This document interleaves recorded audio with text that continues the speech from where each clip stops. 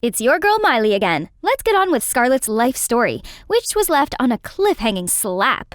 Watch your tongue. Regardless, we won't be working together. That's final. Tell me, are you scared people will figure out that I'm your daughter? Right, you never even came to see my frail, bedridden father. I never needed a mother like you anyway. Then a smack landed on Scarlett's face. She held her left cheek, eyes wide open, and glared at the person standing in front of her with great fury.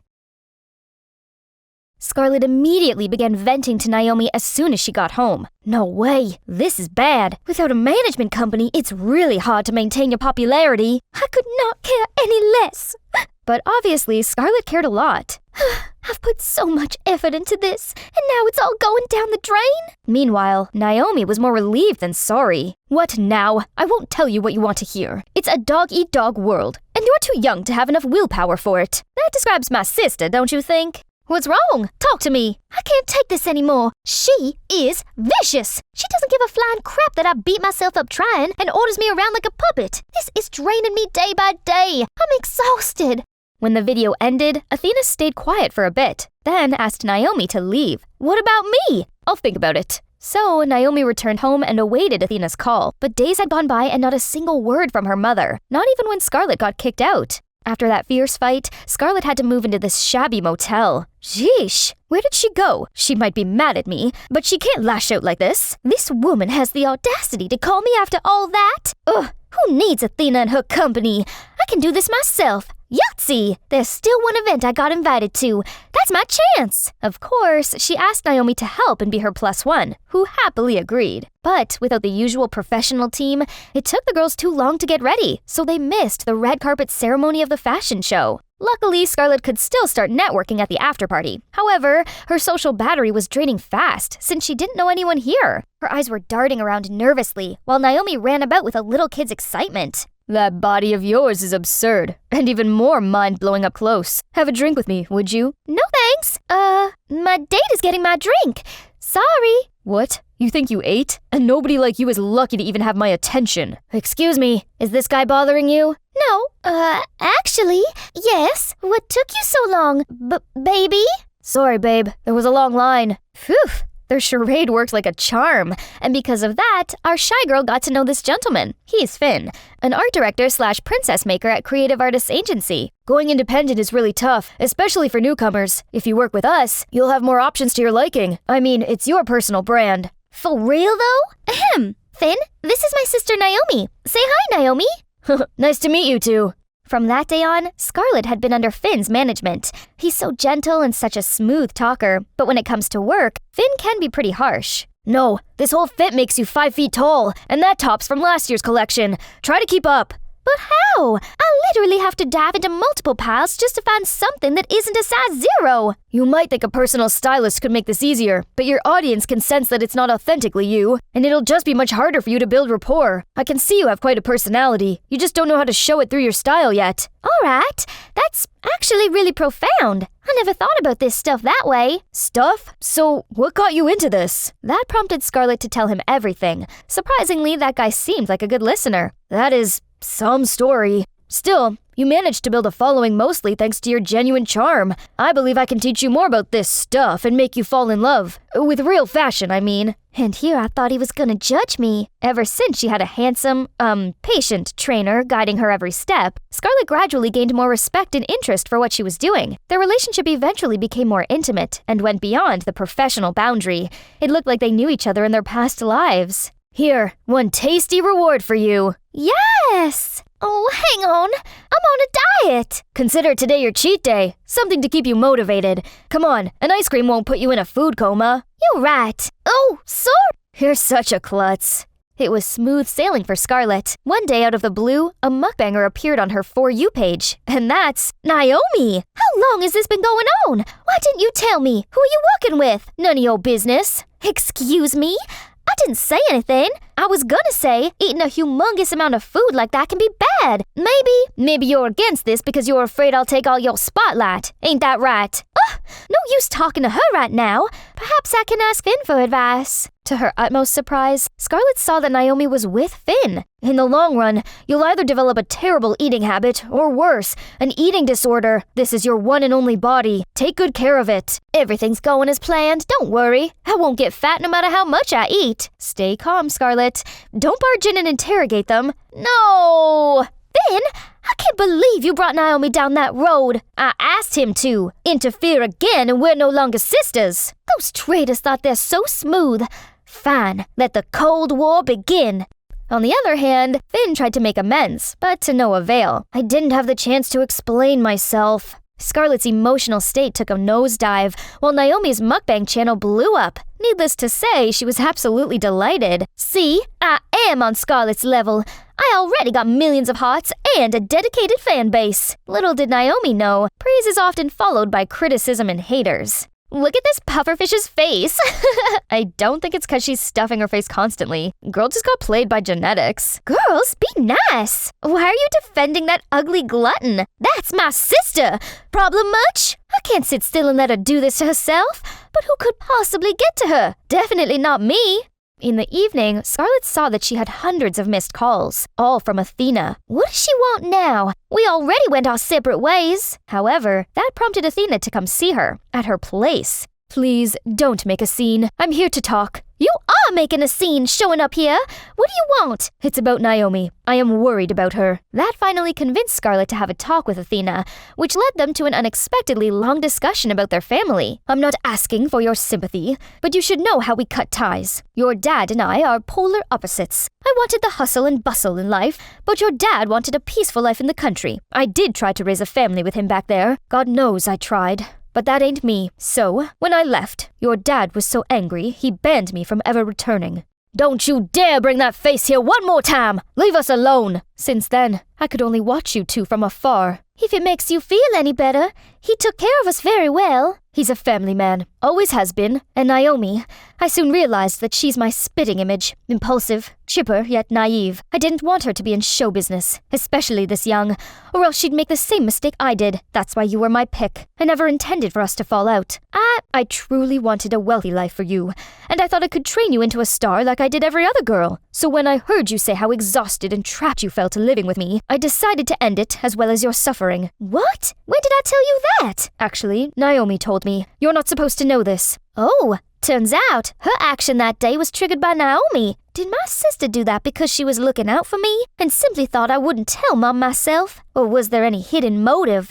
I'll have to find out myself. If we didn't have this heart-to-heart today, our feud might go on forever. Come to think of it, her iciness could have been the product of the cold, harsh show business. Their mother-daughter talk went on till dawn. Scarlett also told her that she hated this job at first, but slowly warmed up to it, and now wanted to commit to it, which made Athena really happy.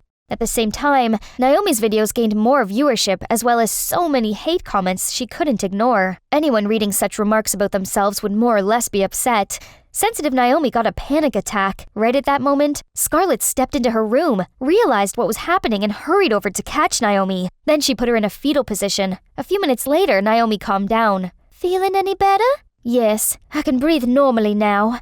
Thank you. Then stop your monkey business this instant! I talked to Mum. She said you're not ready to be an influencer, and I agree with her. Do you have anything to say for yourself? Mom doesn't know me. She didn't raise me or help me become famous, and now she's getting you on her side to go against me? I thought the same. Until we spoke, we misunderstood her, Naomi. And you, still worried about me stealing your thunder? We'll see who's more famous and rich. I've had enough of you. Naomi's reaction was so scary. Scarlett couldn't believe this person was her sister. When Naomi stormed off, she didn't have the strength to go after her either. Was I too much? No, absolutely not. She deserved it for what she did.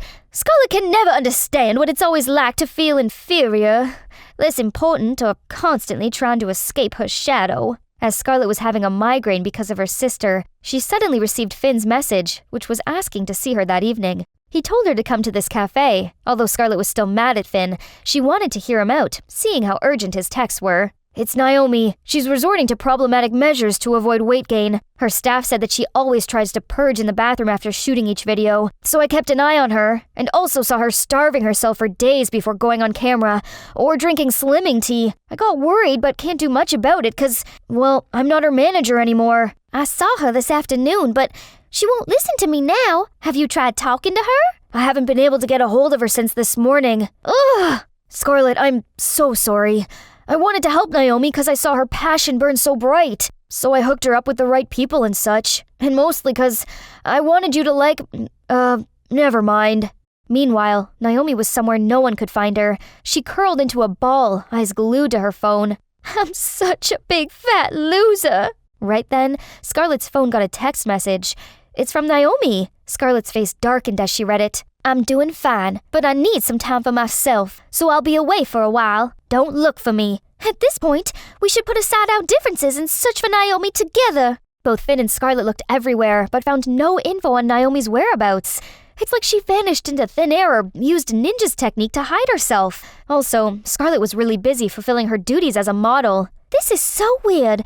Naomi can't go a day without updating her story, but it's been days without anything new on all of her socials. All right, you're a little pale lately, Scarlett. It's one thing to worry about Naomi, but take care of yourself, okay? Like you care. Of course I do. You are my sole focus now. Don't just push me away. Aw, who can stay mad at someone this sweet? Since Scarlett and Finn resumed their collaboration, her popularity soared. However, they made no progress in finding Naomi, which upset Scarlett. Even though she's surrounded by fancy material stuff, she wasn't truly at ease. All of a sudden, #CancelScarlett became #1 on Twitter's trending page. Then multiple screenshots of seriously problematic tweets that are supposedly from Scarlett's account surfaced, causing more public backlash. Obviously, she got boycotted, which led to her follower count plummeting and her losing contracts with multiple brands. Despite the company's effort to clear everything up, the damage was done. The fact that those photos were fake couldn't stop keyboard warriors from attacking her, and Scarlett had to face horrible insults on a daily basis. So, all this time, Naomi had to deal with this kind of stuff? That must have been mentally excruciating, especially since she couldn't share with anyone. And I even reprimanded her. Naomi, where are you now? I'll definitely find out who's behind all of that. Cyberbullies must pay. You all think you can hide behind your screen and spit out whatever filthy words you know to bring down people with a reputation to uphold. You picked the wrong targets this time. It wasn't easy, but thanks to the company's resources, Scarlett's team managed to track down everyone who ever made hate comments against the sisters and brought them to the police. But when Scarlett came down to the station and saw the lineup, an astonishing sight welcomed her. One of them was Naomi. Hey y'all, your one and only Miley Cyrus is back once again with the Spencer sisters story. Things were getting more complicated, right? Where were we? Oh yeah, Scarlett was determined to bring keyboard warriors who cyberbullied her and Naomi to justice, and soon she accomplished just that. But Scarlett was shocked to her core to see a familiar face among them. That's Naomi? What in the world? Even your girl is shooketh. What's gonna happen next? Let's find out in this episode. From the moment their eyes met, Scarlett was completely dumbfounded. Scarlett, Why? How could you, Naomi? Naomi said nothing and just kept her head down, but Scarlett could no longer stand on her own feet. I'm okay. Naomi, a word, please. Why do you look like this? And why you did this? You know what? When those constant waves of comments tormented me, do you know how I kept my head above water? I told myself, I don't really know them. Their words can never hurt me. But I can't wrap my head around the fact that the one hurting me is my own sister. As soon as Athena got news from Scarlett, she dashed to the police station and then arrived in the middle of the sisters' argument. Scarlett, before you call me the worst names in existence, I want you to trust me and know that it's simply how I handle stress. Seriously? Hear me out. I was so happy for you in the beginning, but eventually jealousy just started creeping in. I felt small and insignificant living under the same roof as a head-turning popular big sister. It got worse when people on the internet started comparing me to you, and I felt like I was nothing but a piece of trash. Gradually, I found myself coming to your haters' forum, and that's a slippery slope. Being among them made me feel like I mattered, like those people actually listened to what I had to say. It's like I was finally someone, and I didn't want it to end. Before Scarlett could react, Athena couldn't stop herself from sobbing out loud, and the girls saw her. Mom? To their surprise, Athena suddenly slumped down. It's all my fault. I led you two down this path. Never have Scarlet seen Athena like this, and neither did Naomi. Where had the icy tyrant woman gone? Naomi, you have to stop before it's too late. It will eat you up and swallow you whole. Sorry, Mom, but if you're really my mother, you shouldn't have stopped me when you refused to help me. You could have just let me do whatever I wanted, and I could have figured it out the hard way myself. And from now on, I want to be free from you. I want people to know me as me, Naomi, not your sister. We belong in different worlds. Naomi, I can't even recognize you anymore. Naomi didn't say a thing and was gonna leave, but police officers immediately seized her. Just let it go. Then Scarlet and Athena returned to the suspects' lineup and saw that Finn was still there with an anxious look on his face. Scarlet, where have you been? You okay? Scarlet couldn't hold her anger any longer and screamed at the lineup. See how you've ruined our lives? Happy now? You carelessly threw around that bone-crushing, hateful language just for fun and never paid those on the other end any mind. Now you'll face my wrath. You're Athena Kingsley of Elite Talent Management, aren't you? Why you? Oh, yeah, I am, my mother. Come again? Yeah, she's my mother. Don't act so surprised. Mom, this is Finn, my agency's creative director. I'll go with her. Get home safe, okay? Wait here. I'll get the car. While waiting for Scarlet, Athena and Finn had a little chat. It's a pleasure to meet the famous Miss Kingsley. I've heard great things about you. Oh, you've made quite a name for yourself as well, Mr. Finn Simpson. Well, that would be exaggerating. I see the way you look at Scarlet. I can tell there's something bubbling under it. She might look like a tough cookie, but she's my sweet, sensitive girl. Treat her well, or I'll crush you into a fine powder and scatter it on Mount Oblivion. You hear me? Yes, loud and clear. And Naomi, that girl's quite a handful, isn't she? Since she's under your management as well, keep an eye on her for me, would you? Yes, ma'am. Can't forget that. Right then, Scarlet halted the car in front of them. Mom, let's go. Finn, you're still here? Well, I'll see you again soon. Bye.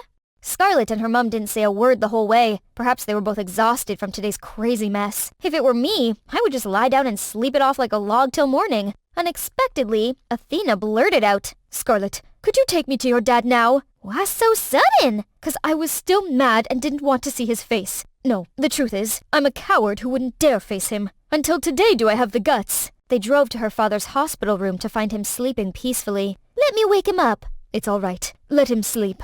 Then Scarlet went out to give them some privacy. Remember me? It's been a hot minute, hasn't it? How come we only met again when you can't hear a word I say? Let alone answer. I know you're still mad at me, and I was mad at you, too. But I've learned to live with it. And seeing how well you raised our babies made me feel much more at ease. I've done nothing to help them all these years, yet they turned on each other all because of me. I promise I'll make things right. Trust me. And please, forgive me. Then Athena left right away. But little did she know, her voice did reach him.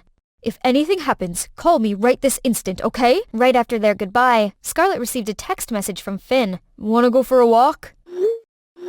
This is the first time I've been to the beach at night. I love how serene it is. How did you find such a cool place? There's so much you don't know about me. Then they sat down for a heart-to-heart talk. The gentle breeze and the sound of waves soothed their jaded souls.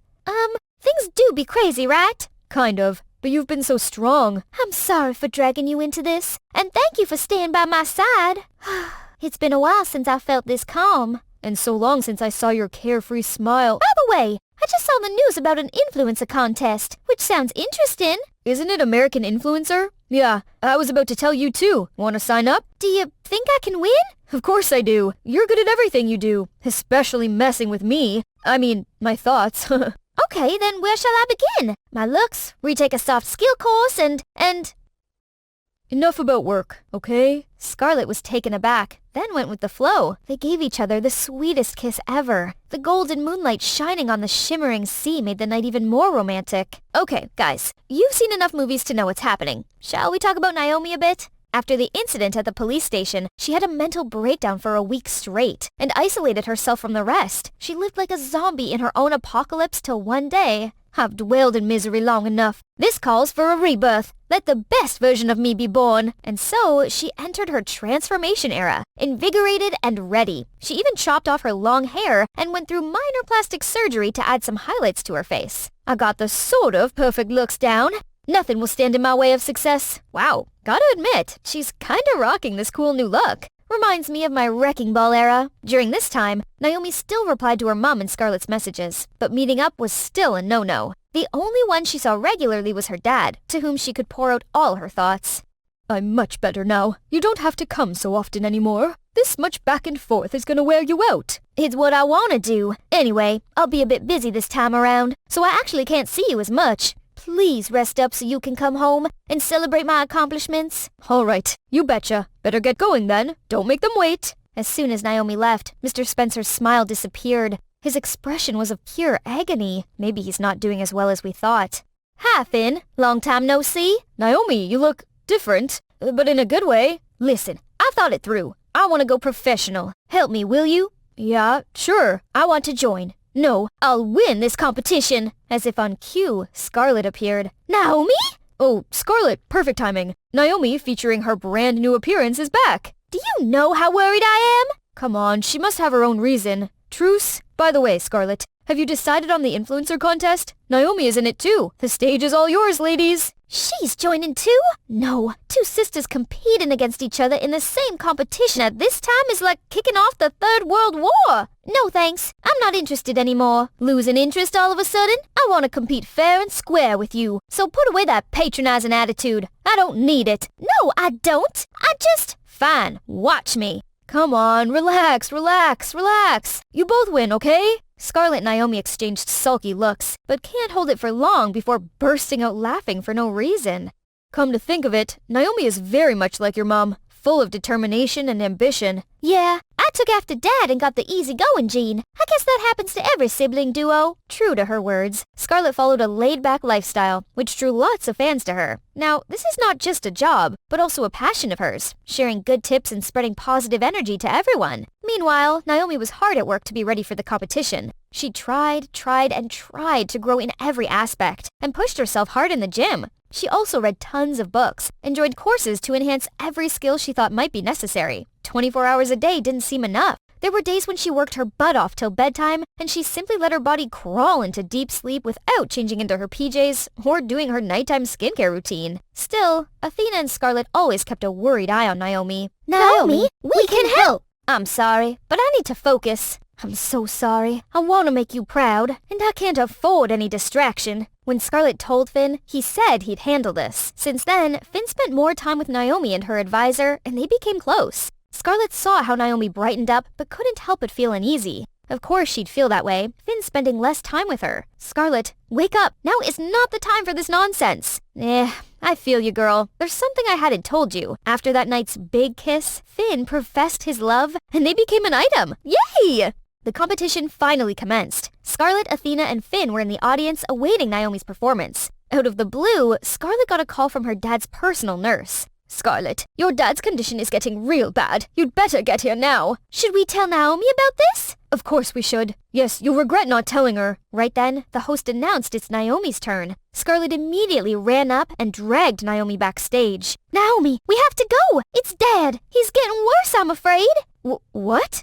Dad? I just saw him a few days ago and he was fine. Why now? I don't know. Scarlet, I'm sorry, but this is my last chance. Please take care of him for me. I have to go. Then Scarlet, Athena, and Finn immediately left, but they were only a few steps away when they saw Naomi black out on stage. At the same time, Mr. Spencer was also fighting his own battle. His prognosis was bad. We're sorry. We've tried our best. No! Dad, please don't go. Dad! You're awake. Calm down. What were you dreaming about to be sweating like this? Dad! Where's Dad? Then there was a familiar voice from the bed next to hers. I'm right here. It's truly a blessing that Mr. Spencer's no longer in critical condition. And you fainted on stage and were taken to the ER.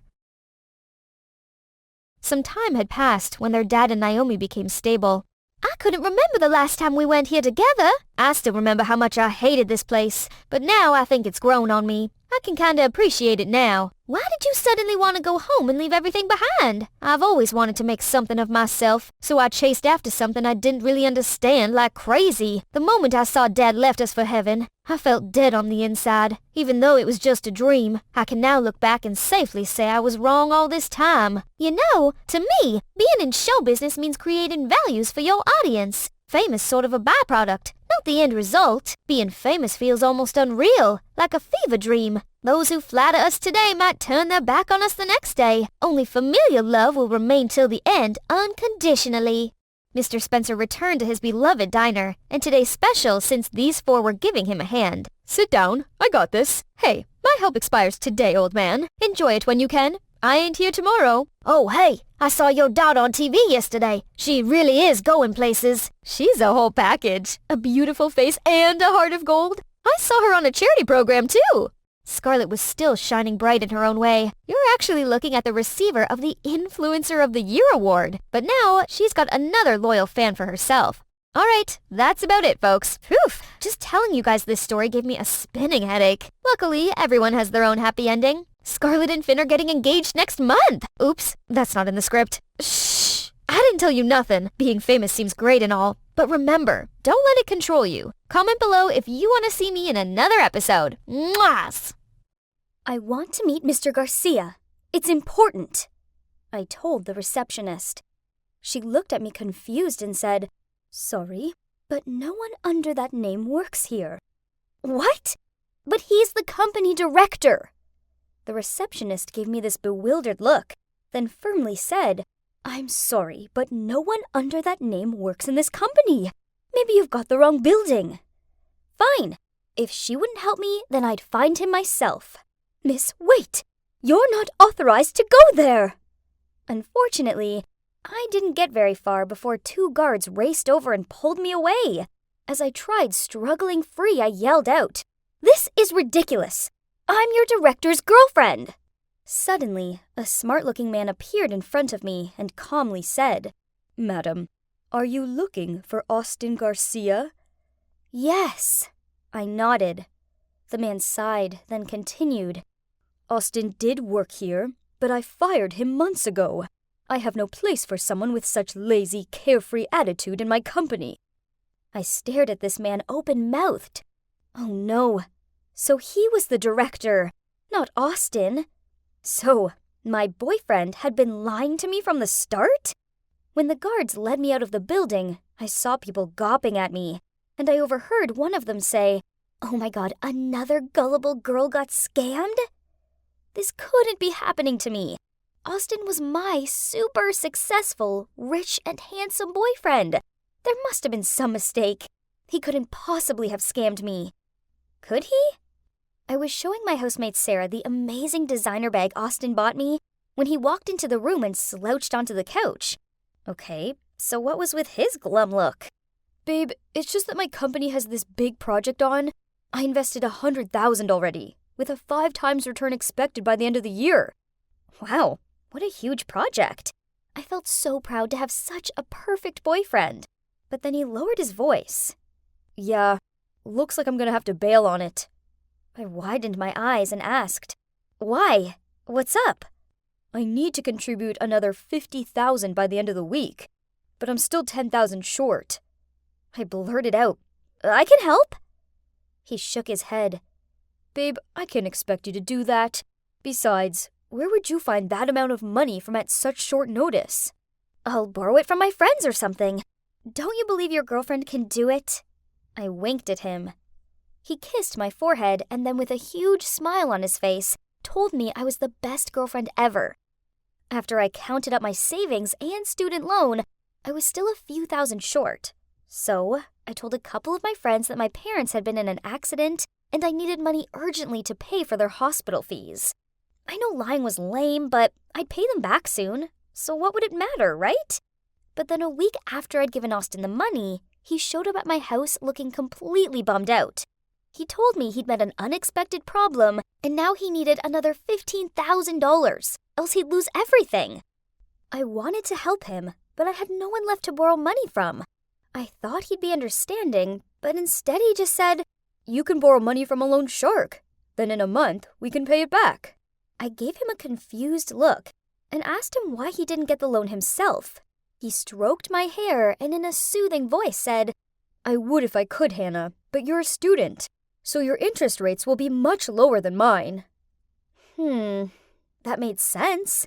Plus, we were going to be together forever anyway. So what did it matter who took the loan out? So that same day, I borrowed the rest of the money from a loan shark and handed it over to Austin. "Hannah!" a voice shouted, which startled me from my thoughts. "Hannah, give me back my money.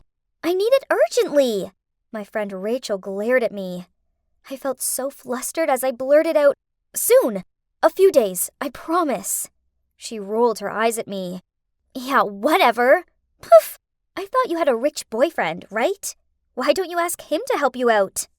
I forced a smile and repeatedly told her I'd pay her back soon. This was so embarrassing, and now my friend hated me. Ugh! It was all that jerk Austin's fault. The truth was that as soon as I handed him the money, well, he disappeared. His online accounts, number, everything. All gone. I even found out that the house he claimed to be his was actually just some Airbnb rental. Oh, and the designer bag he bought me? Fake! The next day, I was walking to my lecture when I heard two girls talking to each other. Hannah owes people loads of money, but won't pay it back. Isn't she always boasting about having a boyfriend? I lowered my head and hurried past them. This was so humiliating. I needed to figure out a way of finding that jerk Austin and making him give me my money back. Oh, who could that be? Maybe it was Austin with a perfectly reasonable explanation for everything. I ran to the door and opened it. Oh, it's just some strange girl. "Where is Austin? Tell him to come out here now!" she yelled. "And you are?" "His victim! He tricked me into giving him all of my savings!" She pushed past me and stormed inside. "Austin, stop hiding from me and come out!" I pulled the girl's arm and asked, "Hold up, he also tricked you?" She looked at me with wide eyes. Oh gosh, Austin's such a pro scammer! After that, we sat down and she explained everything. Turns out she's called Leah, and Austin scammed her out of $50,000. OMG, that was so much money! Austin is a real jerk. Suddenly, my housemate Sarah and her boyfriend Weston walked in. "Hey, look! I won this Tales of Suspense Volume 39 in the horse race bet the other day. You know, it's super rare." Weston was so excited showing Sarah his new precious comic book, while I forced a smile at them both, then quickly dragged Leah up to my room. There's no way I wanted Sarah knowing that I'd been scammed. Entering my room, Leah suddenly said, "Hey, do you want your money back?" I nodded.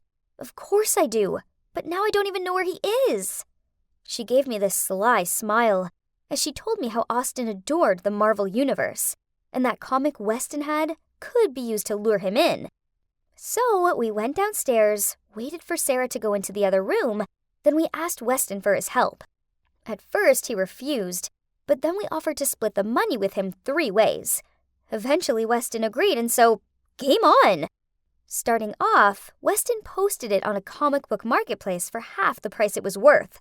Only $150,000! Unsurprisingly, it wasn't long before that snake Austin slithered into his messages. Great! We arrived at the meeting spot super early and hid behind a bush. 30 minutes later, and Austin still hadn't shown up, and I had a dead arm. Ouch! I whispered to Leah, "Do you think our plan was leaked?" She grabbed my shoulder and shushed me. Austin had arrived. He took ages to check the book, really carefully. When they finished the exchange, I jumped out of the bush and shouted, "Austin, there you are! Where's my money?" His eyes widened in terror, and he quickly tried to run off the other way, but Leah jumped out in front of him. She sneered and rolled up her sleeves, stepping towards him. "There is nowhere for you to run, jerk!" Austin was terrified and stepped back. Then I ran up behind him and snatched the comic out of his hand. "Girls, look!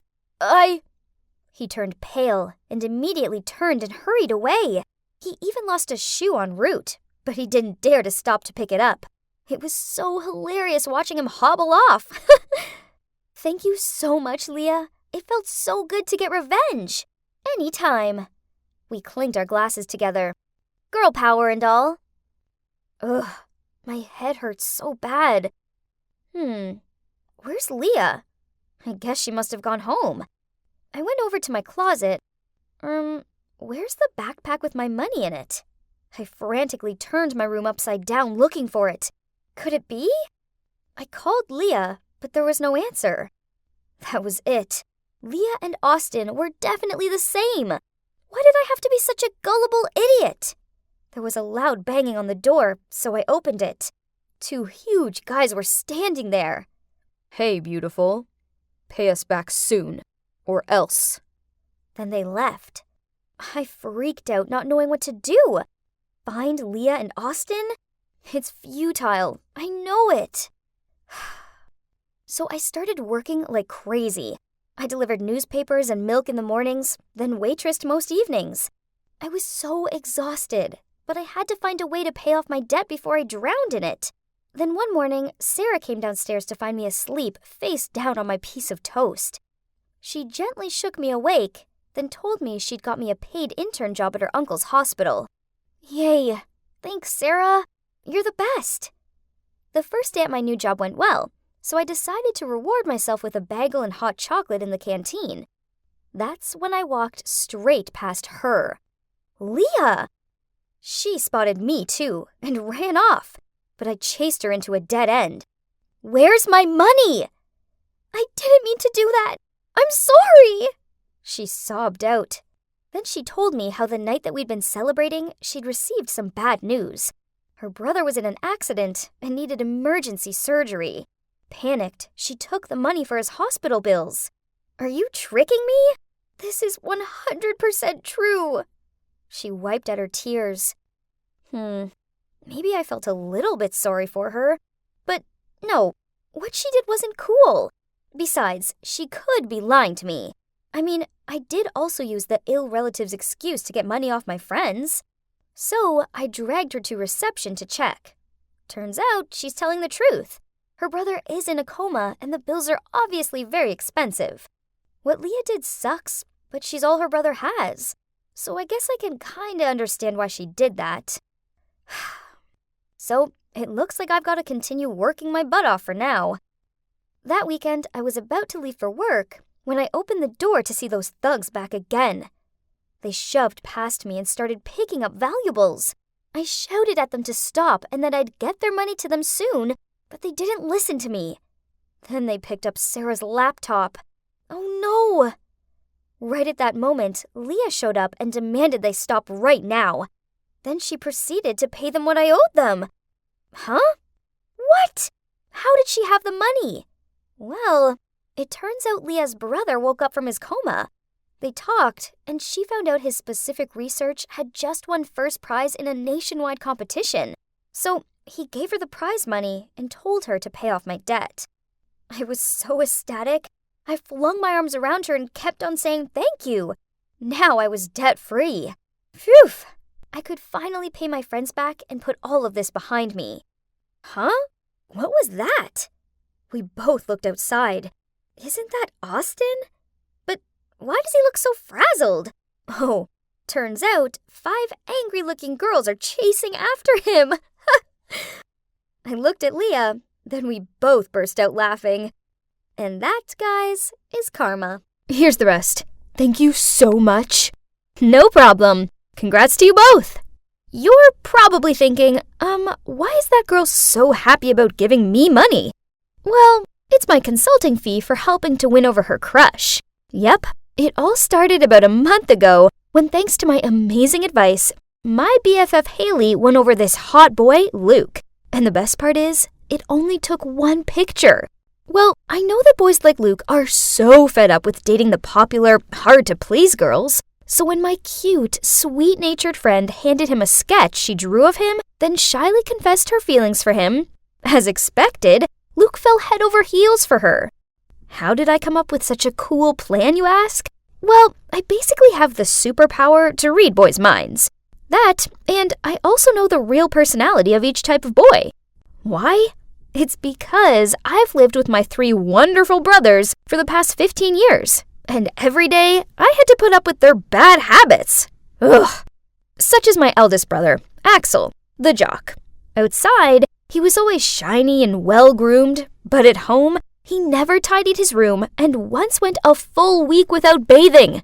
Ew! Then there's my second oldest brother, Stefan, the prodigy who didn't say much.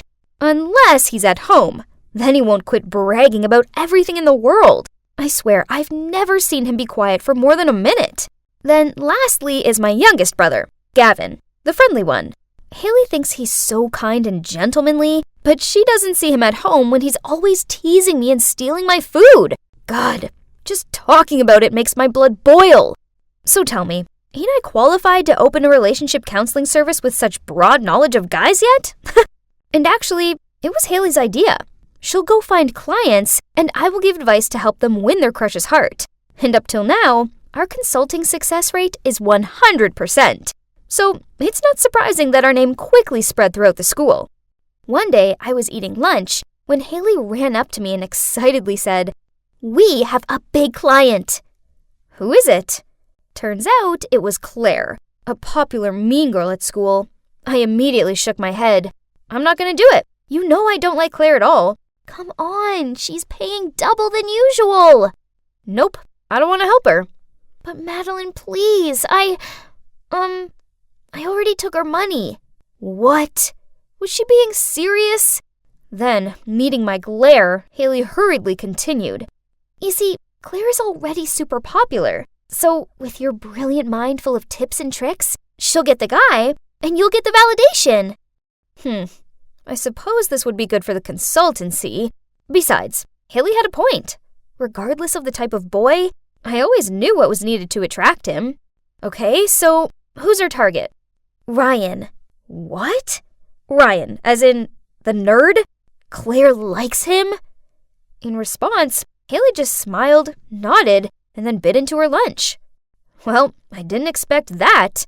But whatever, that was Claire's business. Even if the target was a nerdy boy known for hating girls and not dating, it couldn't intimidate this Madeline. So, I embarked on the tactic mission for Claire.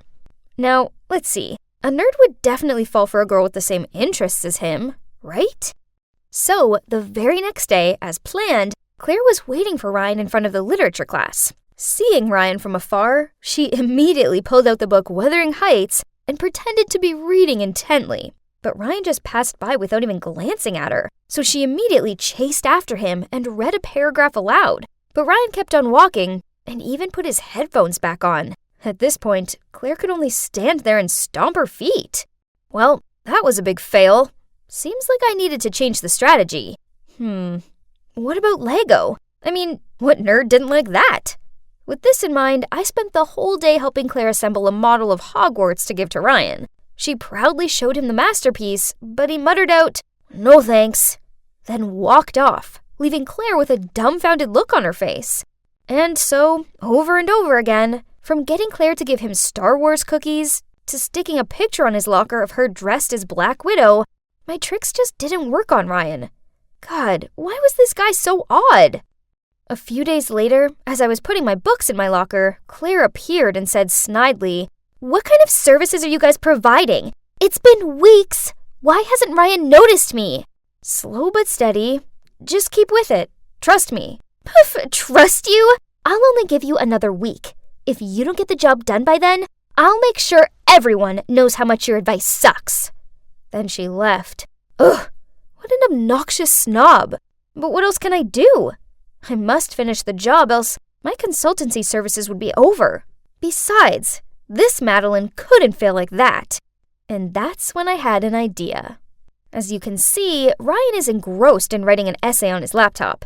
And there's me, Claire, and Haley sitting on the table nearby, pretending to read books, when in actual fact, we were watching Ryan's moves. Suddenly, Ryan let out a yelp, which made the whole library jump and gained him a dirty glare from the librarian. Then Claire sashayed over to him and said in a sweet voice, "Hey Ryan, is everything okay?"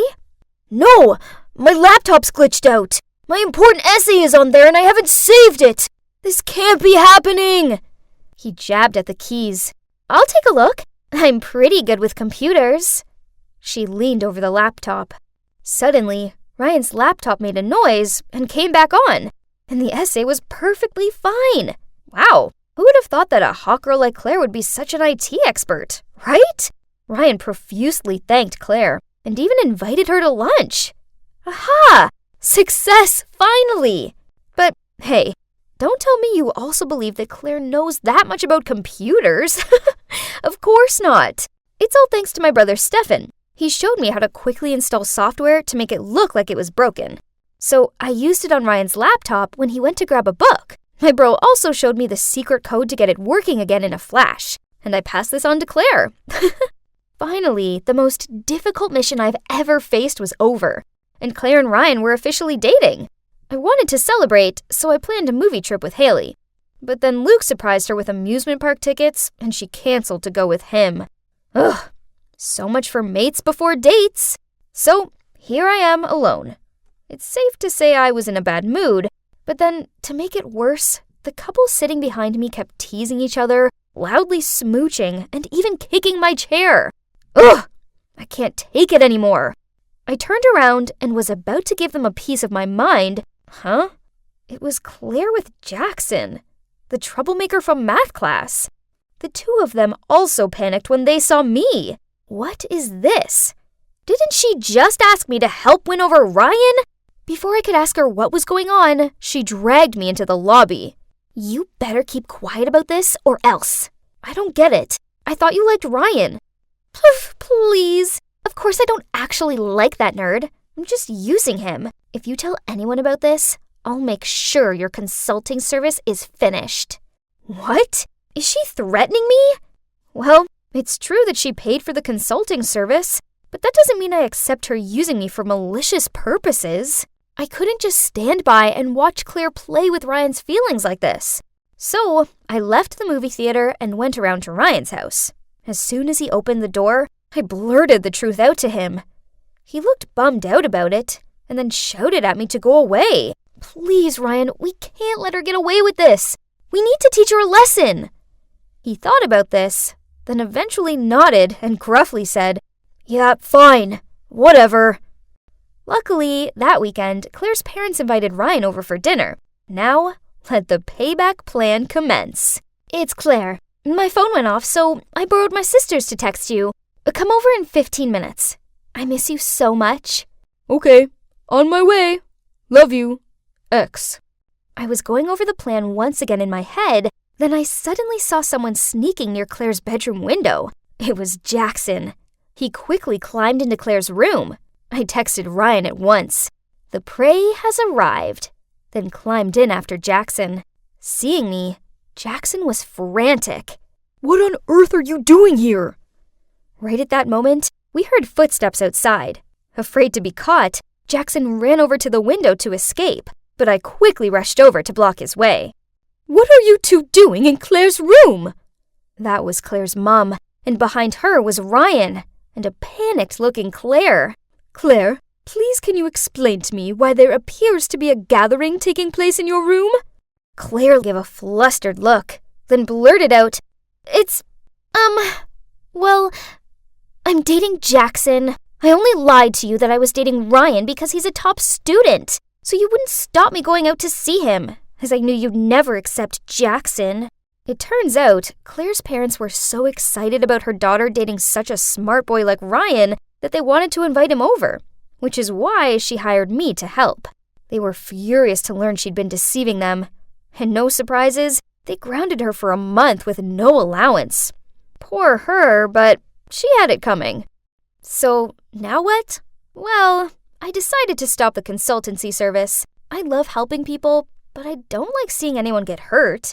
Most people used my service for the right reasons, but I can never be sure that someone wouldn't use it for the wrong reasons again, and I don't want to be any part of that. It's not all bad anyway, as I've made a new friend out of it. Ryan. Speaking of which, he once caught up with me after class and said, Hey, I need your consultancy help. It's pretty urgent. I sighed and replied, Ryan, you know I don't do that anymore. But you owe me one. I want you to help me ask this cute girl out. I really like her.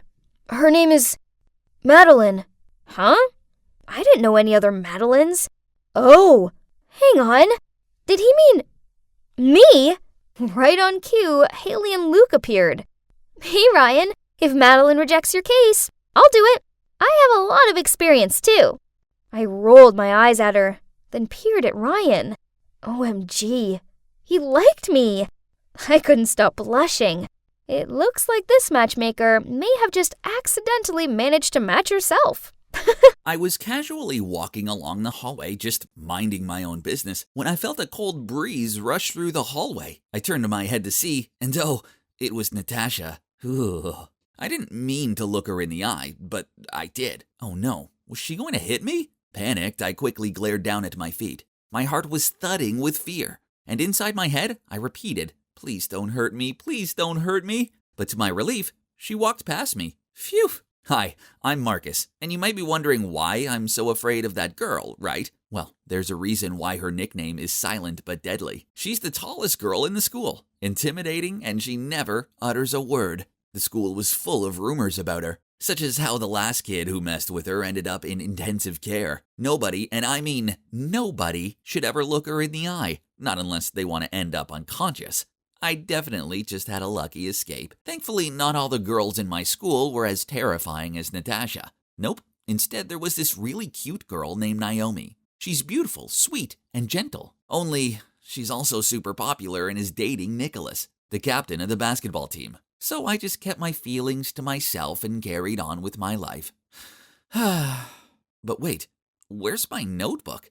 I guess I left it back in the science lab. So I rushed in there and, oh no. Nicholas was there and he was reading my notebook. I quickly grabbed it off of him, but it was too late. He'd already taken pictures of the song lyrics I wrote about my feelings for Naomi. Blast it! So let me get this straight. A nerd like you dares to daydream about Naomi? But we have a problem here. She's my girlfriend. Don't you know that? Wait, it's not like that. I'll stay away from her, I promise. Nicholas gave me this unnerving look. Ugh. No good thing could ever come from a look like that. I braced myself for what he was about to do next. You have to do everything I say, else I'm gonna ruin your life. Huh? Was he being serious? Judging by his devious smirk, yup, he was 100% being serious. I want you to ask Natasha out. Make sure you do it in front of the whole class. What? Natasha? That scary girl? How could I? If you say no, the entire school will know about this. Then he waved his phone in front of me. Ugh, that vile Nicholas. But I couldn't risk my song being sent to everyone, so it looked like I had no choice. So the following day, I walked over to Natasha's desk and asked her, Natasha, will you be my girlfriend? The whole class was silent. Then they burst out laughing. She glared at me. Ugh, this wasn't good. I winced, preparing for the death punch. But instead, she led me out into a corner of the hallway. Then she gave me this weak smile, followed by a nod. Oh my God, did she just agree to be my girlfriend? This is crazy. It was completely beyond my expectations. But, whew, at least I was still alive, right? And that's how I ended up dating the scariest girl in school. She never spoke to me, not even a word. So I just helped her with her studies and carried her stuff around. We also exchanged numbers, but we only chatted through messages. Then one day when I was on my way to have lunch with Natasha, Nicholas strolled over to me and told me I had to take her to the cinema to catch this awful-looking rom-com, which didn't seem like her thing at all. But what other choice did I have? Nicholas' words were orders. So I asked her over lunch, and to my surprise, Natasha smiled, then gave me a big thumbs up as agreement. When I went to pick up Natasha, she was already waiting for me on her porch. She walked over with a notepad. Curious, I asked her why she had it, and she wrote, I won't be able to text you during the movie, so this will have to do. Yup, Natasha has always been different from everyone else, so I didn't ask anymore. During the film, I noticed Natasha was crying, so when it was over and we stopped for lunch, I teased her. I saw you crying during the movie. She slammed her notepad on the table after she wrote, I was not crying. I just laughed and took her home. Maybe she wasn't as scary as the rumors made her out to be. To be honest, she was also quite cute. The more time I spent with Natasha, the more I started to warm to her. There was something I liked about her, even though we had only communicated through sticky notes. I was desperate to hear her voice, so I hatched a plan. When we were in the library on a study date, I picked up an old book and blew the dust in her face. She almost sneezed. But before she did, she placed her hand over her mouth and raced into the girls' bathroom. Then she returned wearing a mask. After that, I tried to make her laugh. I quickly took 2 pencils from the table and stuffed them into my nose, and started making ugly faces. But Natasha just glared at me and handed me a note. If you continue to do these ridiculous things, there will be payback. Huh, no way was I giving up. So the next day, when I saw her by her locker, I rushed over to her and began imitating the voices of the minions. I thought it would definitely work this time, but no, instead she punched me in the arm. Ouch! Yep, I now learned that the rumor about her inhuman strength was not an exaggeration. So I just gave up and our relationship continued. Then one weekend, when I was at Natasha's house to study, I went down to the kitchen to get a drink, just as her mom returned from the grocery store. As I helped her unpack, we started talking. She told me about Natasha's love of collecting glass art, the pieces of which filled the house. Then her mom touched my shoulder and thanked me for making her daughter happy again. Oh man, this was awkward. Now I felt super bad. To divert the convo, I asked if Natasha talked at home, but she just smiled and replied, "Natasha's such a quiet kid, right?" Then she told me how it's because Natasha's always been taller than the other kids, but she has a squeaky voice. This led to lots of teasing, and once she got so upset, she pushed a boy over and accidentally caused him to have a nosebleed. Since then, people started to shun her, so she withdrew from herself and stayed silent. Hearing this made me feel so guilty. What I was doing was wrong, and Natasha didn't deserve this. Then her mom said something that truly shocked me. In middle school, this one girl named Naomi was horrible to all. The mean comments got so bad she refused to go into school for weeks at a time. Huh? Naomi? The same Naomi I know? No way! Confused, I told Natasha's mom I needed to leave and left her looking bewildered as I ran out of there. My mind was a mess. I had a crush on a mean girl. And I'm just as bad, if not worse, after what I did to Natasha. Then my phone rang with a text from Natasha. It said, "Sorry if my mom said something she shouldn't have. You okay?" I texted back, "We need to talk tomorrow, please." So we decided to meet at her house the next day. Alone in her living room, I told her everything, including my notebook, liking Naomi and how Nicholas was blackmailing me. "Natasha, please, you have to believe me. I'm sorry I did this to you." I saw the hurt look in her eyes. Then she threw a note at me and ran to her room. The note told me to get out, but before I did, I stood on the other side of her door. "I don't expect you to forgive me, but I couldn't continue our relationship on a lie. Look, I like you, and I don't want to deceive you anymore." After that, I left, and I also texted Nicholas that I didn't care if he told everyone. I'm done being his puppet. The next day, I expected school to be intolerable, but to my surprise, nothing happened. Instead, I saw that Natasha was trying to sort out her locker. A crowd had gathered around her, and Naomi was taunting her. "How does it feel to know that even your boyfriend likes me more? He doesn't like you." Natasha carried on sorting out her books, but I could see that she was fighting back tears. Furious, I pushed past them all and told Naomi to stop. She just jokingly said, "You know, if you wanted to date me, you could have just asked. You didn't have to spend so many months suffering with this giant scarecrow. You're right, I did like you back when I thought you were a nice person. But now I know the true you. You're a coward who only feels good when it's at the expense of someone's misery. And I can see why you target Natasha the most, because she has two things you'll never have, a true kind heart and a loving spirit." After that, I pulled Natasha away and told her how sorry I am. But she didn't even glance at me and just walked off. A few days later, after PE class, I was about to go to the locker room when a classmate, Dante, came up to me. "Marcus, help me carry the PE equipment into the storage room, please. I have a stomachache." He hugged his stomach, then hurriedly ran away. Without thinking much, I packed up the equipment and carried it into the storage room. As soon as I put it down, I realized that Nicholas, Naomi, and some guys from the basketball team were waiting there for me. "Oh, well, Marcus, do you really like that weird Natasha? Didn't see that coming." Then the whole group burst into laughter. "You have no right to say that to her. Take a look at yourself." "Whoa, are you defending her?" Then she turned to Nicholas. "Babe, show him who's the boss here." Then she pulled out her phone and started recording. Nicholas smirked, then grabbed my shirt collar with one hand and reached out his fist to me with the other. I tried to struggle but couldn't get out. He was too strong. Knowing I was doomed, I closed my eyes and awaited his punch, but suddenly a loud shout came out. "Stop!" I opened my eyes to see Natasha and a teacher standing in front of the door. Turns out she overheard Dante bragging to some kid about Nicholas's plan. So she came to my rescue. I looked at her gratefully, but she turned away to avoid my gaze. Meanwhile, Nicholas hastily released my collar and lied to the teacher that we were just chatting. But of course, he didn't believe him and summoned them all to the supervisor's room. After that incident, Nicholas, Naomi, and the rest of the basketball team were suspended from school for 2 weeks. They deserved it. But who cares? I have more important things on my mind, such as winning back Natasha. I knew that her birthday was coming up, and I remembered how she loved glass art. So I bought her a glass art figure of Cinderella's glass slippers with a ticket to senior prom and a card saying, "Thank you and happy birthday. I know what you did doesn't mean you forgive me, but I want to be your real boyfriend. So I left you a ticket for senior prom. If you come and dance with me, then I know you'll give me another chance. If not, then I know that it's over. But remember, you are a special person and deserve the best." The night of prom came and I was stuck there all alone, feeling like a fool. This sucked, but after what I did, it was what I deserved. I didn't want to stick around here without her. So I was about to leave, but then my classmate tapped my shoulder and gestured for me to turn around. OMG. It was Natasha in the most beautiful crimson red dress.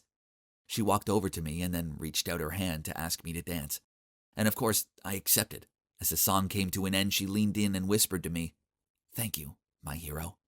I can safely say that was the happiest night of my life, as it led to me having the best girlfriend ever. Oh, also her voice is actually really cute, although she does get annoyed with me when I tell her that. I followed all the steps, but still, nothing. At that moment, my best friend Harry walked towards me and asked with a confused look, Hey, what you doing? "Hey, Harry, I'm just working on this plan to become popular, but it isn't going so well. I changed my style and posted more on social media, but I'm still not cool." You're probably wondering why I was desperately wanting to be popular, right? Well, it's all because of my annoying hiccups. Last year, I was on stage performing the play Our Town when I suddenly started to hiccup, constantly.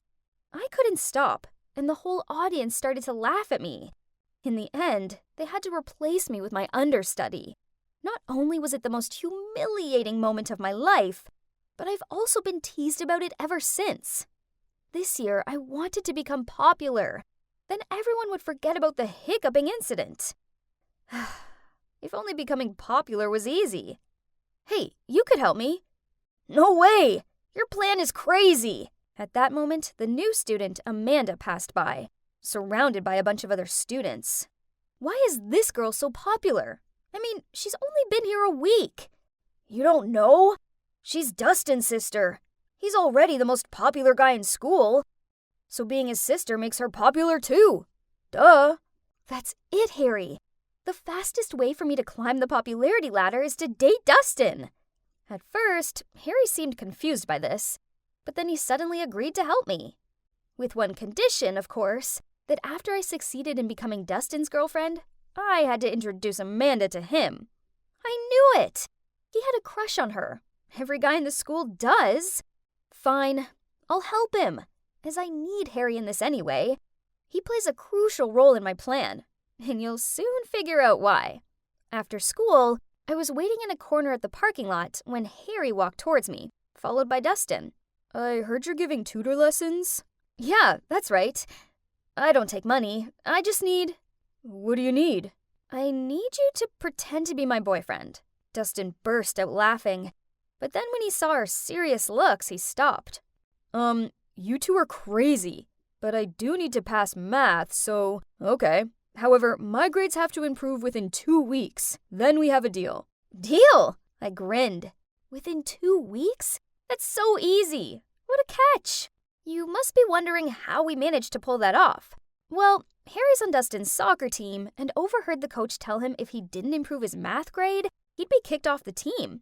Basically, we used Dustin's weakness to get the deal. I know I had no chance with him by using my lousy flirting skills, so it's time to use my greatest strength, my brain. Pretty smart, huh? I started to tutor Dustin. Then after 2 weeks, he shot up 2 grades. And that's when he held up his end of the deal and pretended to be my boyfriend. The next day, Dustin and I held hands and walked into school. And just as I expected, everybody was gawping at us. I even heard them whisper about me, "Is that the hiccup girl with Dustin?" And, Whoa, since when were those two a thing? and that's not all. Wherever I went, people would follow me, and in every class, everyone wanted to sit next to me. Finally, I was popular, and I loved it. I just finished tutoring Dustin at his house and was about to head home when his mom appeared and invited me to stay for dinner. Awkward, but I didn't want to be rude, so I said yes. Besides, this was a great opportunity to talk to Amanda. I was sitting next to Dustin at the dinner table when Amanda walked in and gave me a dirty look. What is she doing here? Amanda, manners! Okay, had I upset her somehow? After we finished eating, I helped Amanda clean up. I pulled some homemade chocolate cookies out of my bag and gave my friendliest smile as I said, my friend Harry, he likes you. I was wondering if... Without letting me finish my sentence, Amanda interrupted me. Sorry, let me stop you right there. First, I don't eat cookies. Gross. Second, I assume you're asking me if I want to go out with your friend, right? No, because he's a loser just like you. It's embarrassing enough that Dustin is dating you. Then she walked off, leaving me standing there dumbfounded. Oh my god, couldn't believe what I just heard. How could a person be so rude? Ugh.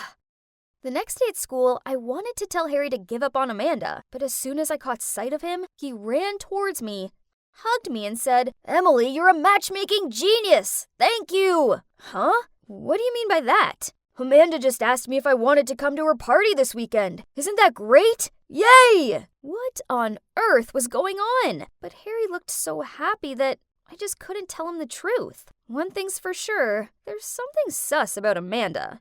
Of course, I was going to that party too, 'cause I was Dustin's girlfriend, remember?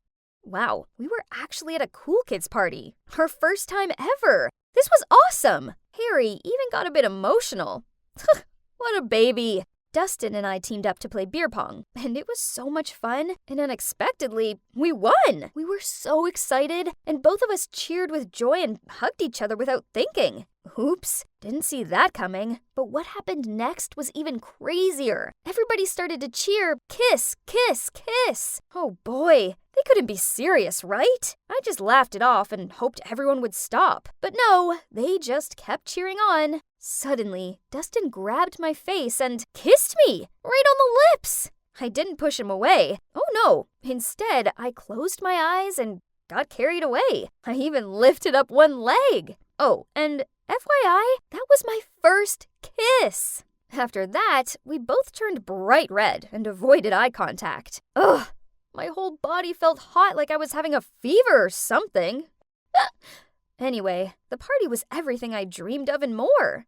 The next day, Harry and I arrived at school in a super good mood. But suddenly, we saw a bunch of students gathering around someone. We squished through the crowd and saw Amanda crying. Turns out, somebody from the party had stolen 2 of her mom's Fabergé eggs. Then, one of Amanda's friends suggested checking all backpacks and lockers of everyone who went to the party last night. But the chances are low. The culprit must have been able to hide all the evidence by now. Still, we should try everything we can, right? I couldn't bear seeing Amanda crying her eyes out like this. Then he gently patted her shoulder. Hey, that was smooth. Way to go, Harry. And so, we checked a few people's belongings and still nothing was found. Then it was Harry's turn. He opened the locker and, oh my god, one of the Fabergé eggs was in there. But how? He would never do such a thing. I opened my locker and, what? There was the other one! What on earth was going on? Suddenly, Amanda started shouting at us. I knew it was you two! Hey everybody, Emily over here manipulated Dustin by using his weaknesses, his love of soccer, and his dislike for math. Then she forced him to pretend to be her boyfriend just so she could be cool. Everybody started glaring at me like I was the villain, but I wasn't. There was a misunderstanding. I looked over to Dustin for help, but he just avoided my gaze, then walked off. I didn't know what to do, so I just stood there in shock until Harry dragged me off with him.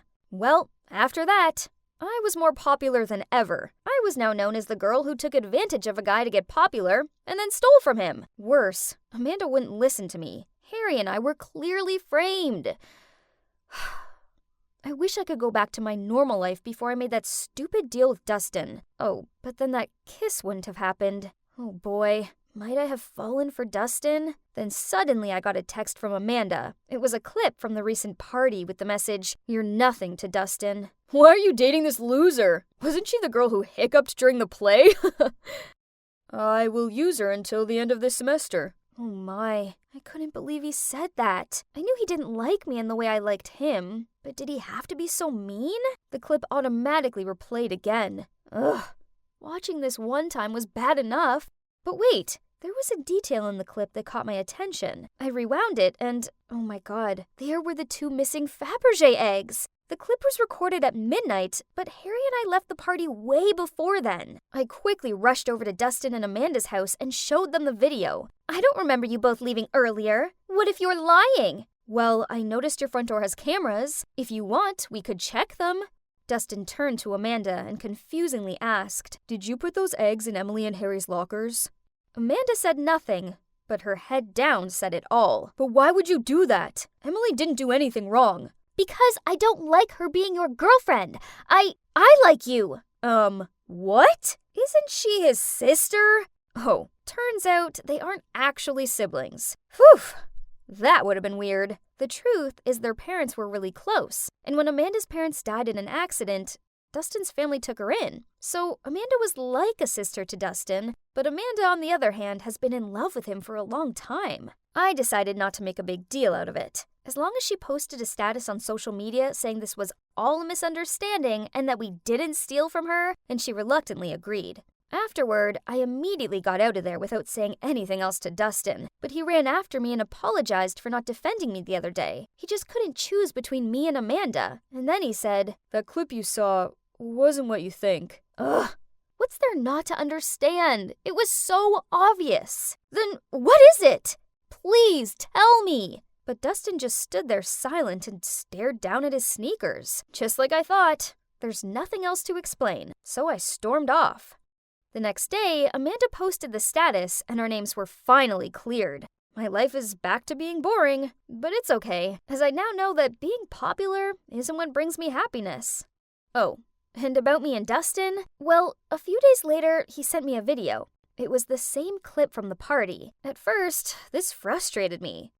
I mean, why would he make me endure watching that again? But then I noticed that this clip was longer, so out of curiosity, I pressed play. And you won't believe what happened in the second half of that video. After the part where Dustin said he just wanted to use me, everybody teased him more. He got angry and yelled. Yes, Emily is weird, but weird in a good way. I like the way she smells books every time she opens one, and the cute way she gets embarrassed when she sneezes loudly. And do you know what I like most about her? That she hiccups every time she's nervous. You heard me right. I like her. You see? Dustin likes me too. Amanda cut this part of the video out on purpose so I'd misjudge him. But now that I knew the truth, what do you think I did? Yeah, of course I forgave him. I mean, how couldn't I? Hi, I'm Addison, but all my friends call me Addie. I'm just an ordinary girl who doesn't have any particular talents. But there is one thing I do have. That is... Oh, why don't we just watch the video to see what it is? This is my older sister, Olivia. She's beautiful, isn't she? She's also an amazing singer and has a talent for art. She can pretty much draw anything. I mean, I don't know how my parents could have such a perfect daughter like her, then have me. But I'm fine with that. Olivia was all about winning trophies and medals. Well, I was happy with the ice cream and ton of snacks my parents gave me for getting a B on my math exam. Hey, Addie, my baby. Guess who's got some new trendy clothes? Oh, Mom, Dad, I don't like these things. Why are you buying so much? It's such a waste of money. However, Mom's desperate look made me cave. So I reluctantly grabbed a random item and went to try it on. Oh, it's a crop top. I stared at myself in the mirror. Okay, so my parents' dumbfounded expressions made their feelings pretty clear. I looked ridiculous. See, I told you already. I'm way too short to wear tops like this. Right at that moment, Olivia walked by. I immediately ran over to her. I think you should have this top. It'll bring out your nice figure. You'll look so cute in it. Mom shook her head. No. If Olivia wears this, everyone will see her navel. Isn't that the point of crop tops? Then Dad chimed in. Anyway, Liv, where are you off to in such a hurry? It's not that nonsense model club again, is it? Speaking of clubs, is the school dance club still recruiting? You should join. You'll get in for sure. My sister rolled her eyes, then left, slamming the door behind her. I loved my sister, but she just seems to find me annoying. She was like the ice queen, always shutting me out. She never allows me to borrow her clothes or to touch her stuff. And if I ever try to go into her room, she freaks out. It's not that she's mean as such, but she tends to act like I don't even exist. It's okay. I mean, I'm kinda used to it. I live my own life and she lives hers. So that's why when I got my first cell phone and started to use social networks, I didn't try to search for her profiles, though I knew she was on all those platforms. That evening, my mom asked me to go upstairs to call Olivia for dinner. No answer. So I began pushing the door open. She suddenly appeared from the bathroom and yelled, "Hey, what are you doing? You know you're not allowed in my room." I knocked, but you didn't answer. Mom says it's dinner time. She hissed at me and shooed me away. Ugh, why did she have to treat me like I was some pest? The way she was so weird about her room was annoying. Maybe she was hiding something in there? Nah, probably I was just overthinking this. Olivia was always like this. Life went on, and my sister, well, she continued to distance herself from me. But then one weekend, I walked downstairs to find her cheerfully humming a song as she danced around the kitchen. When she saw me, she smiled and said, "Morning, sis. Come sit here. I made you breakfast." Okay, this was weird. I cautiously sat down and kept looking at her. Why are you so happy? And where are Mom and Dad? Mom and Dad just rushed off on some work thing. Then she put the plate in front of me, grinned, then continued. Mom made cookies this morning and told you to take them to Grandma's. Tell her I said hi. Oh, you're not coming with me? No can do. Sorry, I've got work to do. She continued to look at me, and I got the feeling she wanted me to hurry up. Before I'd even finished my toast, she passed me my jacket and bundled me out of the door. Having no choice, I made my way to Granny's while in deep thoughts about how odd this was. Until I realized that I didn't even have the cookie bag with me. I'd left it at home. Gosh! I immediately rushed back. But, why was there a strange car parked outside my house? I lingered back and watched as a middle-aged man got out of the car. Before he even got to the door, Olivia opened it and smiled at him. I dove behind a bush so I could carry on watching. Huh? Why was he handing her flowers and a gift box? She happily took them from him and even leaned into his ear and said something. Oh my God! So this explains my sister's strange behavior. They're a couple, aren't they? I never thought that my sister would be interested in an old man like this. Shocking. But wait, what if he's deceiving her? As Olivia may look sharp, but she's actually very innocent. If that was the case, I would beat him black and blue. But this was just my speculation. I can't hastily act without knowing the truth. So I decided not to let them know that I was there, and quietly entered the house through the back door to get the cookie bag. Later that day when I arrived home, my sister was back to her ice queen self. She was cooking in silence, so I told her Grandma said hi, and she just grunted, then carried on stirring her soup. I needed to find out what was actually going on. The perfect opportunity arose a few weeks later, when Mom and Dad went away on a weekend trip. I told Olivia I was meeting some friends for a picnic, but this was a lie. I actually hid in my faithful hiding spot and watched. As expected, the old man showed up and Olivia let him inside. The door was ajar, so I tiptoed inside and heard them laughing in the living room. I peeked in, and to my astonishment, My sister was sitting on the couch wearing the weirdest outfit ever. It was those kinds of clothes that only catwalk models wear. And most of all, she had this heavy makeup on and looked like a totally different person. The strange man was sitting next to her. Both of them were looking at her phone and laughing happily. Oh gosh, now everything was clear. From her reserved nature to her seemed-to-be secret room, it was all so she could continue to hide this age difference love story. I didn't know how to react now. I just kind of felt bad for her because she had to hide it. I mean, this was her home, and we were her family. We might not have been close, but she was my big sister, and I wanted her to be happy. If this love was real, then I fully supported her.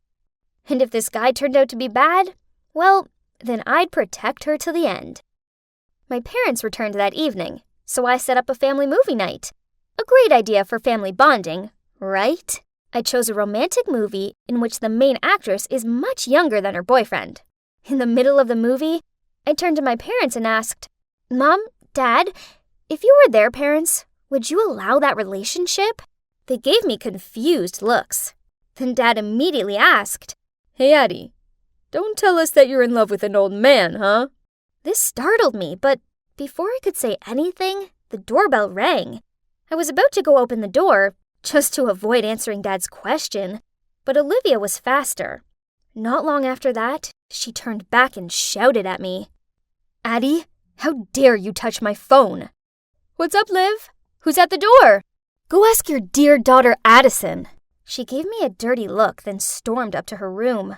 My parents immediately bombarded me with loads of questions. What's happening here? Who was the one ringing the bell? Why that manner of Olivia? Okay, the one who rang the bell was Olivia's boyfriend. So, earlier, when Olivia left her phone in the kitchen, I noticed that there was a message from a man named Henry Davis. I immediately searched for him on Facebook and found out that this was the same guy who'd been visiting her. So, I used her phone to text him, telling him to come around at 8 p.m. I thought it would be better if Olivia could make her relationship public with our parents. But, Hayes, it seems she didn't take it very well. Anyway, now I had no choice but to tell my parents everything. Their faces dropped, and without saying anything, they ran upstairs and banged on Olivia's door. But there was no reply. Instead, all of us heard a rattling sound from the back door, and Olivia had fled. Our parents' faces turned red, while I felt so guilty as I not only wasn't able to help her, but only worsened the situation. The next day, Olivia still hadn't returned. She also didn't show up for school, which caused my parents to freak out. Then I suddenly thought of Henry. Right, why didn't I think of asking him from the beginning? So I immediately contacted Henry and asked him to help find Olivia. That afternoon, when I just got home from school, I saw Henry driving off. There was a note stuck to the door saying Olivia was fine with an address below, and it also said if we come there at 9 a.m., we'll see Olivia. The next morning, we showed up earlier than scheduled. Huh? It was a studio, and just like Henry said, Olivia was there. She looked so glamorous and was so busy prepping for a photo shoot that she didn't seem to notice us. Henry welcomed us and started explaining everything that made my parents, as well as me, speechless. Turns out, the truth was far from what I thought. He was not her boyfriend. Instead, he's her manager. He saw Olivia's potential and guided her to become a photo model and a TikToker. The flowers and gifts were from the brand she was working with. And the other day, she wore that outfit and makeup for a TikTok video. After the shoot was over, we walked over to her.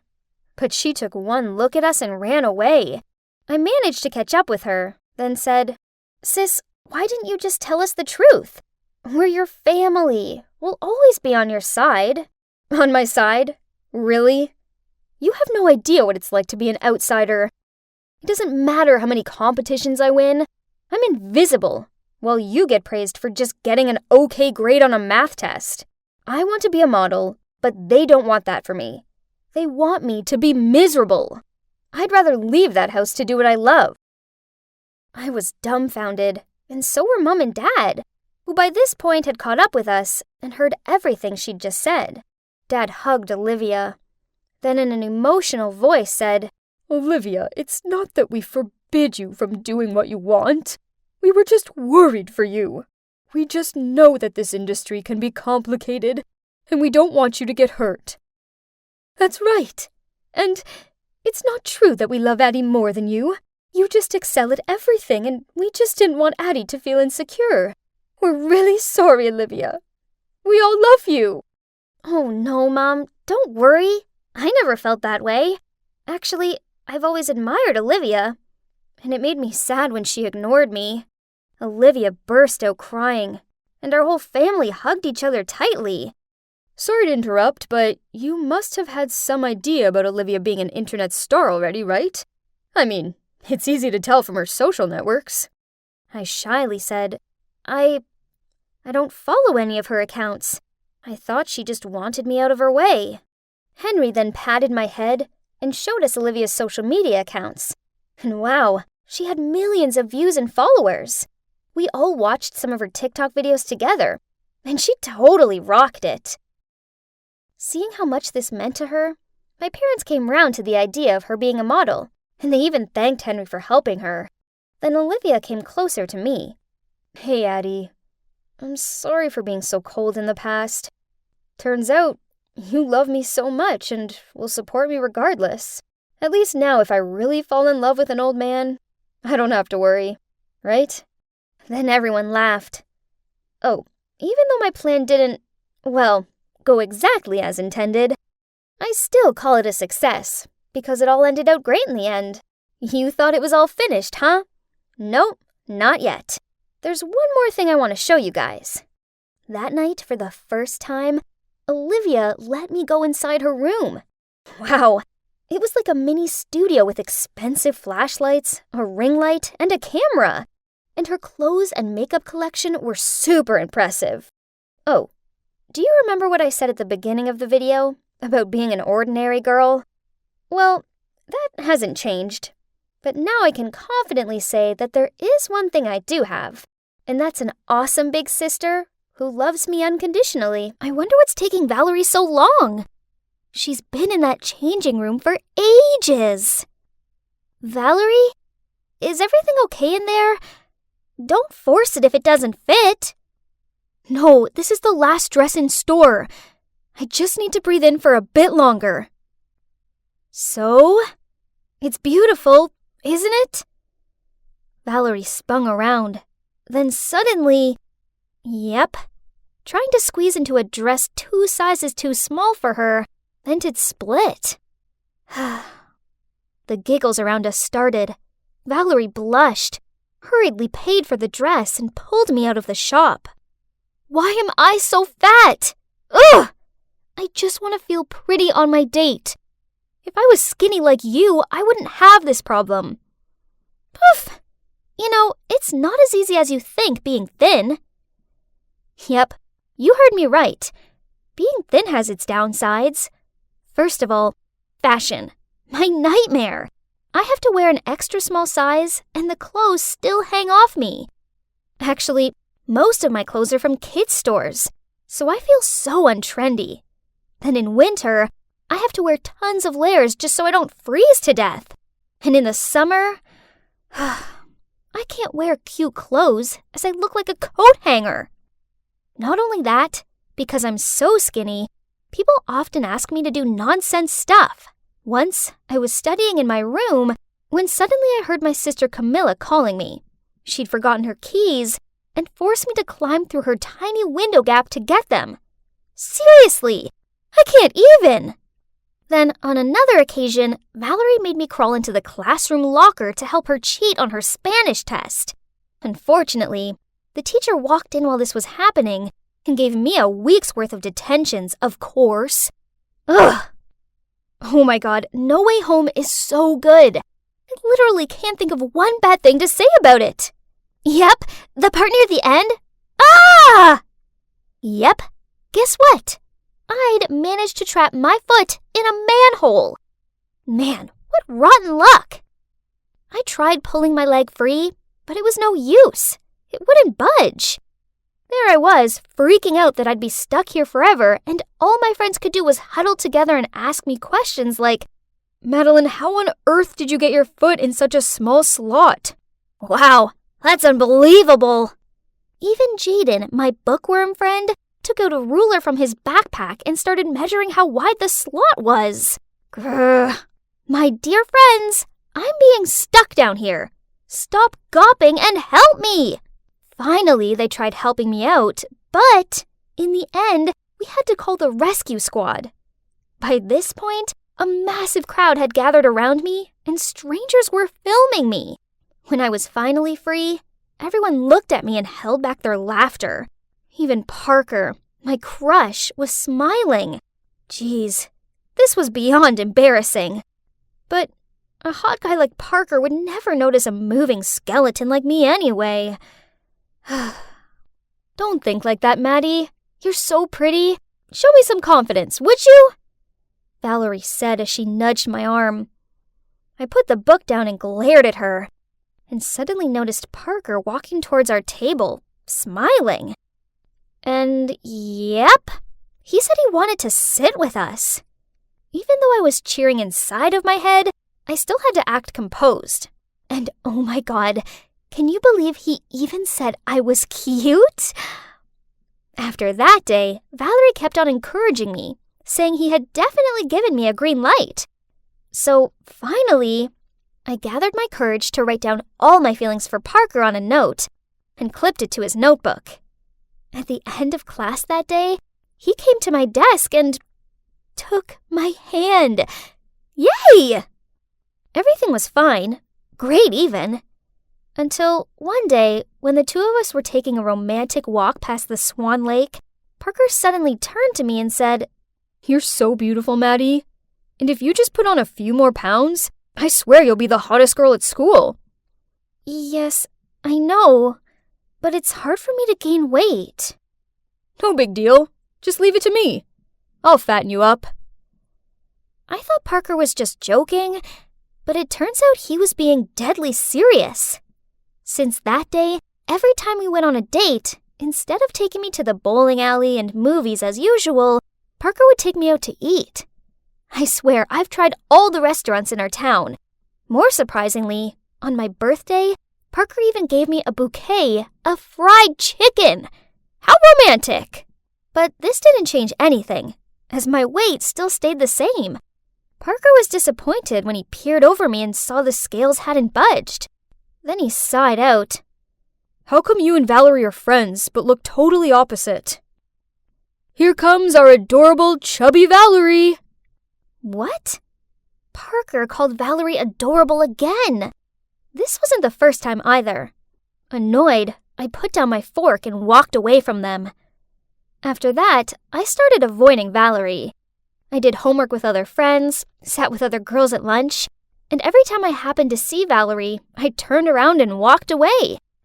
Honestly, I didn't want it to be this way, but just seeing her made me uncomfortable.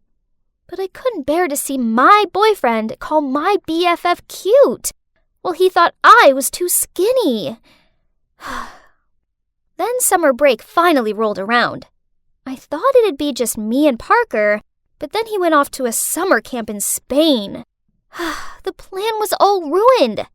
So I spent a whole sunny day inside sulking. What's wrong? Are you bored because your lover is away? So why don't you take this time to surprise him when he returns? Surprise? A great idea popped into my head. But how do I get chubby? Easy peasy. Okay, if it's that easy, then show me. Okay, if you do my summer homework for me. What? She's such an opportunist. But I really wanted to pile on the pounds and please Parker. So, without hesitation, I nodded in agreement. So, from that day on, I started following Camilla's weight gain plan. I switched veggies for greasy foods, and my main meal was always late at night. I also changed water for milkshakes, but I did have to stop drinking them when the smell of milk alone made me feel sick. Seeing me eating crazy like that, my parents worriedly said, "Madeline, eating healthily is important, else your health will be affected. But I ignored their advice. This time, I definitely had to gain weight. Finally, after a month of trying, I gained some weight. Yay! I looked a lot more attractive now, didn't I? I was studying myself in the mirror when I heard my phone beep. It was Parker. He was coming over tomorrow with a present for me. The next day, I put on this hot dress that I'd never felt confident enough to wear before, and I asked Camilla to help me do my makeup. As soon as I finished, I eagerly waited for Parker in the living room. The doorbell rang. I excitedly opened the door, but as soon as he saw me, Parker quickly said, "Oh, sorry. I have the wrong house." Then he started to leave. Huh? He didn't recognize me? This will be fun. No, honey, you're not mistaken. It's me, your destiny. Madeline? Is that really you? Oh my, how on earth can you be this big? We've only been apart for a month. So, you don't think I'm prettier now? To my surprise, Parker shook his head. No, you're so fat now. It doesn't look okay. Lose some weight. Huh? This was so confusing. I thought he wanted me to be bigger. As annoying as this was, I still listened to Parker and tried to lose the weight I'd put on. So it turns out that losing weight is far trickier than it sounds. Actually, it's 1,000,000 times harder to lose it than it is to gain it. After a month of healthy eating and exercise, I gained another pound. Ugh! Stop eating that. Are you giving up already? You must try harder. What? It's just some popcorn. Why does he have to be so rude about this? I'll give you 2 weeks to lose weight. Else we're done. Huh? What did he just say? Done? He was the one who wanted me to gain weight in the first place. Now he was threatening to break up with me if I didn't lose it. How ridiculous. You know what? I don't need 2 weeks. Let's end it right now. It's clear you never loved me at all. You only like my appearance. If you truly cared about me, you wouldn't care what size I was. Then I walked off.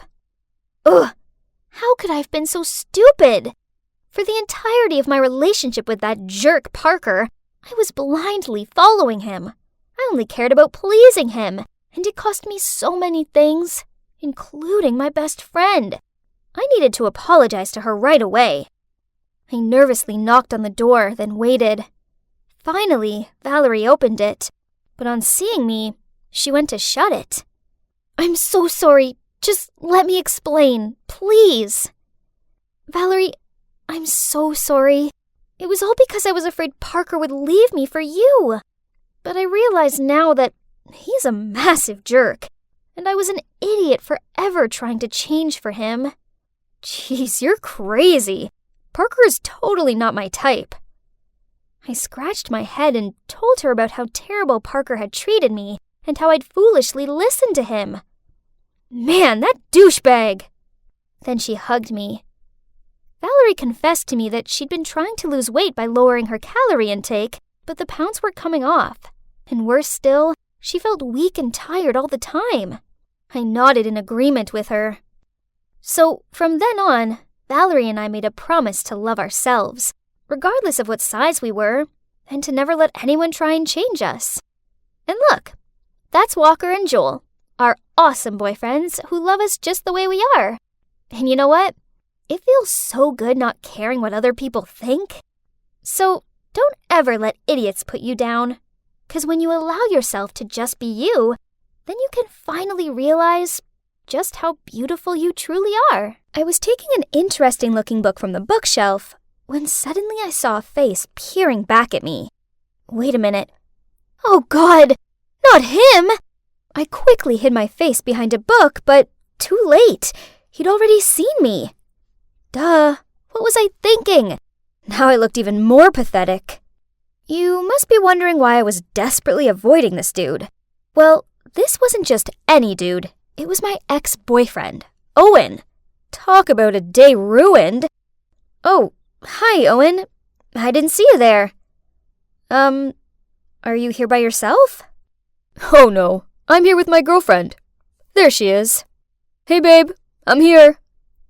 I turned around and, geez, my day just went from bad to catastrophic. How on earth did they end up together? Yep, I knew that girl. She's Mila, my stepsister.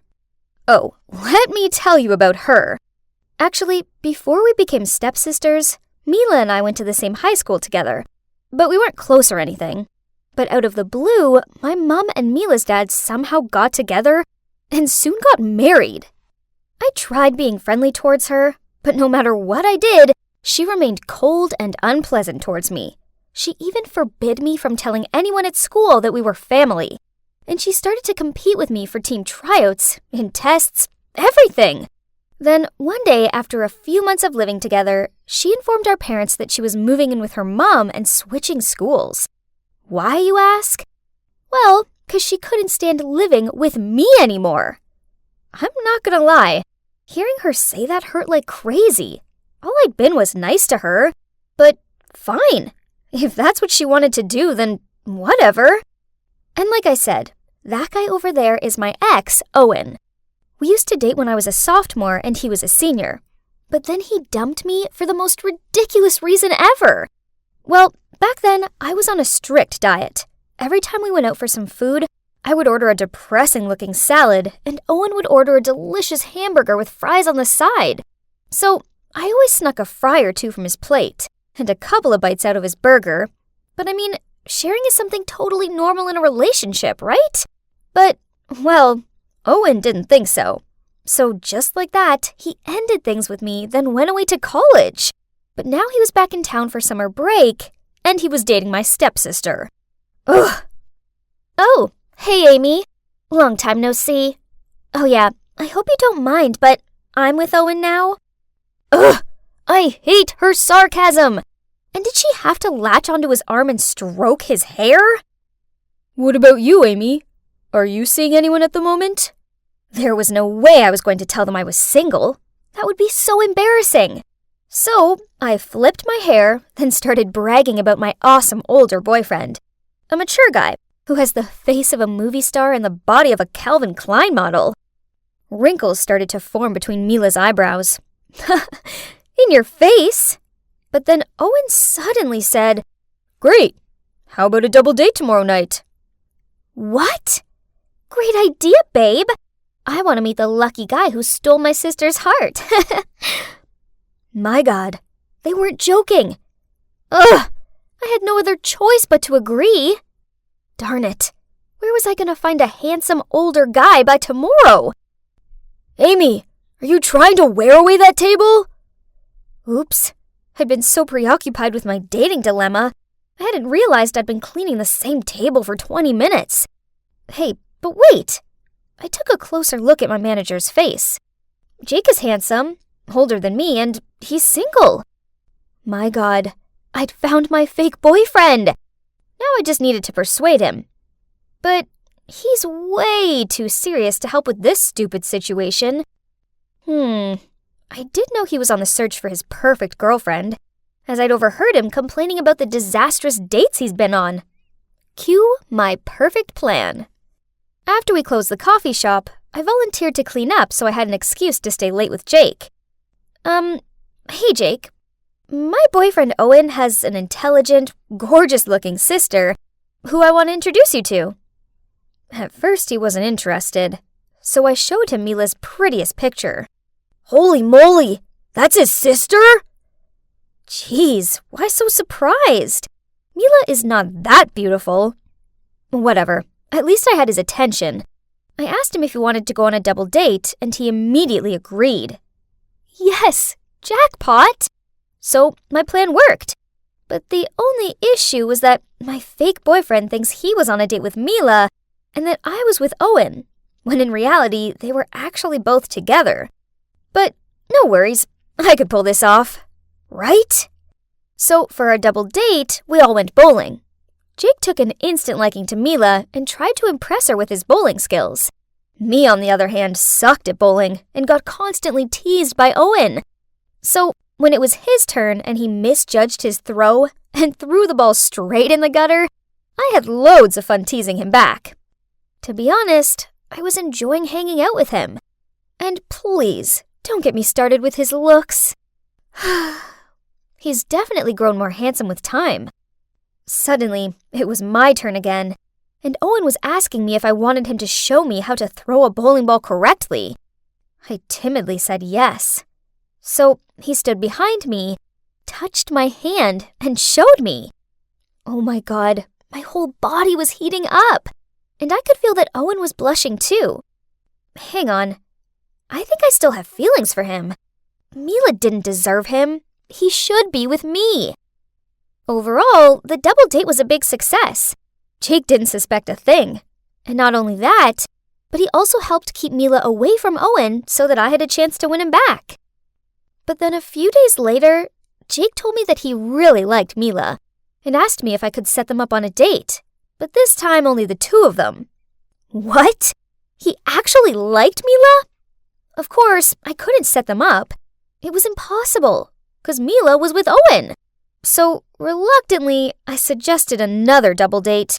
He agreed, but this time he insisted that we went out for a romantic dinner. Fine. Everything was okay at first, but then Owen placed his arm around Mila while she fed him some of her mashed potatoes. I glanced over at Jake and saw the dumbfounded look on his face. I needed to separate them quickly, so I asked Mila to come to the bathroom with me. Oh, Owen is such a great guy. He's so thoughtful, and he always treats me like a princess. Ugh, she's so annoying. Well, enjoy him while you can, 'cause he would soon be mine again. When I walked out of the bathroom, Jake ran over to me and dragged me into a corner. Owen and Mila are really strange, don't you think? Are you hiding something from me? What? I would never. They're just close siblings, that's all. Oh, and by the way, I talked to Mila in the bathroom, and she thinks you're a great guy. Of course, that was a big fat lie. If I was Pinocchio, my nose would be as long as an entire baseball bat. But at least Jake was buying it, 'cause he looked so thrilled. We went back to the table and continued this so awkward dinner. Suddenly, Owen and Mila started calling each other Buttercup, Cutie Pie, and other disgusting nicknames. Jake and I just sat there with super awkward faces. Hey, Mila, you and Owen seem to be pretty close. Have you always been this way? Of course. We just can't get enough of each other, can we, sweet stuff? She looked at Owen with dreamy eyes and kissed him on the cheek. Yes, on the freaking cheek! I looked over to Jake and, yep, he looked so horrified, but maybe he hadn't figured out they aren't siblings. Ugh, who am I kidding? Of course he'd figured it out. After the double date, he yelled at me for tricking him. I explained to him that I really like Owen and that I was trying to win him back. What about you? Do you like Mila? Jake silently thought for a minute, then nodded. He really likes Mila a lot. So I suggested that we should team up to break the couple up. And Jake agreed. I told Jake that Mila is into photography and also has professional equipment. So he messaged her asking if she could take photos of the coffee shop for his online page. And Mila said yes. While that was going on, I turned into a complete creep and followed Owen just so I could accidentally bump into him at the bakery. Then we had some croissants and talked about the old days. I thought it would be fun spending a whole day with Owen, but no. On the contrary, it soon began to get boring. Kinda annoying even. Turns out, his personality hadn't changed at all. He kept his food out of biting distance of me and still told the lamest jokes. Listen to this. What do you call a sad coffee? A depresso. Now I regret buying him that coffee. Maybe I should reconsider this. I mean, do I really want this boring guy back? Then he told me he was planning a special surprise for Mila, and he wanted to discuss it with me over dinner at his place. When I was in the kitchen helping him to cook, he suddenly lunged forward and tried to kiss me. Huh? What? I was so startled that I threw some carrots in his face. Oh my God. My plan actually worked and Owen had fallen for me. What about Mila? I thought this whole meeting was about a surprise for her. And that was when Owen came clean to me. He had no surprise planned for Mila. That was just a ruse to get me here. Also, turns out the time we met at the bookstore wasn't by chance. Owen had been stalking me. What? Creep! He also knew that Mila was my stepsister, so he purposely got with her to make me jealous. Amy, it's you that I love. It's always been you. What? Hearing him say that gave me the shivers. Well, now at least one thing's for sure. Any feelings I thought I had for him had 100% evaporated. Letting you go was a big mistake. Please come back to me. Mila means nothing to me. I don't care about her at all. Oh, wow. Owen is a massive jerk. How dare he take advantage of Mila's feelings like that? Ugh, I needed to warn her. But before doing that, I had to give him a piece of my mind. Let me make this clear. I only went on a double date with you guys because I didn't want to lose to Mila. Nothing else. May I remind you that you're the idiot that split up with me? Oh, and your jokes are really lame. And that's it. Owen just stood there with a bewildered look on his face, and I left. I ran straight to the cafe shop where Mila was and blurted out the whole truth about how Owen was just using her to make me jealous. I can't believe you're doing it again. What do you mean by that? Don't act all innocent. You're stealing my boyfriend again. Huh? What did she mean by again? Turns out back then, Mila had a crush on Owen. So when Owen and I started dating, she got real mad. And that's why she was always so cold with me. I didn't know. I swear. If I knew that, I would never have dated him. Ugh, just stop. I know you can't stand losing to me. Just leave me alone. I don't want anything to do with you. I give up. Talking to her was pointless. But then Jake suddenly spoke up. Mila, she's trying to protect you. If she didn't care about you, then she'd just let you be with that jerk. But no, she told you the truth even though she knew you'd probably react like this. Because that's what sisters do. They protect each other. Mila fell quiet for a bit, but then realized Jake was right. So we sat together and had a long, serious talk. There were laughter, tears, and copious amounts of hot chocolates, but in the end, we finally seemed to understand each other. So that was it. After all the drama, Mila and I put aside our feud and made up. At first, Mila was kinda sad about what Owen did to her. Luckily, Jake kept her company, and she soon opened up to him, and their relationship developed. And now they're dating. Yahoo! About me, I may still be single, but I'm okay with that. The main thing is that after all these years of hating and competing, Mila and I made up. I don't have a boyfriend, but I have something better. I have my sister back. Admit it. Come on. You took my necklace, didn't you? Mindy looked at us and shook her head. She was sweating. Well, there are only 3 of us in this house, and if Andy didn't take it, then obviously it was you. Seriously, Cass, you got to believe me, I didn't take it. But clearly she was lying, because when I rummaged through her bag, Cass's necklace was right there. Cass told her to get out of her house, and Mindy burst into tears. Poor Mindy. I really wanted to stop Cass, but she seriously hates people touching her stuff, so I just kept quiet. You see, Cass and I are pretty much joined at the hip. We've always lived in the same neighborhood, so we grew up together and shared everything. Well, almost everything. Except one little secret that would probably ruin our friendship forever if she found out about it. Auntie, what are you doing? I started to stammer. This is so cute. Honestly, I'm so upset about Mindy. I can't believe she'd do something like that. I smiled, not knowing what to say. I mean, it was me who had exposed her. Suddenly, I felt so guilty. Right at that moment, we got to the checkout. Cass took everything out of the cart to give to the cashier.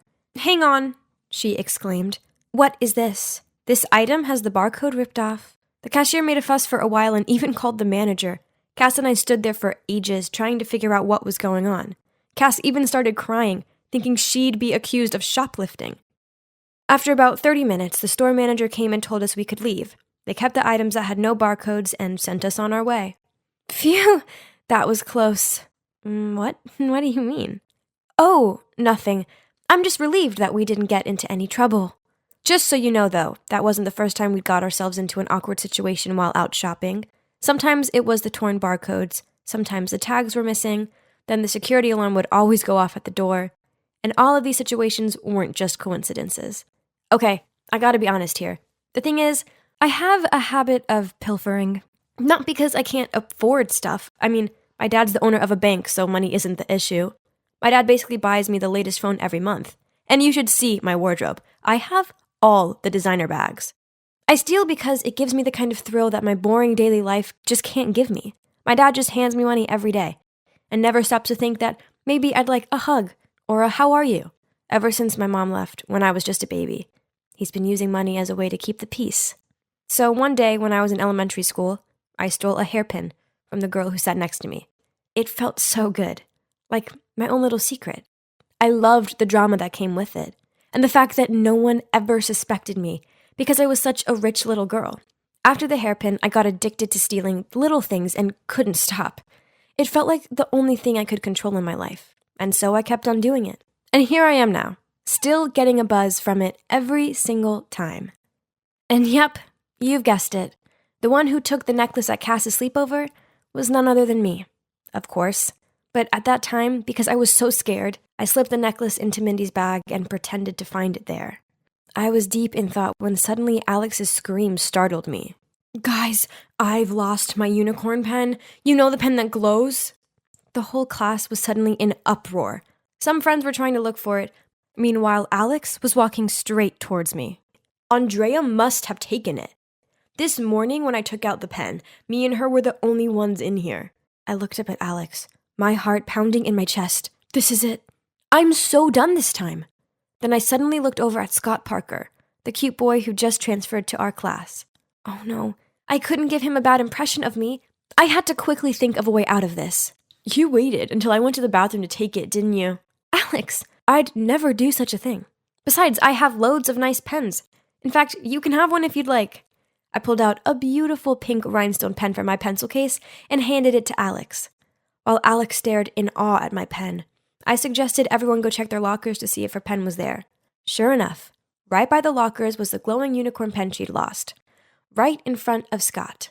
I picked up the pen and handed it to Alex. I'm so upset you thought I'd steal this from you, but it's okay. At least we found it.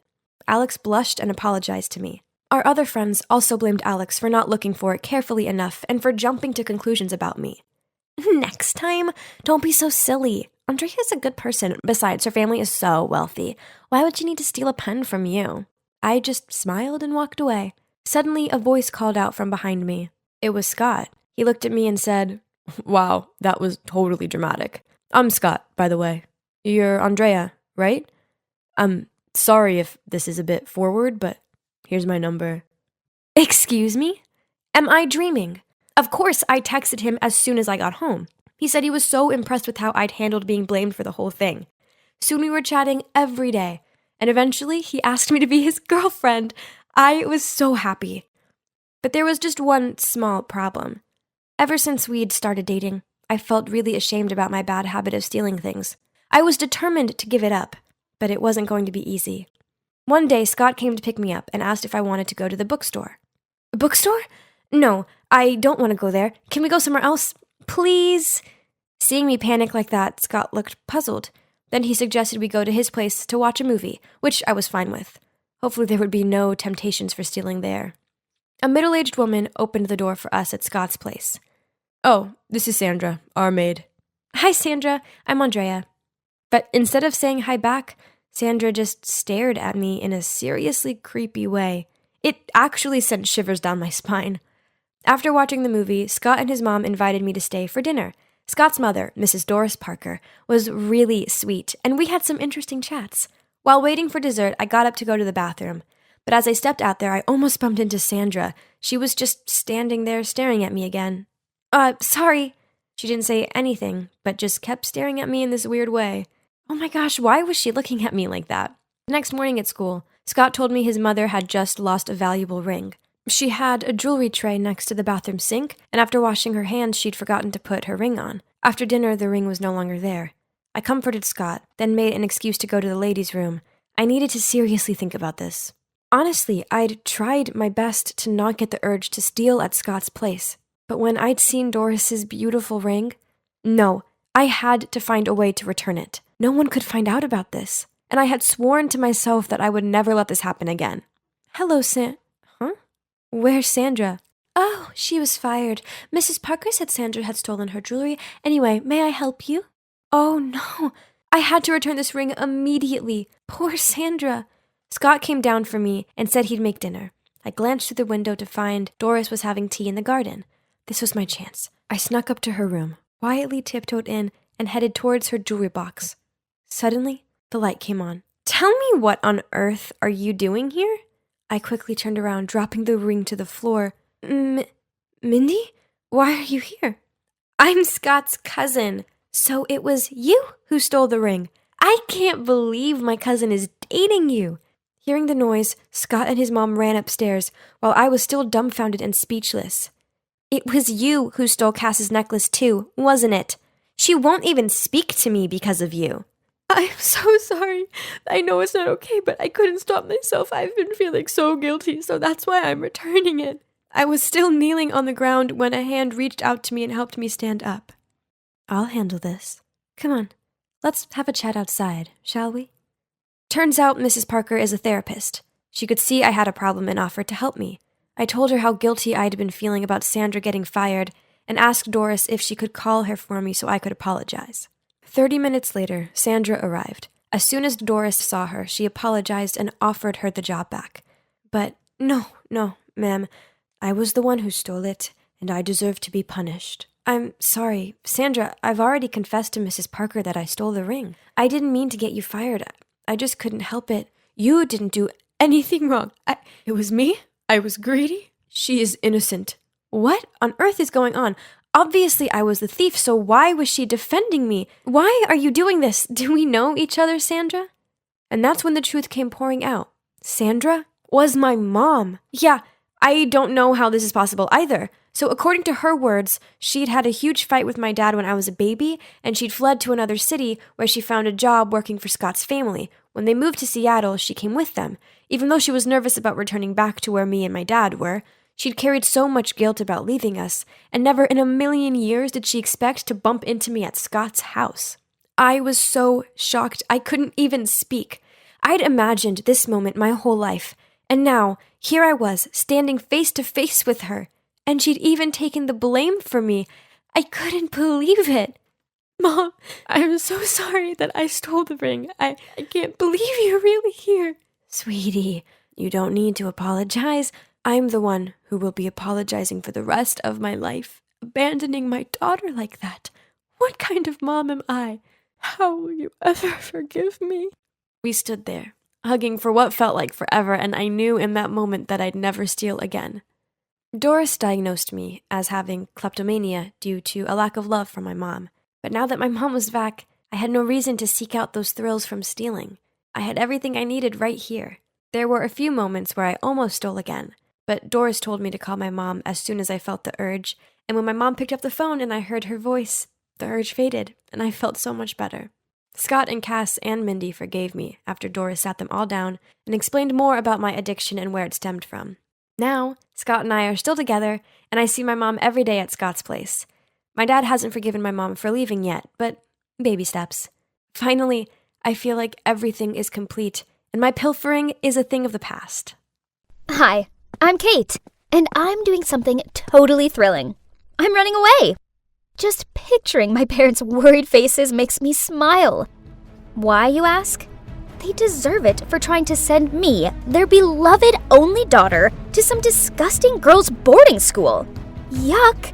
No parties, the grossest uniform, bossy supervisors, and no hot-muscled guys. Ugh! That place is for nerds, not me. An it girl and the founder of Clique Chic, our school's exclusive group for the hottest, most sought-after girls. To be a part of the club, you must be really fashionable, you know? I'm talking about a wardrobe full of the latest designer must-haves, manicured nails, and the glossiest hair. Only girls as dazzling as us can make the school hallway our catwalk stage. As one of us, your life will be filled with endless parties and super cute jocks fighting for your attention. Studying and homework? That's not our thing. Those loser nerds who are chasing after us will take care of it. Hey, do you know those people? I looked outside and saw a group of bodyguards who were yelling and trying to force my cab to stop. Ugh, this was so uncalled for. $500 if you can get rid of them.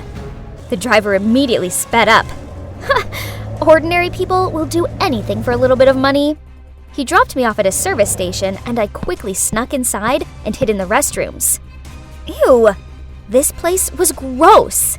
Gosh, those bodyguards were loitering about outside so no one could leave or enter without them seeing. How tragic. This was so stupid. All my parents needed to do was let me stay at home for the summer. But no, they sent those bodyguards after me to ruin my life. Suddenly, a cubicle door flung open and knocked into me. Ouch! Are you blind? What are those glasses even for? I'm sorry. The girl quickly apologized, then she bent down to pick her fallen stuff up. But when she looked up, I gasped in shock. Holy guacamole! What in the world? She looked exactly like me. I mean, at least her face did. Her style was disgusting and old-fashioned. Ew. But given my dire situation, I came up with an amazing idea. Okay, so this is weird. Do you want to make some money? And I mean a lot of money? She gave me this dumbfounded look. Ew, I hope I didn't get frown lines like she did when I screwed up my face. They were ghastly. I have a really lucrative job for you. As you can see, we have similar faces. Freaky, but fortunate. So I need you to pretend to be me and live my rich life for a month or two. Here's my Twitter account. Just skim through it. You can learn everything about me there. It should be enough for you to play the part and avoid my family's suspicion. And here's your payment. I rifled through my bag and handed her the rest of the cash. Jeez, this must be a huge amount for her, as her eyes lit up like she was seeing money for the first time, and she immediately took it. We quickly exchanged clothes, and as instructed, she went outside to hand herself over to the bodyguards. Ah, freedom! Now bring on one long, hot summer of fun. But first, I have to go shopping. Wearing these old-fashioned, disgusting clothes made me want to puke. Oh no! My parents have locked all of my credit cards! I can't even buy a soya milk iced latte now! Oof! How could my parents be so cruel? The worst part is, I had stupidly given all my cash and my phone to that girl. With no other options left, I reluctantly searched the girl's bag. A few old-fashioned clothes, some stupid books, and an unbranded lipstick? Huh? Was that all? How can people live like this? But, what's this? In her small notebook was a train ticket and an offer letter to work at Homestay Allen. So, looks like she's going there for a summer job. Hopefully that homestay has a bath with scented candles and a pool for me to sunbathe by. I need to work on my tan. I was glad to get off that flea-ridden thing and breathe in some fresh air. Now where was my ride? There was a short, chubby old man holding a board with the name Clara on it. Ah, the name on the train ticket was Clara. So this meant he was here for me? Ugh, he didn't even have flowers with him. And he could have at least combed his hair. So, turns out that's Danny, the manager and owner of the homestay. Honestly, if it wasn't for the circumstances, I would never have set foot in this stupid place. Oh, how the day got worse. Without even being allowed to rest my weary feet, Danny gave me work. Housekeeping. It was a joke, wasn't it? My nails were not made for menial jobs. Life here was horrible. I had to get up so stupidly early that it was still dark out, then clean a dozen dusty old bedrooms. After that, I would do the laundry, dry the towels and bedding, fold them, and arrange them neatly into each room. At noon, I also had to help the chef here, Anna, prepare lunch, and I was also forced to wash a mountain of gross dishes. I had never done such silly chores like this at home. Instead, they were always done for me. Didn't expect them to be this exhausting. You should put them in order, so they won't break. Ugh, where did this nosy guy come from? Are you lecturing me? I replied crankily and walked away. Suddenly, oh no! This was the 9th time I'd broken stuff since I'd arrived here, and that wasn't counting my poor broken nails. I quickly bent down to clean up, but ouch! I cut my finger on one of the pieces. The guy quickly ran over and bandaged my wound. Bond, that's my name. Huh? What's this? Did he just wink at me? My heart was pounding. I mean, he was cute. Yeah, he was really cute. I'm Clara. Go do something else. Leave this to me. Realizing that I'd been staring at Bond for a while, I hurriedly got up and rushed to the kitchen. Nice to meet you, Clara. I'm your new colleague. Well, that's not so bad. At least I have someone to share my workload with and to chat. The next morning, I was cleaning the floor, half asleep, when Bond came over, put an AirPod in my ear, and winked at me. Imagine you're dancing. Then you won't feel so tired anymore. Okay, this sounded kinda lame, but at least no one else was around to see me, so I decided to just go with it. So I gave it a try, with Bond, and I relaxed a little. Well, I didn't expect it to be so much fun. That night, as I was about to turn off the light, I heard a knock at the door. It was Bond. He wanted to show me a secret, so he took my hand and led me to the beach. Yes, we were holding hands, and his hand was really warm. He took me to a sandy beach and shone his flashlight at his feet. Something was moving under the fine white sand. Ew! What was that? I clung to his arm in fear. Aw, little turtles, I exclaimed as they slowly emerged from under the sand. Yes, they're cute, aren't they? Let's give them a hand. They have to get to the sea before dawn. I hesitated because I thought this was so stupid. When the sun rises, they'll be easily spotted and eaten by predators. Fine. Since Bond pleaded, I had no choice but to sacrifice my sleep to escort the baby turtles to the sea. Why would their mom just abandon her babies like that? Their mom protected them when they were eggs, and now it's time for them to start fending for themselves. I bet they don't mind. You see, they're all trying their best to crawl towards the sea. But it was us who helped them. Then they'll be very grateful to you. And so am I. Whoa, I'd never felt like this before. It felt like my heart was aching, but in a good way? Thinking about it, I suppose this was the first time I'd ever helped anyone before. Now I kinda understood why my parents did what they did. They just wanted me to be more independent and stop hanging around with those vain, show-off girls. They sure would be pleased if they could see me now, with this sweet and gentle guy. He was the total opposite of the rich boys back home. When I was hurt, he made sure I was okay. He opened my eyes to new experiences, and he didn't try to impress me with dumb flowers and expensive gifts. I've been thinking about Bond all day, and this is the 1001st time I've peeked at him. I think I'll have to confess my feelings before I go crazy. So, that evening, after finishing all my work, I knocked on Bond's door. Huh?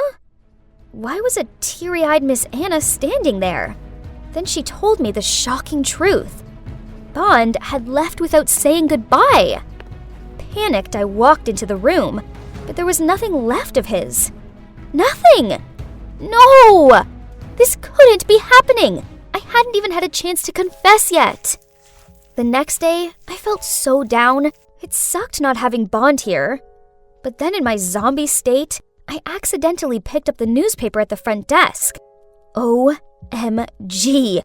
On the front page was a picture of Bond! God, I couldn't believe it. He was the son of a famous billionaire and they were looking for him. Turns out, I wasn't the only one who'd run away from home. But why did he leave so suddenly? He could have told me the truth. He could have said bye. Ugh! My untold feelings for him felt like an unreachable splinter in my side. I couldn't carry on like this. I needed to find Bond. With my meager salary, I got on the train back to the city, imagining seeing Bond again. This is without a doubt the most nervous I'd ever been in my entire life. It didn't matter how much I pleaded my case and explained that I was Bond's friend. The security guards refused to let me in. I was about to leave when suddenly I saw Bond from afar. He was with a girl. What in the world is this? I tried to strain my eyes to see. My God, isn't that me? No, it's the girl I hired to pretend to be me. What was she doing with Bond? And why did they look so close? Could it be? Yes, it's me, Kate, here again. When I traded places with my doppelganger to avoid being stuck in some ghastly summer school, I didn't expect to end up penniless and having to work in some dusty old homestay. But I suppose it wasn't all bad, as I got to meet Bond. So imagine my surprise when I discovered that not only was he a runaway rich kid like me, but I also caught him hanging out with moi. Well, the other me. Ugh! I hired her to pretend to be me, not to be with my man. Looks like it was time to return to my normal life. Miss, without a letter of invitation, I can't let you in. Are you kidding me? Why do I need an invitation to enter my own home? How could they not recognize me? Right at that moment, Clara gracefully got out of a luxury car and entered my house. I shouted over to her, but on seeing me, she gave me a confused look. Then she whispered something to the security guard and went straight inside. Sorry, Miss Kate doesn't know you. Please leave. Huh? How dare she? She wasn't Miss Kate. I was. Did she really think she could treat me like this? Ugh! I'd show her who the real rich girl was. But as I was leaving, I caught a glimpse of myself in a car window. Oh my gosh, I looked horrendous. My once bouncy curls, perfectly made-up face, and glamorous clothing were no more. Instead, I had a greasy ponytail, my skin was completely bare, and I was in worn old clothes. No wonder the security guards didn't recognize me. I barely recognized my own self. Well, well, well. How comfortable it is to be back in my room, doll up again, and just take back what's mine. How did you get in here? This is my room, remember? I can run away by myself, so you bet I can sneak back into my own room. Listen here, fake me.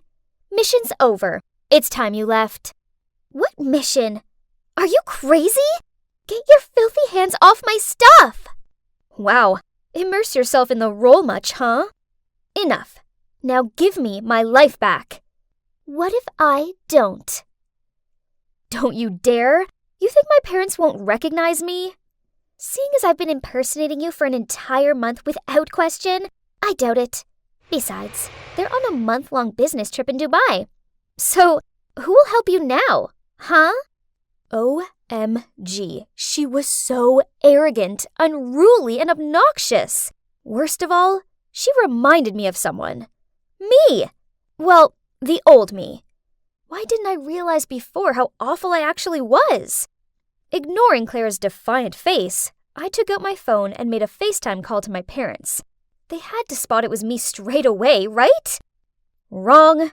They gave us both looks of shocked confusion, and they couldn't seem to tell us apart. So they told the two of us to stay at home for the time being while they made arrangements to come back.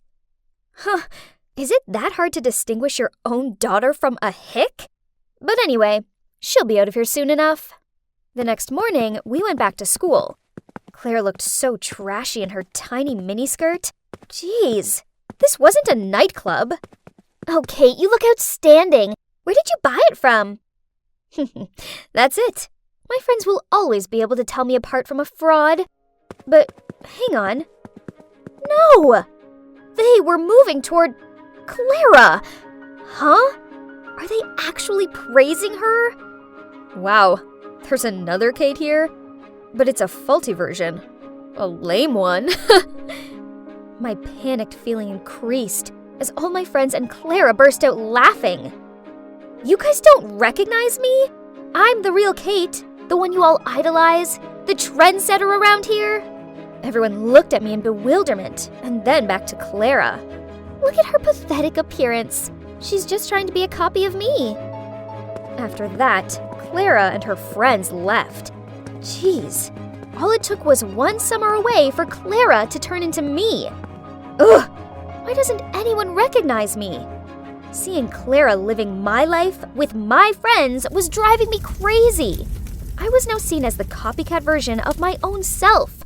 Ugh, no way was I losing to this crafty charlatan.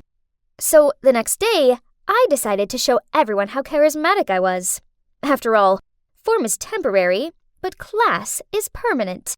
And soon, everyone would realize who the real Kate was, right? I waited until Clara was out of the way, then I went over to my group and started recalling some of our old stories that only the real me could possibly know. When Clara returned, oh my, she looked furious. One day, when I just entered the cafeteria, I saw my group making a nerdy girl run errands for them. Poof, your mother is the school's measly janitor, so you two are just our dog's body. Now hurry up and go get us some ketchup. When the girl was bringing it to them, one of them tripped her foot and made her face fall down on the plate of sauce. The whole group burst into laughter. I rushed to help her up and scowled at the clique chic girls. They may have looked stylish, but beneath it all, they were monsters. But worst of all, it was my fault, as it was my group. I'd basically created them. What's wrong with her mom being a janitor? That doesn't mean she has to serve you guys. As I can see, all of your legs and arms are working fine. So go get stuff yourself. Wow, look who it is. Do you all believe she's just a lousy replica of mine now? The true clique chic Kate wouldn't blurt out such nonsense. Clique chic all looked me up and down, then gave me disgusted looks. Too much of a saint. What a hypocrite. Kate would never say that. Obviously, she's the fake one. Those whispers made me so angry that I turned as red as the ketchup. Fine, pretend to be me all you want, but you and I both know I'm the real me, and I'm better than ever. You won't be able to keep up that act for much longer. And then to the surprise of the others, I stormed off. That night, social media was awash with my news.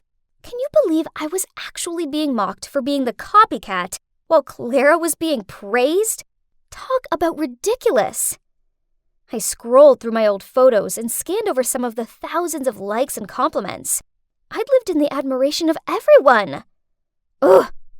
Maybe I needed to go back to being the arrogant and snobby old Kate, and then everything would be over, right? Only I couldn't do it. I couldn't be that heartless and selfish version of myself anymore. So how could I end this whole mess of my own making? There was another way. If there's only one Kate who showed up, there wouldn't be any more fakers. Oh, seems like it's going to be a really good day at school today. But such a shame that our sweet Clara might not be able to join us. Everyone greeted me warmly as they thought that the imposter who was smeared on social media yesterday had been too embarrassed to show her face. Even so, I didn't want to hang out with these stuck-up mean girls anymore. The clique chic group should be disbanded. As I was deep in thoughts, out of nowhere, a nerd blocked my way with a bouquet of flowers. He timidly held them out to me, and people began buzzing and pointing. The girls in the group took pictures of him and urged me forward. That's our Kate with her irresistible charms. Someone's essay's ready for next week. I hesitated, not knowing what to say. I didn't want to accept love from someone I didn't like. People started to frown at my silence. Then a few voices of doubt arose. Why doesn't she accept the bouquet as usual? Perhaps she's not? I saw red. Suddenly, I found this whole pretending to flirt with someone just to have them do our homework absurd. And above all else, it wasn't fair to him. You don't have the guts to do it, do you? Because you're not Kate. Startled, I turned around to see Clara taking the bouquet of flowers from the nerd's hand. I snatched it back angrily. He likes me, not you. He likes Kate, and I'm Kate. That Clara was just so shameless to say that. Did she really think she could be me? Did she think being mean and snobby made her the it girl? How shallow of her. Yes, if it was Kate from the past, I would have received that bouquet and made him do my homework. But the present Kate won't do that. Do it yourself. Stop relying on others to do everything for you. As for you, Clara, let me tell you this. Despite your best efforts, you'll never be me. Once a liar, always a liar, you counterfeit. I was done here. I was the real me, and if they couldn't see that, then whatever. So, I walked away. Suddenly, a hand pulled me back.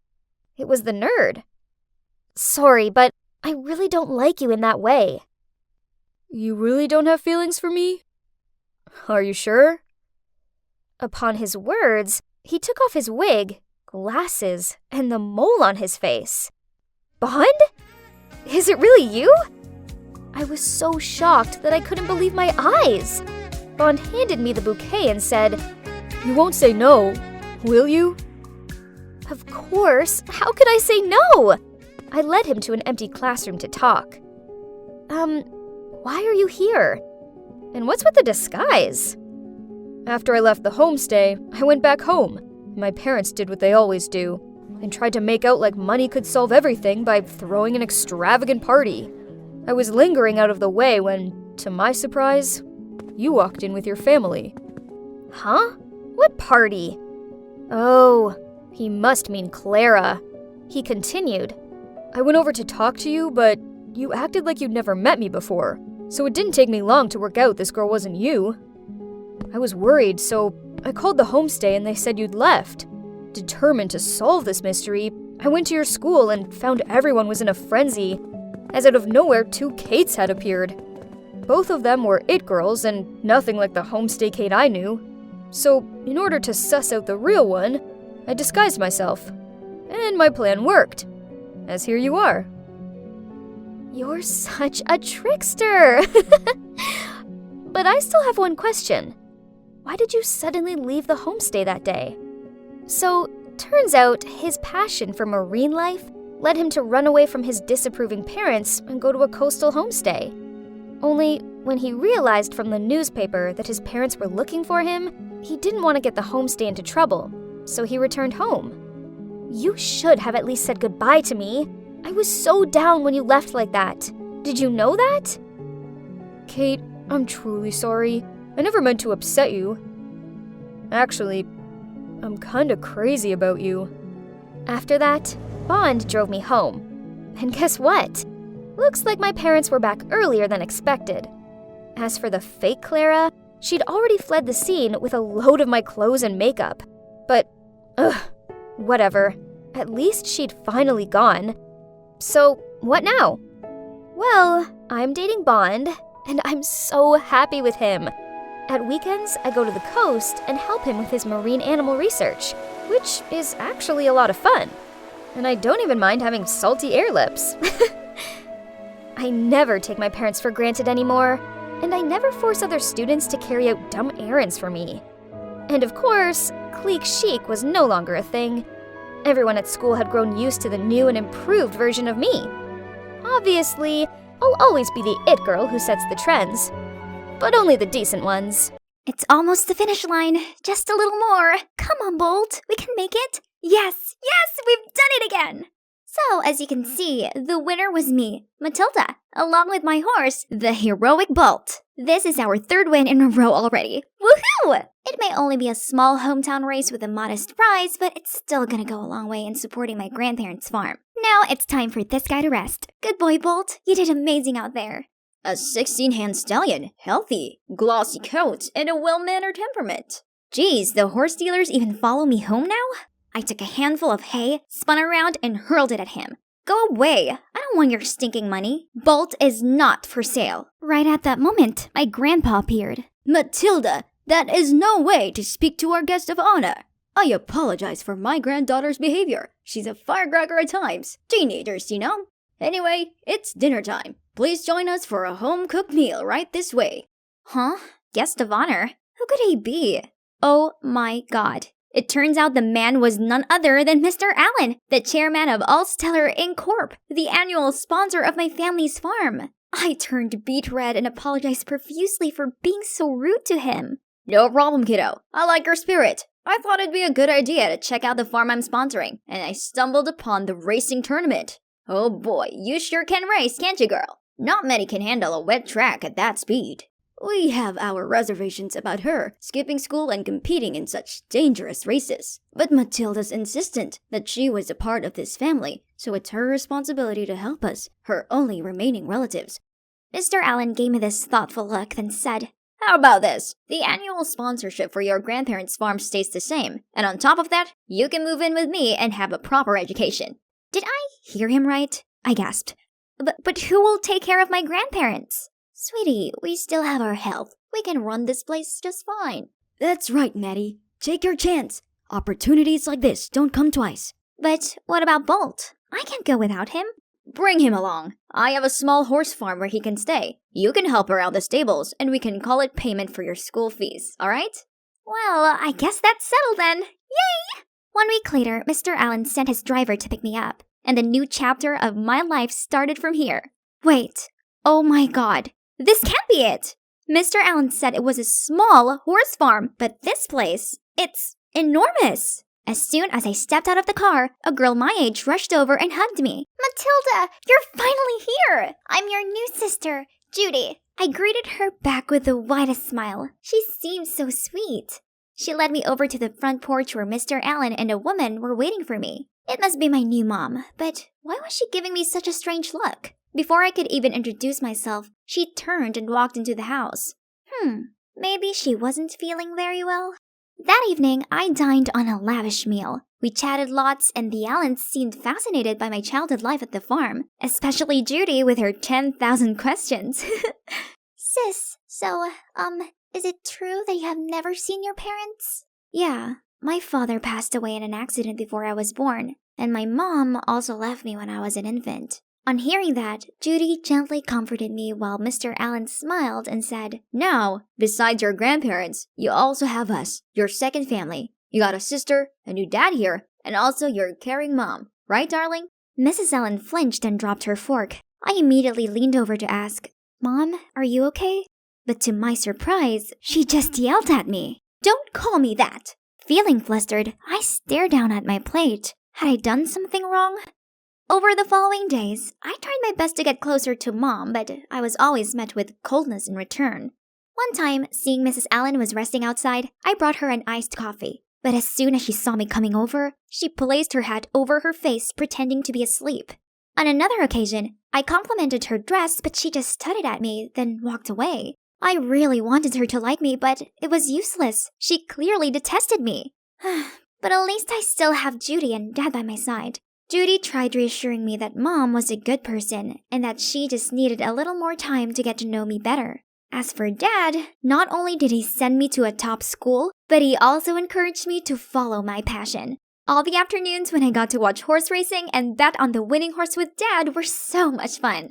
And as I watched the horses gallop past, a thought crossed my mind. What if Bolt and I were the one on that track, winning the race and bringing back the huge prize money for my grandparents? I couldn't stop thinking about this. So one time, on the way back home from a race, I asked my dad if I could compete, and he didn't even hesitate to reply. Why not? You do have a talent. How about give it a go? Oh God, this was so exciting! My foster dad was the best, and I couldn't wait to give this my all and make him proud. After that, he immediately got me a personal coach and a dedicated team of trainers and groomers for Bolt.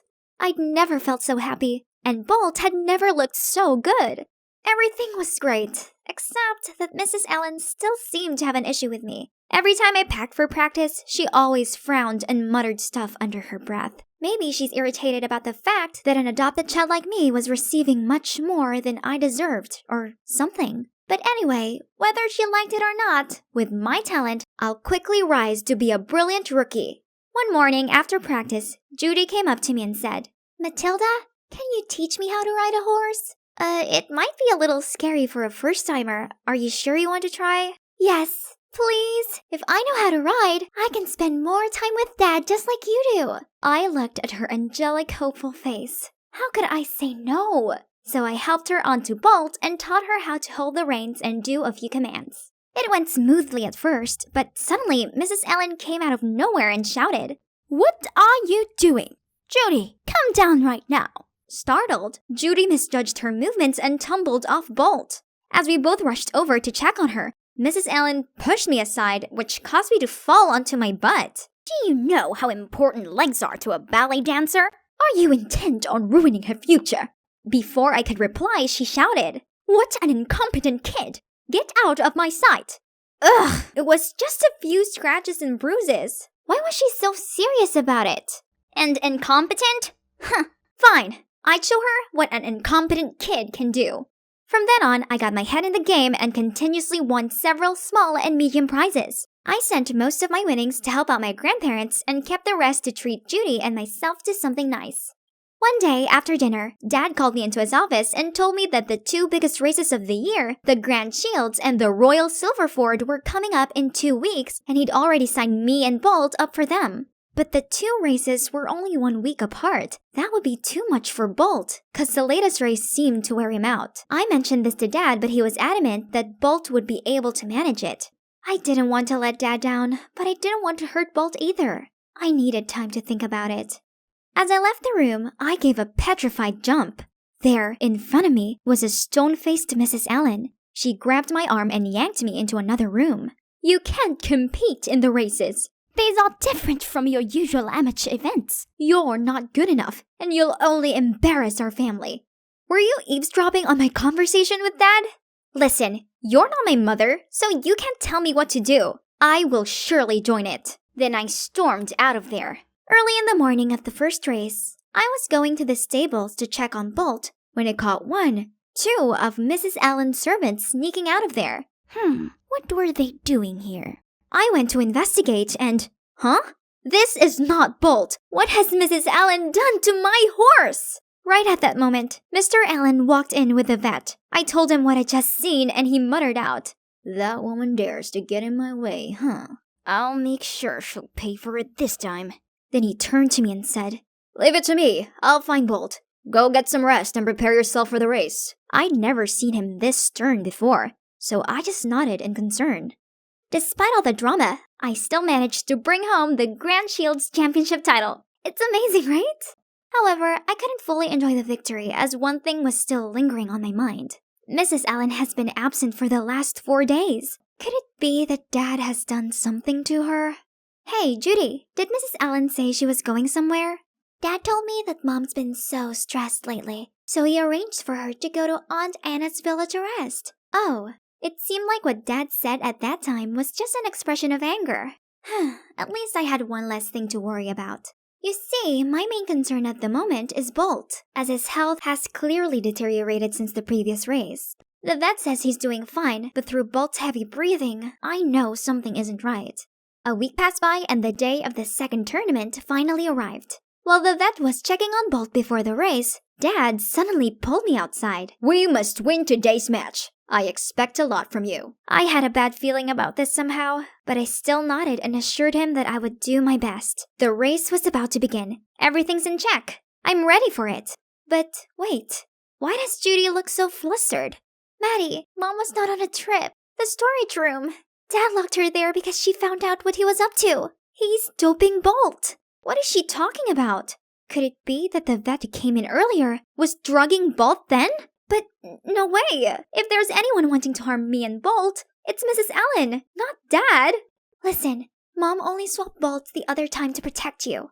Before I could shape what happened, I saw a burly man covering Judy's mouth and pulling her away.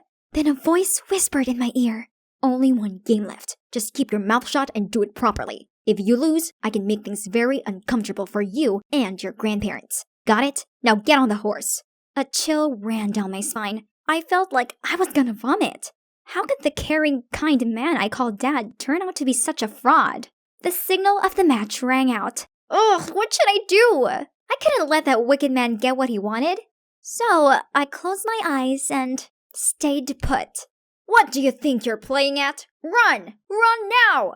Mr. Allen went crazy and rushed over to me. But right at that moment, the organizer appeared and asked me to take Bolt for a health check. They led Bolt away and brought me and Mr. Allen to the office, where I was shocked to see a frantic-faced Mrs. Allen cuddling Judy. It turns out that Judy had freed her mom from the room Mr. Allen had locked her in. Then she'd come straight here and handed the organizers incriminating paperwork of her husband's corrupt doings. Mr. Allen glared at me and shouted, I had to raise you without any benefits just because of her. Now it's your turn to pay me back. Then he immediately charged at me. But Mrs. Allen quickly covered for me and pushed him away. And one of the race organizers restrained him. Don't you dare harm my daughter. Huh? Daughter? Mrs. Allen looked at me with tear-soaked eyes. Sweetie, please give me a chance to explain. I fidgeted the coffee cup in my hand and stared at the ground while Mrs. Allen told me her side of the story. Turns out she really is my biological mom. Can you believe that? After my dad passed away, in her vulnerable state, she fell for Mr. Allen's forced charm and fake words. But he soon showed his real face and heartlessly separated me and my mom after they married. That's why she could only secretly send money to our farm under Mr. Allen's name. Mom also recognized me from the beginning, but she didn't say anything as she knew that Mr. Allen adopted me just to get Bolt, a horse that could help him win some shady bettings. If I knew the truth and rebelled against him, he would harm me. I'm so sorry for all these years, especially these past few months. It has been extremely hard for me, having to treat my dear daughter so badly. But that was the only way to push you away from him, from this rotten house. I didn't want you to be in danger, just like how your real dad was when he worked for him. Please forgive me, Matilda. Tears kept rolling down my cheeks. Turned out I always had a mother protecting me. Mom pulled me in for a tight hug. Mom! I hugged my mother tightly. I really love and miss you. Please forgive me. I looked up to her and smiled.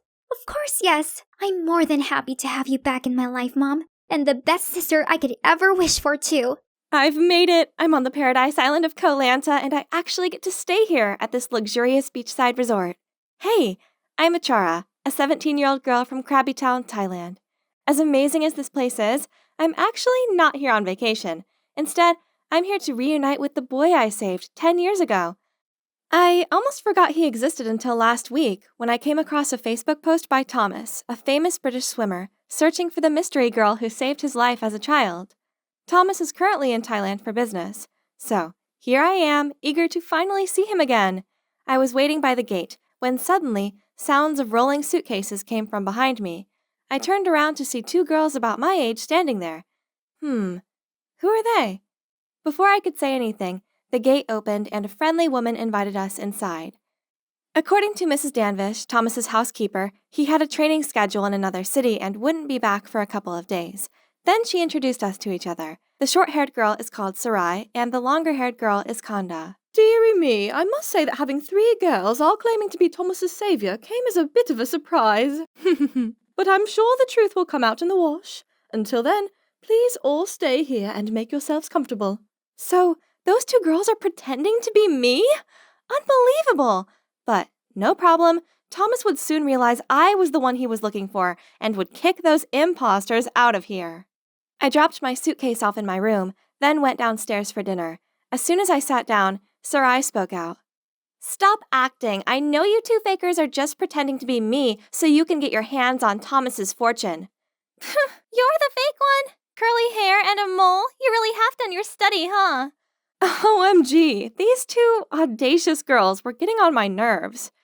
At that moment, Mrs. Danvish entered, followed by the waiter with a trolley full of the most delicious-looking food I'd ever laid eyes on. Now that Mrs. Danvish was here, the two imposters immediately changed their frosty attitudes to their bright smiles and sweet-as-pie acts.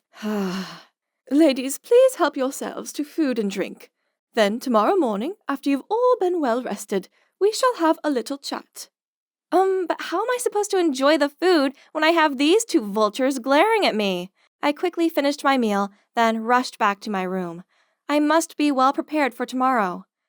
The next morning, a maid escorted me out to the garden for breakfast. The other 2 girls were already there. On seeing me, Khanda scowled at me, while Sarai made a point of sawing her knife through her omelet. I was about to help myself to some breakfast when suddenly Mrs. Danvish appeared and said, "Morning, girls. I hope you're all well rested." She sat down, then continued, "Now to the main point.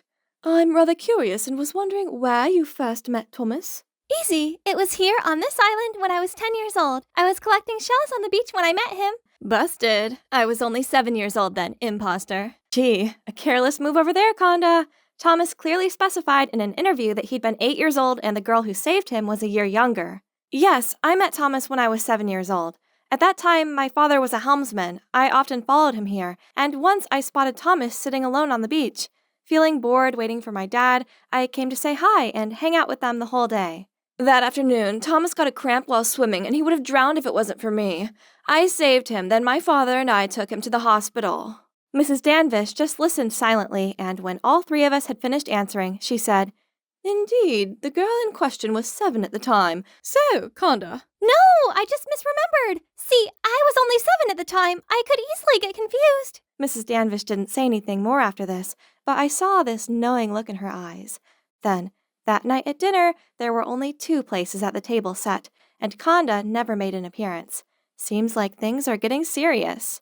The next morning, I was making the most of my time here by lounging around on the beach, reading my favorite book, when someone blocked out the sun. I looked up to see Sarai smirking down at me. "Enjoy yourself while you can, as you'll be the next to leave." As if! You may have memorized all the information from the newspapers, but that's not going to be enough to fool Thomas. You. I saw the fury in Sarai's eyes as she raised her hand to slap me. But, huh? Someone stopped her. Standing in front of me was a tall, handsome guy. Wow, who is he? "Miss, violence is not the answer." Who are you to lecture me? "Actually, I'm Eli, Thomas's assistant." Sarai tutted under her breath and then strutted off. Are you okay?" "I'm fine. I just don't know how someone has the nerve to lie like that." We continued talking as we strolled along the beach. Eli mentioned how I was exactly as Thomas had described me. Seeing as Eli seemed to be on my side, I took the chance to ask him more about Thomas, such as what his favorite foods, colors, and movies were. Yesterday I spoke to Thomas's housekeeper, Mrs. Danvish. She seems to know a lot about him, doesn't she? "That's right. She was Thomas's nanny. Due to their busy schedules, Thomas's parents were often busy, so most of the time Mrs. Danvish was the one taking care of him. He's very fond of her." Then Eli showed me a picture of Mrs. Danvish hugging a smiley, young-looking Thomas. Oh, so he had blonde hair when he was little? I was so lost in thought, I didn't notice a rock and tripped over it. Eli immediately reached out to study me. Then he asked if I was okay. Oh my God, what happened to me? Why is my heart thudding like crazy? That night, Sarai and I were sitting in the dining room having a stare-off as we waited for dinner, when suddenly a man walked in holding 2 bouquets of sunflowers. Thomas! Oh wow, he looks even more handsome in real life. My best friend Dara should have been here to see this. I told her to come here, but she wouldn't listen to me. Before I had time to greet Thomas, Sarai rushed over and hugged him. Then she pretended to get all emotional. "Finally, we're reunited. Not a day has passed when I haven't thought of you." Thomas awkwardly pushed her away, then scratched his head. "Let's have dinner first and then talk about this later." The food looked delicious as always, but I had a job to do. Only, whenever I tried to say something to Thomas, that awful Sarai interrupted me. "Since our first meeting, the image of a cute brown-haired boy has been imprinted on my heart." I noticed Thomas pause and exchange a knowing look with Eli. "You mean blonde, right? She thinks you had brown hair because she's never seen you when you were a kid, and that just proves she's a fraud." Thomas looked at me, stunned, then turned to Sarai in disappointment as she blurted out, "It's not like that. Please hear me out." Without letting Sarai finish her sentence, Thomas sternly said, "You know, I can totally sue you for impersonation and fraud. If you don't want to get in trouble, get out of here at once." Sarai looked like she was about to cry as she stuttered helplessly, then quickly got up and left. Thomas then grabbed my hand, smiled, and said, "Finally, I found you." So he's weeded out the frauds. But why do I feel so guilty when I see his cheerful face? And what about Eli? Why do I find myself wishing it wasn't Thomas holding my hand right now? The next morning, I took Thomas to my hometown and showed him around. We were walking along the shore of the Krabby River when I saw Dara waiting. There she is. I invited her to join us. This is Dara, my best friend. Dara, this is Thomas, the guy I was talking to you about. Right then, my phone started ringing. Excuse me, I've got to take this. Go ahead, guys. I'll be right back. I quickly left, but did not forget to wink at Dara and whisper to her, I did my best. Now it's your turn. I took a stroll around the area and came back to see Thomas sitting alone, looking off into the distance.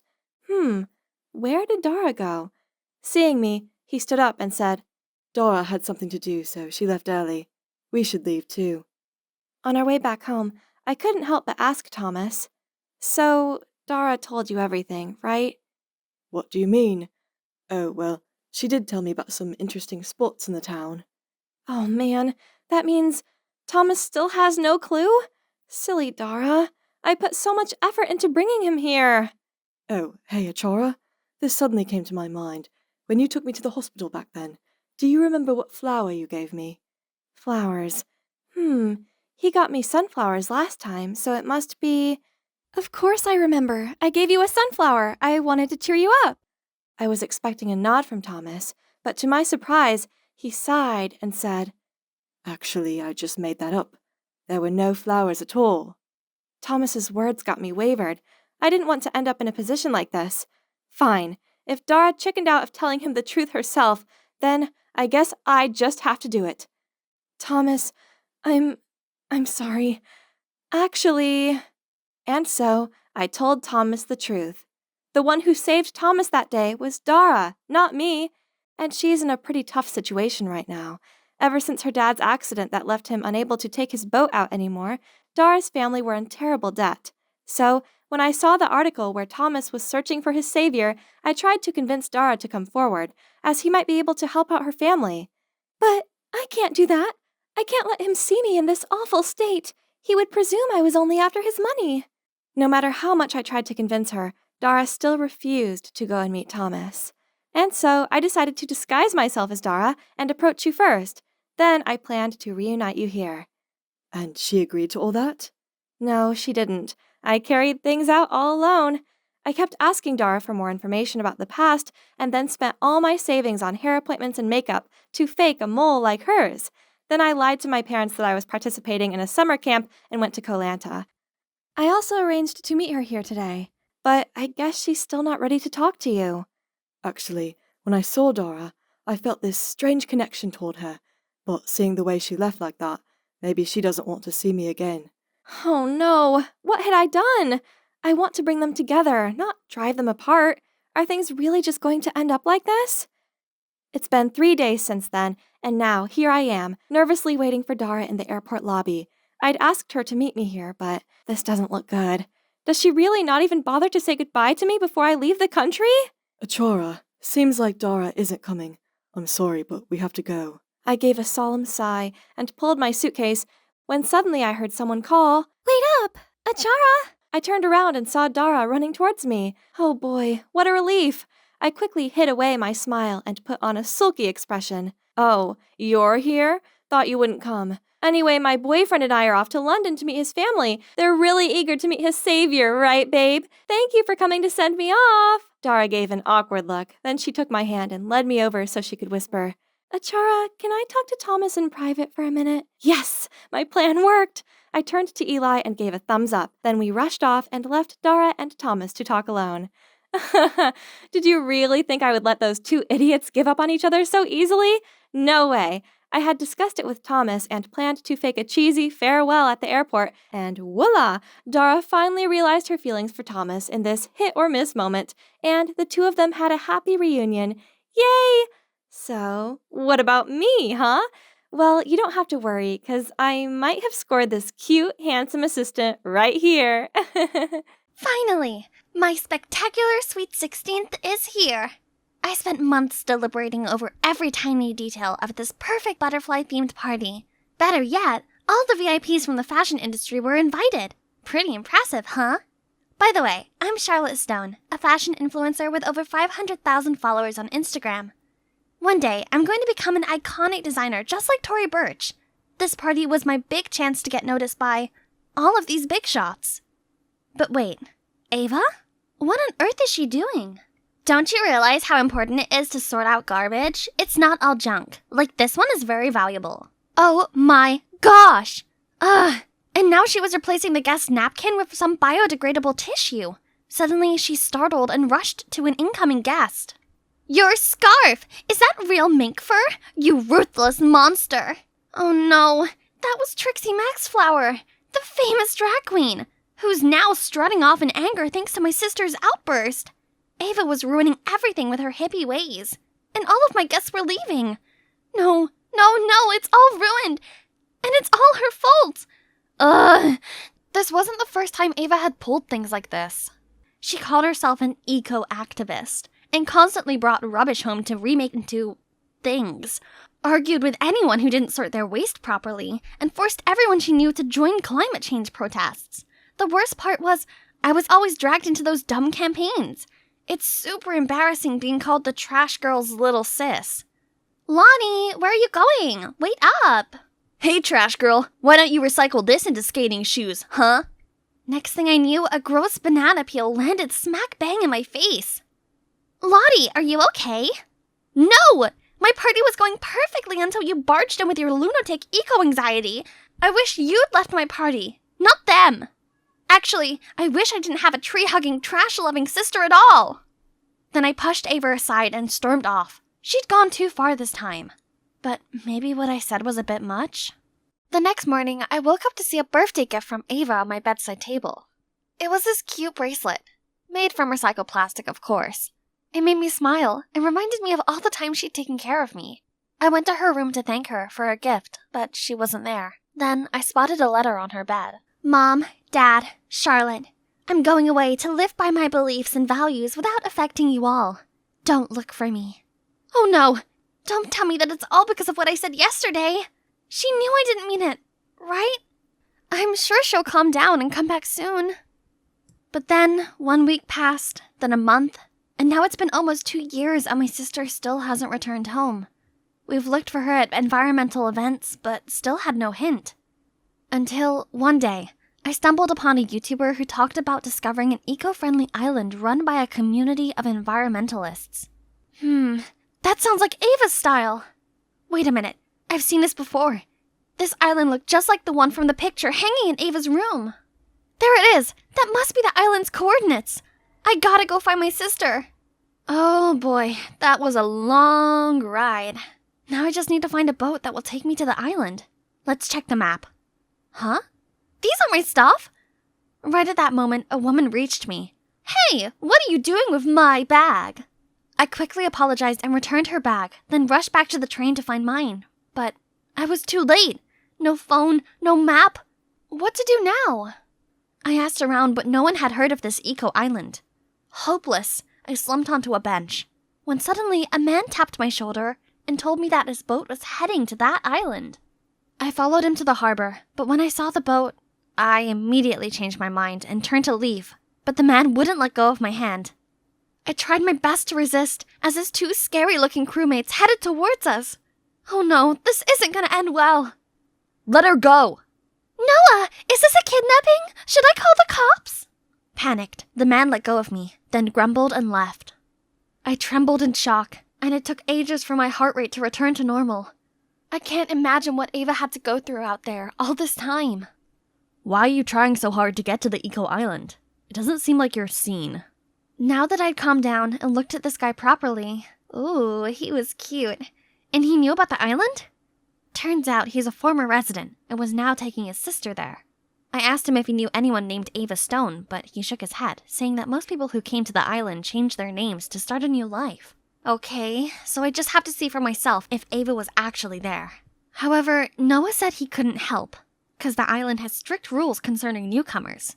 So I had to lie that I was also an eco-activist to convince them to bring me along. And ha! It worked! My hunch told me that I was now 1 step closer to finding Ava. That evening, Noah set up a tent on the beach and we waited there for a boat that was scheduled to take us to the island in the morning. Seeing Noah take care of Ellie made me miss my sister so much. My selfish stupidity had driven her away, but now I'm going to put things right. I'll definitely find you, Ava. Next day, Noah woke me up so early that even the gulls weren't about. We got on this rickety-looking sailboat without any engine. Hello? Were we going to the island or back to the primeval times? Noah helped sailing the boat while I had to take care of the ropes. This was way harder than it looked. I could barely feel my arm muscles. Best wind ever. Charlotte, you're our lucky charm. But yeah, at least I had this beautiful view to compensate. Suddenly, the rope slipped out of my hand, causing the winch handle to spin and fling my bracelet into the sea. Oh no!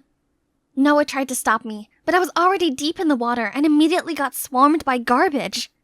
There it is. I pushed the trash aside, grabbed the bracelet, and was about to swing back when a fishnet caught my foot. Ah! I'm stuck! While struggling, I saw a dead sea turtle, tangled in plastic bags, drifting by. Is it foreshadowing my own fate? Then, I felt a tug on my waist, and suddenly I was rising above the water. Through coughs and splutters for air, I saw Noah. He'd saved me again! How could you be so foolish? You're lucky I reached you in time.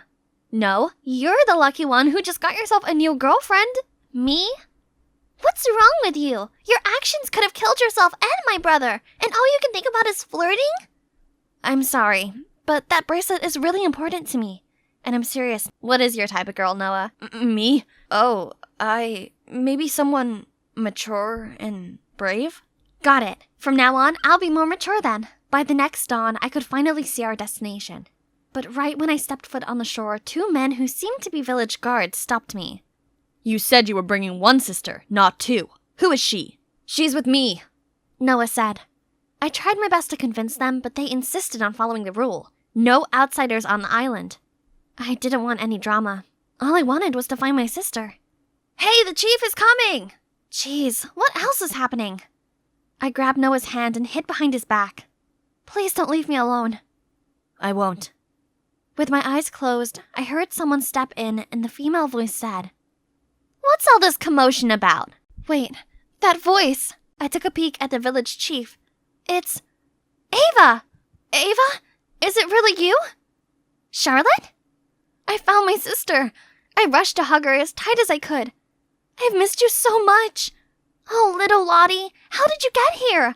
I've missed you too. I'm so sorry for what I said. It's okay. I've forgotten about it already. Come, let me show you around. Turns out, the day she left home, she gathered like-minded people to come to this island and save its ecosystem. They built this village and a dike to protect the island from rising sea levels. When Ava asked me about my journey here, I told her all about the struggles I had to go through and how Noah had saved me. You like Noah? I guess so, but what's wrong with that? I mean, you always hated my eco lifestyle, but Noah and you do know we share the same mindset, right? That's true. They had many things in common, while I was living in another world to them. It's okay. I've changed a lot since the last time you saw me, Ava. I was wondering if I could, stay here for a while. Ava agreed! Yay! Now I will have some more time to persuade my sister to go home and to win my man's heart. So, as the newest member of the village, the next day I started helping everyone with their tasks, like collecting coconuts, making DIY stuff, and planting corals. I even made use of my fashion sense and came up with stylish designs that were also environmentally friendly. Although Noah was too busy to see my creations, other villagers were very excited about them and often visited my workshop to try on new clothes. Hey, Sunshine, these designs are top-notch. You're like a tailor goddess. That's Sam, my coworker at the workshop. He seems odd, but he's actually a genius who could create technological devices out of scrapped materials. Each day he gave me a different kind of weird gift. This guy was definitely having a crush on me. But even his unicorn bicycle made from seashell couldn't move me, as I only had eyes for Noah. Speaking of Noah, he just walked past my workshop, right on time to show him this new material.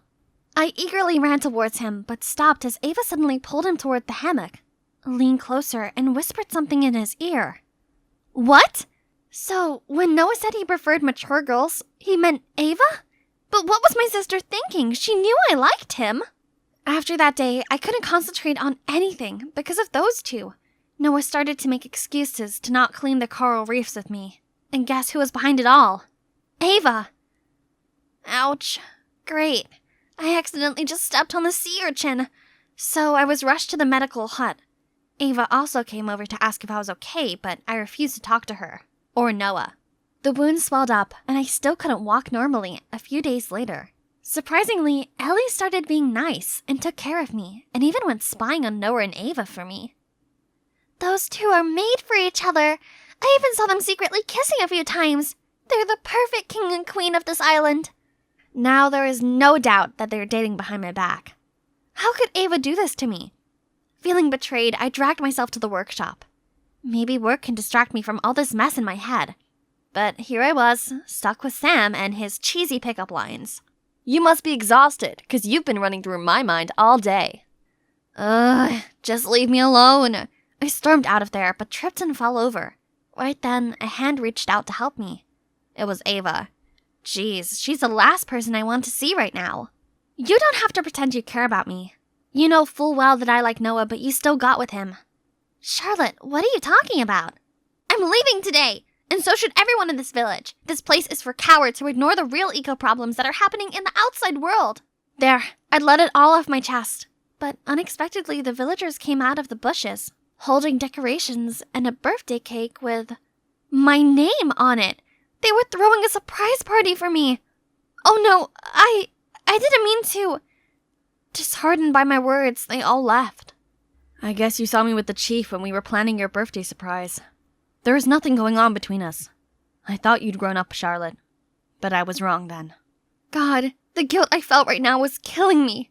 Frustrated and ashamed, I knew I couldn't stay here any longer. I waited until everyone was asleep to sneak to the beach and set sail on a small boat into the stormy night. But I couldn't make it far before a giant wave engulfed me and the boat. This is the end, I guess. But when I opened my eyes, Noah's face appeared in front of me. Did you just save me again? No, the chief did. But where is she? Noah didn't say anything, but just looked glumly out to sea. Wait, this is not happening. My sister can't be out there, right? No. How can I live knowing that my sister drowned because of me? Are you crying for your missing shoe? I turned around to see Ava, alive and well. Ava, thank God! I giddily jumped towards her, but ouch, I forgot that my leg was still hurt. I'm so sorry for how stupid and selfish I was. Don't be foolish next time. Nothing's going on between me and Noah. He's all yours. I looked at Noah and we both turned tomato red. The next day, Ava gathered everyone around so I could publicly apologize to them. I was ready for the villagers to throw coconut shells at me, but instead they admitted that my words were partly true. This lifestyle needs to be promoted to the world, since everyone deserves to live in a clean and healthy environment that requires a joint effort. Then they all agreed that the perfect person to influence the young generation about this matter was me. Wow, I didn't expect that. But yes, I'm willing to carry out this meaningful mission. And Noah volunteered to leave the island and go inspire the outside world with me. Only then, Ellie apologized to me and confessed she'd made up the stories about Ava and Noah just to make me give up on flirting with her brother. I thought you'd only cause him trouble, but now I know he likes you a lot. So promise that you'll make life easy for him? I'll try my best, kid. Promise. It's been 5 years since we left the island, and I fulfilled my dream of becoming a famous fashion designer. But most importantly, I was able to make fashion eco-friendly. Pretty cool, right? When the fashion show ended, I went on stage and the crowd went wild with applause. My creative inspiration comes from my dear sister Ava, who's shown me how vital a clean environment is to each and every one of us. I also want to thank Noah, my incredible boyfriend, for his unconditional love and support. Thank you. Thank you, everyone. As I finished the speech, Noah came on stage with this huge bouquet, while Ava and the villagers showered me with hugs and praise. I guess one trip to an eco-island could change your entire life, right? I arrived home in really good spirits after an exciting training session, and my mood took an instant nosedive to see my devious cousin Caitlin holding my diary. Oh wow, so your crush is Leo, the swimming club captain, huh? Give me it back. I wonder if the whole school knows yet. Don't worry, your devoted cousin is here to help. Thanks a lot, but I'll do it myself. Stop poking your big nose in my business. First, your nose is much bigger than mine. And second, about Leo, whatever. He'll be mine soon. Tit for tat. Payback for stealing my boyfriend. How ridiculous. And so not true. She should blame herself for having terrible taste in men instead. No thanks. I didn't want a player like him either. Hi, I'm Megan, the leader of the school scout club. I'm friendly, fun, and love going on adventures, just like my explorer dad. So of course, girls like Caitlin don't scare me. From day one of my dear cousin moving in with us, it was clear we were never going to get on. I love to run around the garden and learn interesting survival tricks with my dad, while Caitlin can't even stand a speck of dirt. Oh my god! Billions of germs are attacking me! Get me sanitizer! Now! And it didn't help at all that Caitlin's jerk of a boyfriend asked me out right after breaking up with her. Despite my clear disinterest in him, she blamed me. That's when we were officially like Cardi B and Nicki Minaj and the prank wars began. She drew on my face in permanent marker while I slept, stuck gum in my hair, and once she even tried to shave my eyebrows. But who am I, huh? I can beat her with only one move. But now, the stakes have been raised. She's going after Leo. So I need to confess my feelings to him ASAP before Caitlin butts in and ruins it. The perfect opportunity would be the upcoming school field trip for top students, which Caitlin definitely can't join. And there'll be plenty of chances for me to impress Leo. But there's one slight problem. It's by a river. OMG. Thinking of it made me want to pee my pants already. I have thalassophobia, which is an intense fear of large bodies of water. Of course, I keep this a secret because no one will take me seriously as a scout leader if they find out about this. However, this is a once-in-a-lifetime deal, and no way can I just sit at home while Caitlin digs her claws into Leo. So, I signed up for the trip, and set up a master plan for it. Baby steps.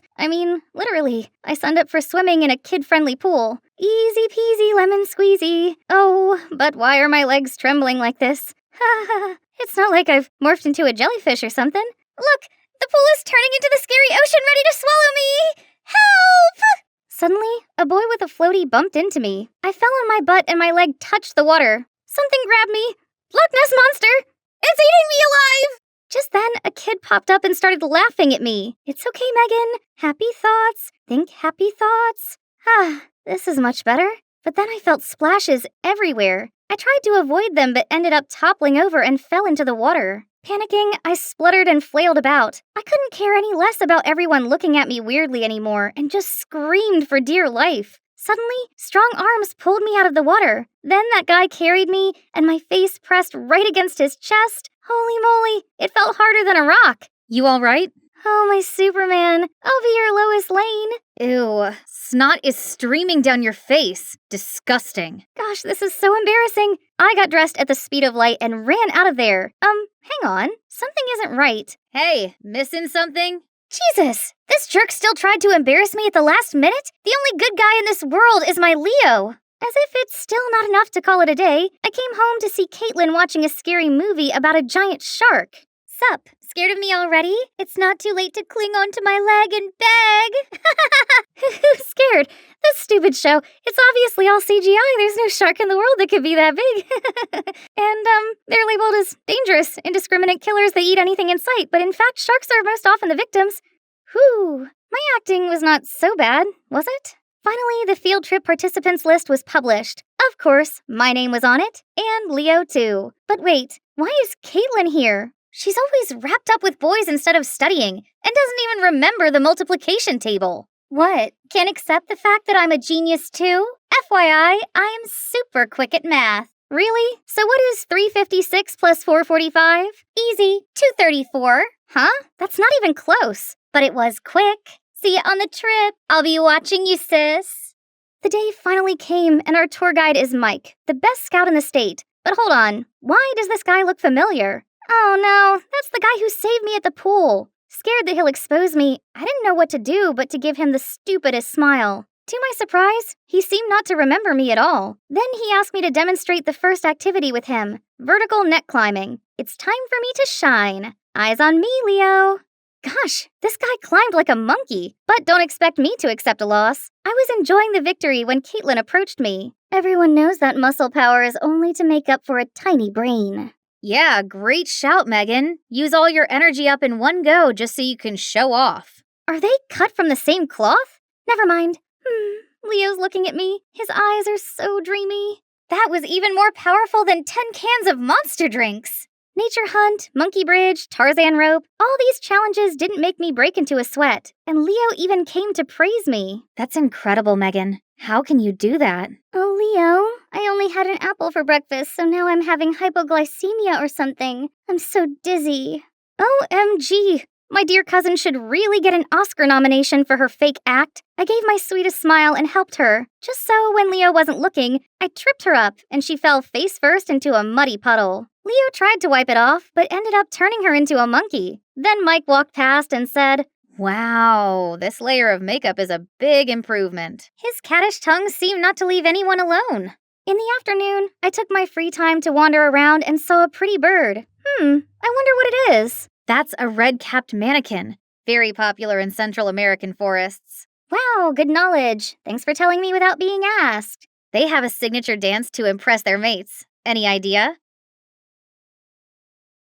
A moonwalk that rivals Michael Jackson's.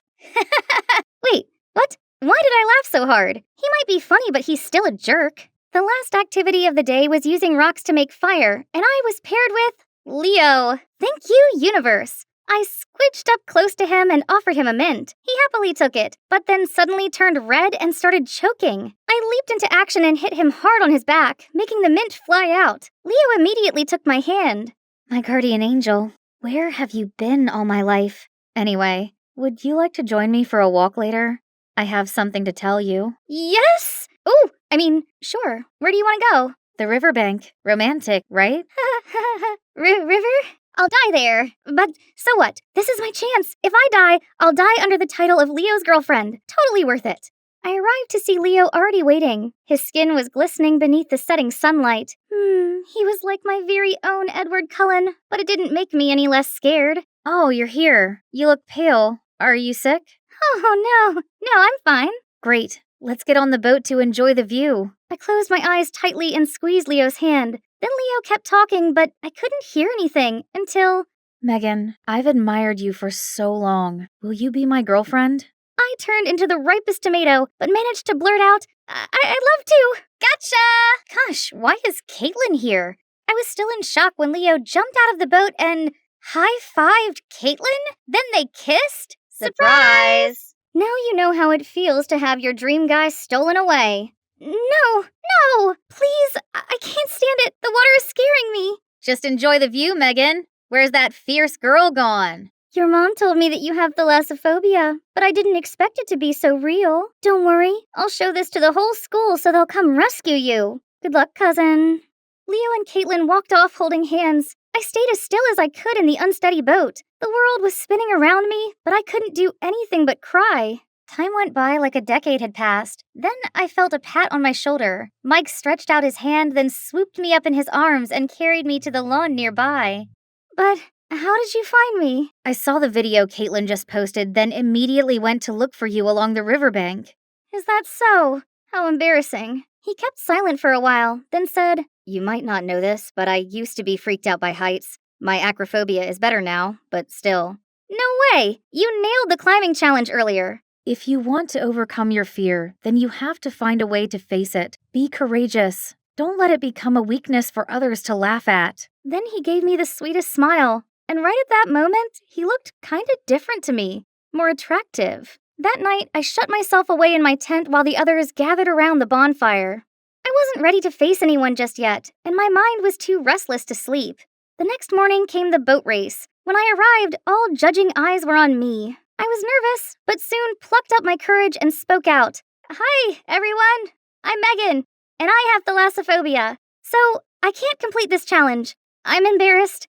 Not about my phobia, but about letting myself live in fear of it. I love being a scout leader with all my heart, so I'll try to beat this. Fear is not your enemy, it is your motivation. Then I walked off to cheering and clapping. Back at the tent, I saw Mike waiting for me. That's the spirit. You're really brave and have the qualities of a true adventurer. Even when you're not in the game, you've already won the special prize in my heart. Everything went smoothly after the field trip. Even Caitlin stopped bothering me. She must be busy being lovey-dovey with her new love. Until one day, I saw her arrive home sobbing. What happened? That jerk Leo, he cheated on me with 3 girls at the same time.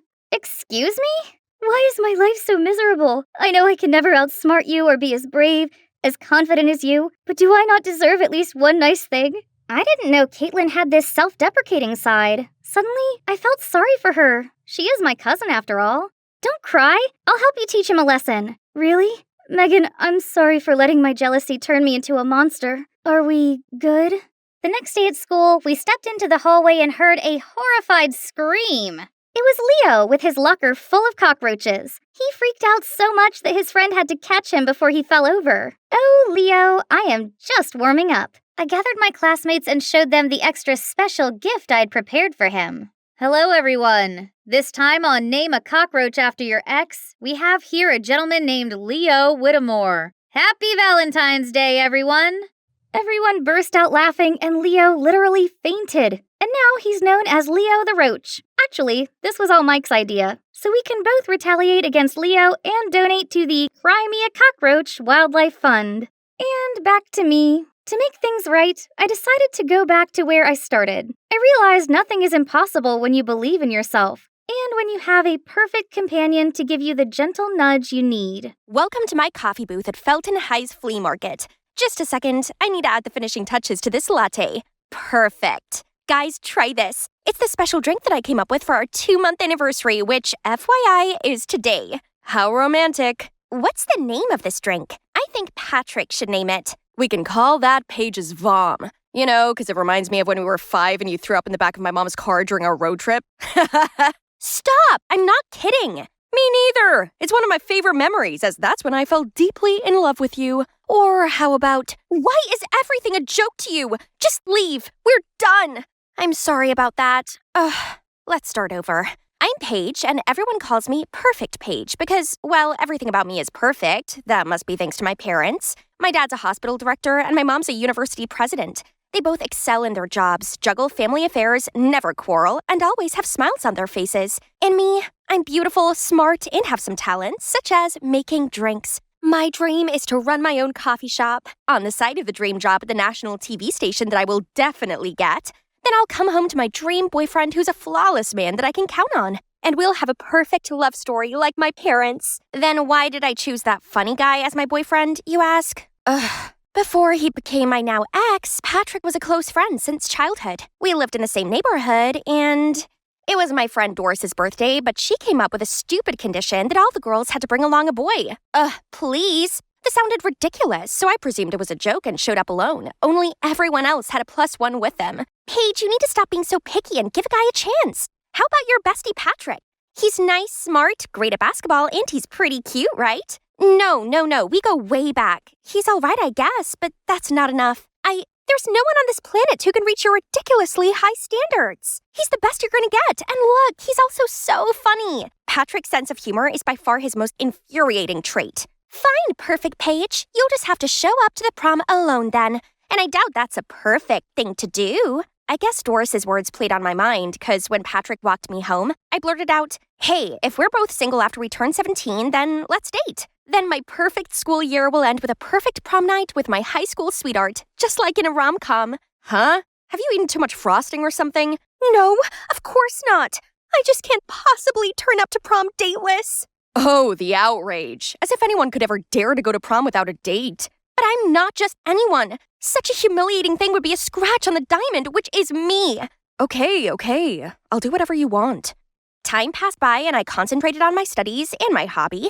Then before I knew it, I turned 17 and still didn't have a boyfriend. I heard this strange noise coming from my balcony. Patrick? What is he doing with a rose in his mouth? Hey there, do you remember our oath once upon a time? Okay, fine. From today, I allow you to be my boyfriend. Go home and get ready. Tonight will be our first date. Wait, you serious? It's not a joke. Why are you always joking? All right. Where does my love want to go on our first date? So we started dating, and so far, so good. Seeing as he'd known me for years, he knew what I liked and what I was thinking. He never argued with me and just did what I asked. And best of all, everyone complimented us and said we were a match made in heaven. There was just one problem. Patrick's sense of humor was ruining the romantic vibe.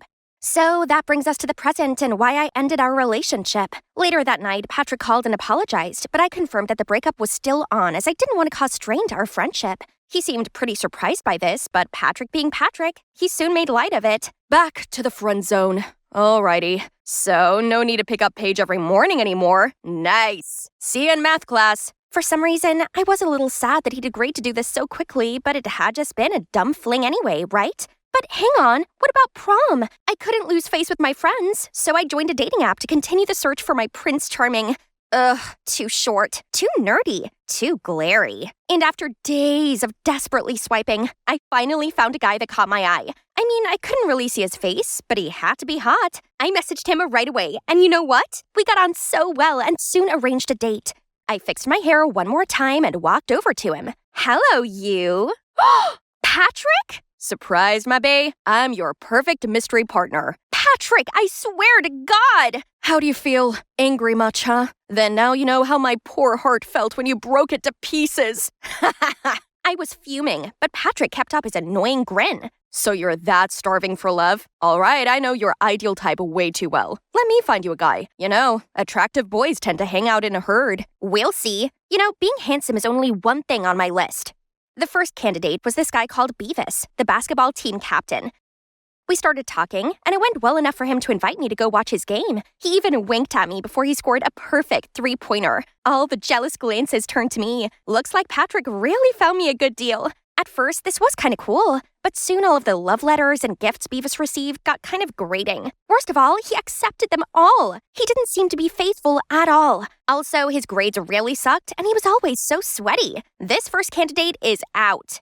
Next was Daniel, a cute genius who liked to invent things. I really love how passionate he looks when he's working on something. He's so talented. But he always showed up late to our date with the excuse there was some machine malfunction. His clothes were always stained with grease, and all he talked about was research. Oh, actually, I have zero idea what you're on about. You're so robotic. I went home and already saw Patrick making himself at home in our living room. He must have heard the news. So, Sporty Boy has too many fangirls. No good. Mechanic Boy is too busy. No good. Then maybe a rich boy with a lot of free time could treat you like a princess. Patrick introduced me to this guy called Eric, the school rich kid who showered me with lavish gifts. That was nice, but then his clinginess felt suffocating. He always seemed to be there, and he wouldn't quit calling and texting me. He also spent longer than I did getting ready. No thanks. Why? You're too clingy. If you have too much time on your hands, then why don't you go do something useful? What? I only cling on to you because I care. But I guess I was just wasting my time on useless things because you're just a stubborn, spoiled girl that finds fault in everything and doesn't appreciate other people's feelings. No one's ever spoken to me like that before. Useless? Stubborn? Spoiled? Eric's words were still echoing in my head as I walked home. Then I saw Patrick approaching. What's up? Who got you mad this time? Is it Eric? His downside is being too rich, isn't he? Not Eric, it's you! You deliberately set me up with those weirdos, didn't you? What are you saying? I only chose the guys that suit you best. No, they don't. I don't think you really understand me at all. Oh, really? How well do you understand me then? If you're that confident, then go find me an ideal girlfriend. Fine. Maybe you'll quit bugging me if you're taken. Turns out trying to find a girlfriend for Patrick was trickier than I thought. He's so friendly with everyone, I actually have no idea what his type is. Whatever, he made no effort to find me a nice guy anyway, so I'll just return the favor. Nope. Oh, Nina. I know her. A scandalous hot girl who always goes overboard on the wax statue makeup. I'm pretty sure she likes Patrick as she's always cheering him from the sidelines during his games. Patrick, let's see what fun date you can have with this girl. The next day, I walked straight up to Nina and asked her if she wanted to go on a date with Patrick. She looked kind of surprised, but then after thinking it over, she agreed. They met at a cafe, and after I introduced them to each other, I sat at a nearby table and observed. I expected things between them to be super awkward, but surprisingly, they seemed to get along quite well. I couldn't hear what they were saying, but they kept bursting out laughing. They acted like they'd known each other for ages. Patrick and Nina bid farewell, and as soon as Nina walked away, I jumped out and asked, "How can you have fun chatting with Nina all night? Don't you see her laughing out loud? That's not very ladylike." So she's fun. Everyone has flaws, though I don't even think it's a flaw. It's cute. Fine, let's see how long you two can have fun. But in the following days, I still saw Patrick with Nina. Then at school, I overheard Nina talking to her friends. "Tonight? No wonder you've been looking so happy all day. Of course, it's going to be a big confession. Huh? They've only been dating for 5 minutes. I wonder why Patrick liked Nina that much. So I decided to stalk them.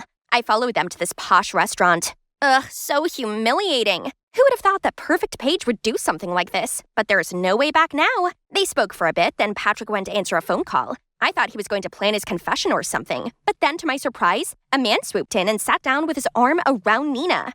That's Beavis! What? How could they be so shameless? I quickly ran to find Patrick, who was chilling in a corner, so I quickly pulled him back to the table. Look, you're being cheated on. Cheated on? What do you mean? The girl who's been clinging on to you for days has been flirting with your teammate. Stop playing dumb, please. Nina's just my friend. She likes Beavis, not me. Nina clearly likes you. She follows you to every game. How could she switch to Beavis out of nowhere? You should defend me, not a stranger like her. Did you forget Patrick and I are teammates? Nina was actually there for me. I agreed to meet Patrick just because I wanted to ask him to talk to Beavis for me. Sorry for misleading you. What's with a bulldog's frown? We just successfully match-made a couple. Let's go give the lovebird some private space. I guess you'll have to find me another girl. Don't act like we're close. I don't want a flippant and heartless friend like you. You're the heartless one. You're making a mess with your ridiculous standards and expect others to follow all of that, then act like a victim? Don't you see how Patrick is the real casualty here? He tended to your absurd needs, even helped you get a boyfriend, yet all you do is treat him like garbage. Selfish Paige. You're not as perfect as you think. What? What do you know? You're just a plastic girl after all. Yeah, I might be plastic, but at least I realize what my flaws are to try to fix them. Unlike you. You call yourself a diamond when actually you're just a silly pebble. Was this really what people thought of me? I couldn't believe anyone would ever describe me with such ugly words. I ran home and shut myself away in my room. It made me so distraught knowing that other people thought I was bad like that. Mom came into my room to check on me, and I ended up blurting everything to her. How everyone seemed to hate me now. How I might be alone for the rest of my life without finding my perfect other half and having a happy ending like Mom and Dad. Sweetie, everyone has flaws. I do, and so does your father. I can have quite the temper, but your dad always knows what to say and do to calm me down. While he is terrible at being romantic, so I have to give him hints now and then. Point is, we accept and love each other, flaws and all. That's the secret to a long and happy marriage. Talking to Mama really helped me understand that no one is perfect, and therefore my standards are unreasonable. I had some apologizing to do. I texted Beavis, Daniel, Eric, and Nina. Beavis replied straight away, telling me he was sorry too for what he said, but it came from a good place, and he's sure that I was better than that because he trusts Patrick's eye for people. Now there was just one last apology for me to make, and I needed to do this one in person. Oh, looks like he already found me. Hey, Shotty. Are you looking for me? The most handsome guy in town? Please stop. I came to talk to you about something serious. I came to see you too. Trust me, I didn't match you with those silly guys on purpose. In no way do I want to hurt you. Because I like you, Paige. For real. Since when? I just thought we were just good friends. Since we started dating. At first I just went along with it, but gradually I found myself having real feelings for you. I'm so sorry for causing you trouble. Being around you makes my head fuzzy. I always crack jokes just because I want to make you smile, but turns out you don't feel the same. I will try to keep it down from now on. No, I'm sorry too. You don't have to change anything for me. It's the real you after all. I've truly learned it now. Nobody's perfect, and it's the way people complete each other's imperfections with their personality differences that tighten their relationships. And maybe being perfect is my imperfection. So now you have my permission to offset it with your annoying unseriousness. So, where were we? As a couple? Ha! Oh right, Paige's vomit. Shall we go home and make that signature drink again? Just kidding. Hello there, my name is Hope, and my life just became fabulous. My parents are from India, and they moved here when my mom was pregnant with me. Things were tough when I was a baby, but when I turned 7, everything changed. My father invented this super cool app that lets you detect diseases from your phone, so we became rich and moved to Beverly Hills. Kana, look, that mansion over there belongs to Rihanna. Oh my god! Rihanna is my neighbor for real? Eek! Man, Beverly Hills was paradise. But there was one little problem. I had no friends. We moved during the summer, so I had to wait 3 months to meet the kids at my new school. I was bored out of my mind in our mighty mansion. One day, I decided to go to the playground. There were so many kids playing and having fun. I tried to approach some of them, but they paid me no mind. So I decided to watch them instead from the top of the jungle gym. Hey, you there! Me? Duh! Who else is flipping around like a monkey up there? Are you new? We're playing princesses! Come and play with us! Yes! I jumped down so fast I almost hurt myself. But that was how I met Meg and Becky. I was shocked to find out that Becky was my neighbor. Our houses were right next to each other, and I could literally talk to her from my balcony. Meg, on the other hand, lived at the end of the street, so we decided to meet up every afternoon and play till the sunset. Then school finally started, and we were an iconic trio. Becky was the prettiest girl, with blonde hair and teeth so perfect she didn't need braces. Meg was the cheeky, sporty one, a soccer prodigy, in her words, while I was the mysterious new girl, who was friends with two of the most popular girls in school. And things stayed great as we entered high school together. I was no longer the mysterious new girl. Popularity wasn't my thing anyway. I was just glad I found my place in the tech club. Hey, Hope! Meg's asking us to go to the mall this afternoon. You coming? Oh, I can't. My family's celebrating Diwali today. Diwali? That sounds exciting. Can I come? We have never had non-Indians for Diwali before. But since you're my bestest friend, I doubt that my mom would mind. Yay! By the way, I have something for you. Here, whenever we're close, it will glow like this. Whoa! Did you make these? See, you're really talented. If you would, Becky, we've talked about this. Joining the tech club is enough for me. Now let's get going before my mom scolds us both. Becky came over immediately, and she was so excited. She helped us set up and helped me wear my sari, and even joined in the prayers. Everyone was happy to have her around. Diwali went great. My mother had the best time teaching Becky about the Indian culture. Later that evening, a heavy rain started, so Becky stayed for the night. We were having tea in the living room when I heard a loud bang on the door. I opened up, and it was Meg, soaked in the rain. Oh my god, Meg, are you okay?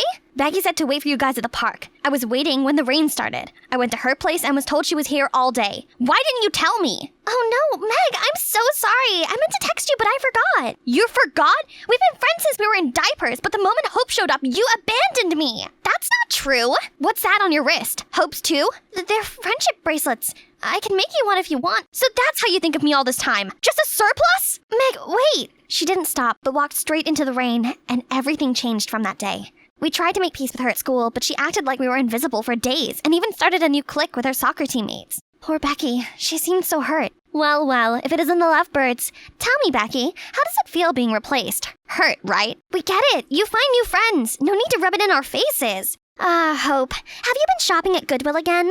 Are things good at home? I think the homeless person you borrowed this coat from needs it back. Remind us, Meg, does your mommy still need you to cut meat into little pieces before you eat? That was 4 years ago. How dare you? Was it? What about those bed accidents? Her minions cracked up. Even Becky couldn't contain her giggling. From that day on, Meg was determined to get on our backs. We figured out she must have been mad at us still, so we decided to keep distance every time we saw her. I finally got time for myself, but suddenly Becky came rushing in. Hope, I just saw the tech teacher put a sign-up sheet for the annual national tech competition. And guess what? I already signed you up. This is the year you'll kill it. Bex, you shouldn't have done that. I'm not ready. That competition is a cutthroat. What if I don't make it past the group stage? Well, you know what's worse? Not showing up at all. So you have to give it your all and create something. You can do it, Hope. No, you don't. Hello, ladies. Yuck. You again? Can't you see we're in the middle of a conversation, Charles? I'm not speaking to you. Hi, Hope. I saw your name on the sign-up. I know you're going to kill it. Stalker alert. Thank you, Charles. Even though I am doing this against my will. If you want, I could help you brainstorm. No, I'm good. I'll figure it out. When would you learn? Even if she was on fire and you were the last drop of water, she would still say no. Move on. You've been obsessed with her since middle school. It's not cute anymore. Becky, that's mean. Let's go.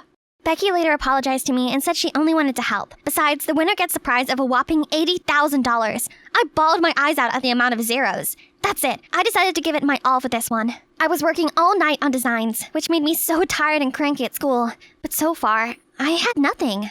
One day, I overslept and was so late to school. I was running to catch the end of first period when I felt an arm grab me. Hey, are you okay? You look exhausted. I'm fine. Stop following me around, Charles. No, I don't want to hang out with you. No, I don't like you. Please leave me alone. Just then, the bell rang, so the hallway was filled with students, and they all heard what I said.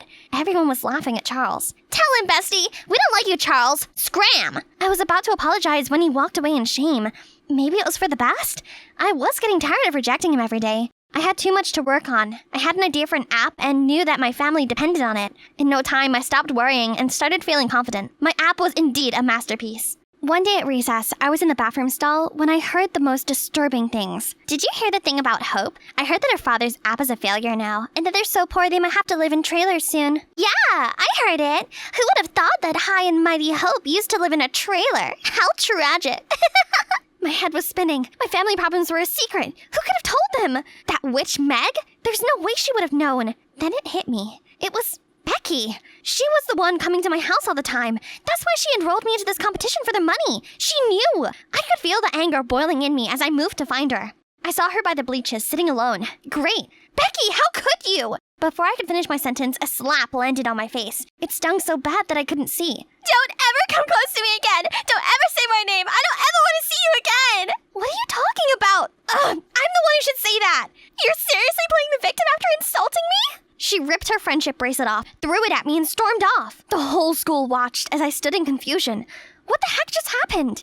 I tried to reach out to Becky, but it was impossible. She'd cut me off. Was that how little she thought of our friendship? The next few days at school, everything started to make sense. Becky had a new best friend, and it was none other than Meg. I was so upset watching them at school, while I sat alone every day. Later that day, I was in gym class when the witch approached me. Looks like you're flying solo now. Jesus, gloat all you want. I'm out. What's with that attitude? You usually have a sharper tongue. Cut your nonsense. I know you did this. You're so jealous of our friendship that you just had to destroy it. What? It wasn't me. Have you seen the video? What video? Meg showed me a video of me bad-mouthing Becky to a group of girls, but I didn't do this. I know. As much as I hate you, I know you'll never say anything bad about Becky, which means that someone did you dirty. Oh, I didn't expect you to pick my side. But you're so right. That person must have spread that nasty rumor about my dad's business and got me thinking Becky was responsible, since she must have been the only one who knew. Does this mean it's true? Yeah, I've been hoping to win the tech competition prize and help that out. Well then, you should focus on the competition. I'll talk it out to Becky, don't worry. You do that for me? Yeah, I guess I knew all too well what it felt like to be left out. I'm really sorry about that. It's alright. Beck and I made up. I guess I was a bit jealous, since it was always you and Becky. And we've never had a chance to hang out one-on-one either. I really hope all these drama can end so we could just be the iconic trio again. Thank you. I really hope so too. 1 week later, the tech competition was finally here. I was so ready to unveil what I'd been working on. Mom and Dad were also here to cheer me on. I walked to write my name on the sign-up sheet, and the name before mine shocked me to my core. That's right. I'm here too. Oh, meet Evans, my partner. He's one of the most brilliant inventors. My parents hired him to help take you down. But why? Why?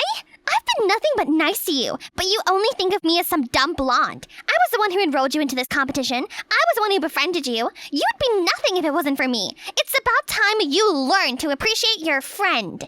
Becky turned away. Meg tried to stop her, but to no use. I suddenly felt this weakness in my knees. I couldn't help the tears. I let them flow freely. Oh, Kana, listen, you have to focus. Remember why you are here. If we have to start our lives afresh, then no problem. I did it before, and I can do it again. Don't let her clouded judgment tell you where you belong, my darling. I gave my dad the biggest hug and went into the hall. He was right. I couldn't let Becky take this day away from me and my family. When my name was called, I walked proudly on stage and started my presentation. Hi all. I came here because I want to tell my story. Growing up, life hasn't always been easy for me, until I found friends who changed my life. And even if there are ups and downs along the way, I will forever cherish the memories we had together. So I came up with this idea of an app called Memoir Lens, made only for you and your loved ones, where you can store and share your memorable moments with them. Best part is the app will notify you annually, so you can relive those moments again. The hall erupted with applause. Everyone loved my app and I ended up winning the competition. I couldn't believe it. I was so happy.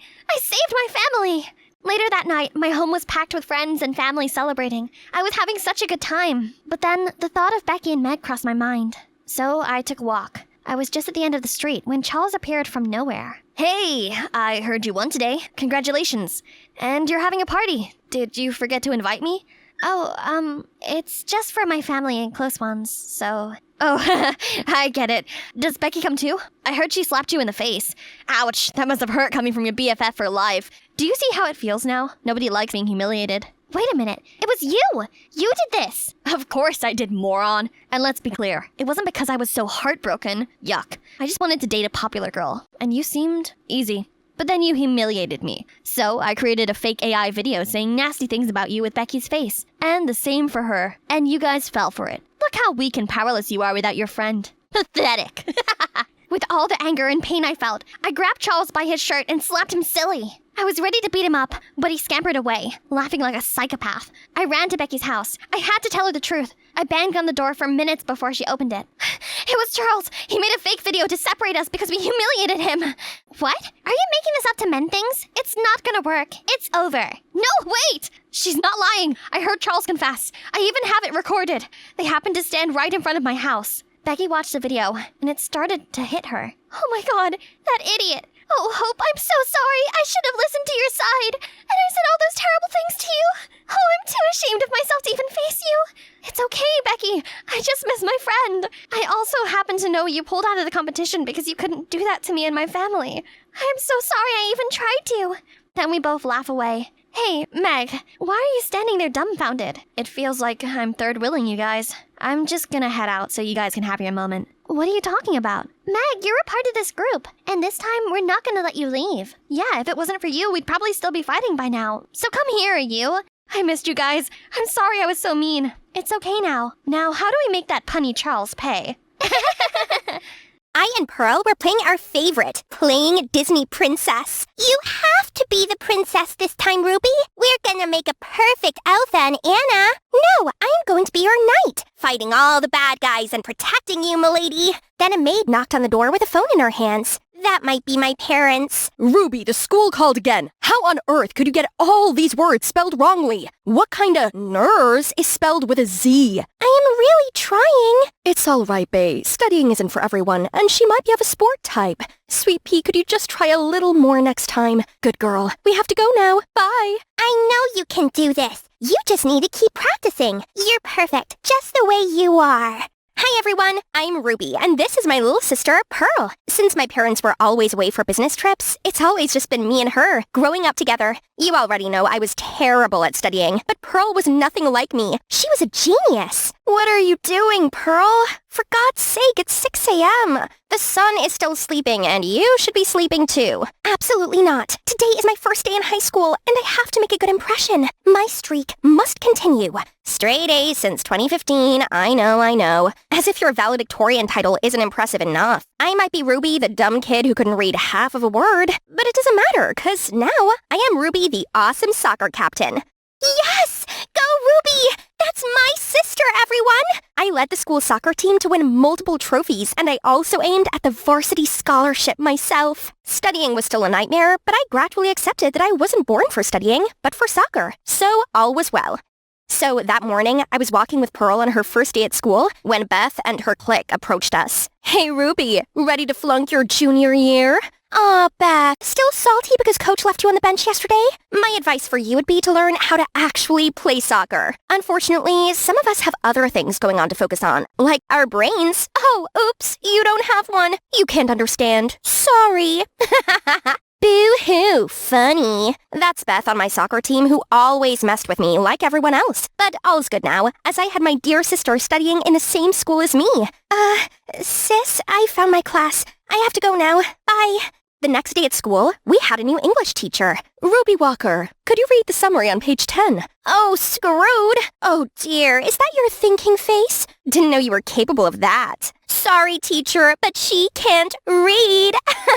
You know what? My thoughts today on the book can be summarized into the classic song by the amazing Taylor Swift. So the hater's gonna hate, but I'm just gonna shake. Shake it off. Just then, the entire class was in a frenzy, and everyone was singing, dancing, like they were in the Eras tour. The teacher was so upset and tried to calm everyone down, but I was sent to the principal's office immediately. First trouble in the junior, huh, Ruby? Listen, both you and I know how much you mean to the team, but unfortunately, it is not enough anymore. New district laws state that students must average at least C- to be eligible for the varsity scholarship. What? But I'm the most qualified for it. I am sorry, but until you can move grades from whatever it is right now to a C-, you're off the team to focus more on your studying. Beth is now our candidate for the scholarship, and she'll take over your place. Beth? That girl who scored just 5 goals all season when I had scored 20? The world was really getting crazy. No way was I going to watch my passion get taken away from me that easily. I'm gonna study hard. Right! I'm gonna ask Pearl to tutor me. Ah, speak of the devil. Hi, Pearl. You know her? I heard she's kicked out of the soccer team because she's too dumb. Oh, no. No. How scandalous if our valedictorian did. Well, maybe now wasn't a good time. That night, I dozed off at my desk writing 4 words over and over again. I am not dumb. The news had spread that I got kicked off the team because of my grades, and the kids at school were vicious with their insults. Like I didn't have enough issues already, Pearl started to avoid me like a plague, as if she's ashamed of me. So I couldn't ask her to tutor me either. It's like the whole world was going against me.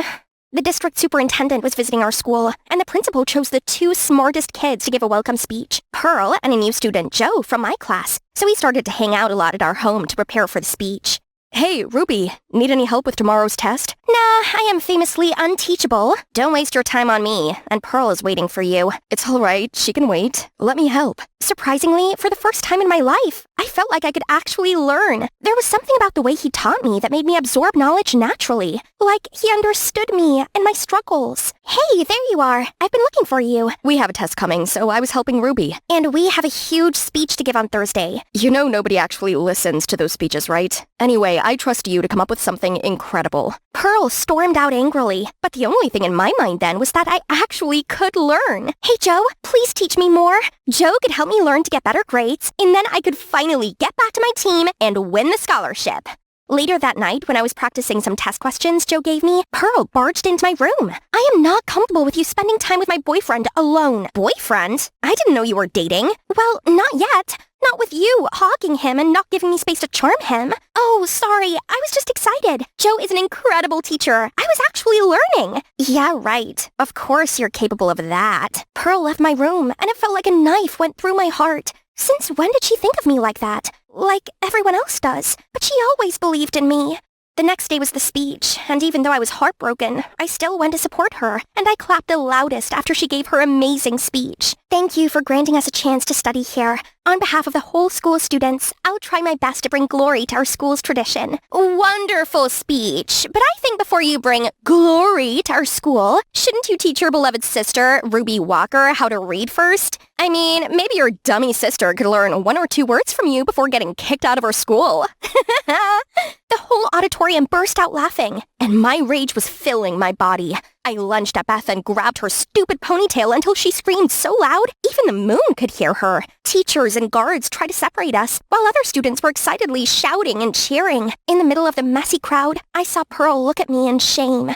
I ran to her, but she just brushed me off. It's you again. Joe isn't enough, and now you try to steal my spotlight as well. What? No, I never meant harm to you, I swear. But she didn't listen to me and angrily stormed off. I was so angry at my brain for always failing me, and at everyone. Now my dream was gone, and my dear sister hated me as well. I fell down on the bleachers and saw Beth wearing my captain's armband, gathering everyone to the morning practice. She waved at me with the widest smile. It was hard to fight the tears, so I let them fall. There you are. I was looking for you to continue our classes. I don't think we should continue our classes. Why? Pearl, she doesn't like you and I together, and she will hate me for this. Oh, I will talk to her, but this is more important. You need to get back on the pitch. But you're just wasting your time on me. I'm just an idiot who ruined others' lives. No, you're not an idiot at all. You're dyslexic, like me. I've noticed your symptoms for a while, but I wasn't so sure. But I am now. Dyslexia? There's a name for this? So I'm not stupid? No, you just learn differently. I will help you and teach you all the things the specialists taught me. My mind was fuzzy. I gave Joe a hug without thinking. I felt relief spread all over my body. I wasn't dumb. I was dyslexic. At home that night, I searched everything about dyslexia and even took an online assessment when suddenly Pearl barged in. You told Joe I like him? Yes and no, but not like that. Well, thank you so much. He just called to tell me he just considered me a little sister. And you know what? I saw you hugging him on the bleachers this afternoon. So you were going behind my back all this time? What a sister! Don't ever speak to me again! Pearl stormed out and kept her words of never speaking to me. It broke my heart to see us parting like this. Luckily, Joe comforted me and helped me stay focused on studying. Now that I knew what my problem really was and how to fix it, I improved every day. The letters didn't make me dizzy like before anymore, and our effort finally bore fruit as I got my first B- ever on a test. And in no time, I got called to the principal's office. It has been incredible watching you turn your grades around. Good job, Ruby. I always knew. You're a gem like your name, and you just need some sharpening. Welcome back to the team. Thank you! I ran out of his office and rushed to find Joe immediately. We did it! I'm back on the team! Congratulations, but that was all you. You did it, Ruby. That moment would have been perfect if I could celebrate with Pearl. I knew she didn't want to talk to me, but I really wanted to share this with her. But upon seeing me and Joe, she was just shooting me death rays. The joy in my mouth instantly turned to ash. I just wished we could go back to the old good days together, but I had no idea how. With me coming back to the team, I reclaimed a captain title and was eligible for the varsity scholarship. And of course, my impressive record easily got me the win. Congratulations to Ruby Walker for winning this year's varsity scholarship. Come on stage. Thank you very much, sir. All I can say is I'm immensely grateful for this chance, and I'm gonna try my best. Hi, everyone. Ruby's too shy, so she did prepare a speech here. Good luck. Except that I didn't prepare this note. Everyone in the audience all locked eyes on me, and I was sweating all over when I took the paper from her. Today is Oh, our scholarship winner just had a little problem. She just couldn't read. I hope it won't affect the scholarship much. Will it? I ran out of the hall before the tears blurred my eyesight. Joe was racing after me, but Pearl caught me first. Pearl, I don't really have time for your mocking now. No, I'm sorry. Joe told me about your dyslexia, and you should, Yeah, but it can wait. But you need to go back there right now. You've tried so hard to earn this place. I wouldn't let my sister waste it just because of Beth's dirty move. Joe also nodded encouragingly at me. Pearl was right. It's my passion. It's me or no one who would claim it. So I walked back into the hall, and as soon as I appeared, everyone started to laugh. I stepped up to the mic, took a deep breath, and read the speech. There were still some stumbles and stuttering, but I went through to the last word. Hi, everyone. I'm Ruby. You all can see I have some troubles reading because I have dyslexia. All my life, I have struggled and accepted that I was stupid.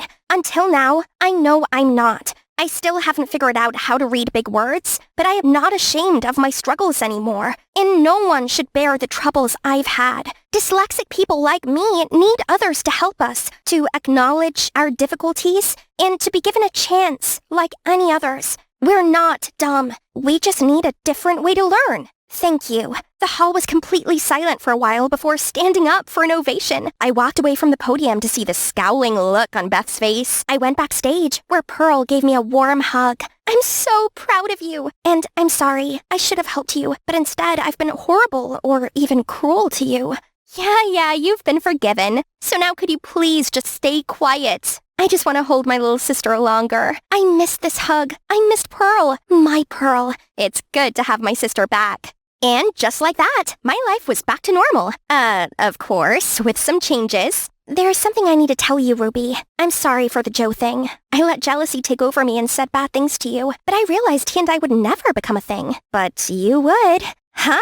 No, we're just friends. Are you? Now come with me. Then she dragged me to the living room where Joe and another boy were standing. Then she placed my hand in Joe's. Joe, could you please take care of my sister when I go out with my boyfriend? Sure.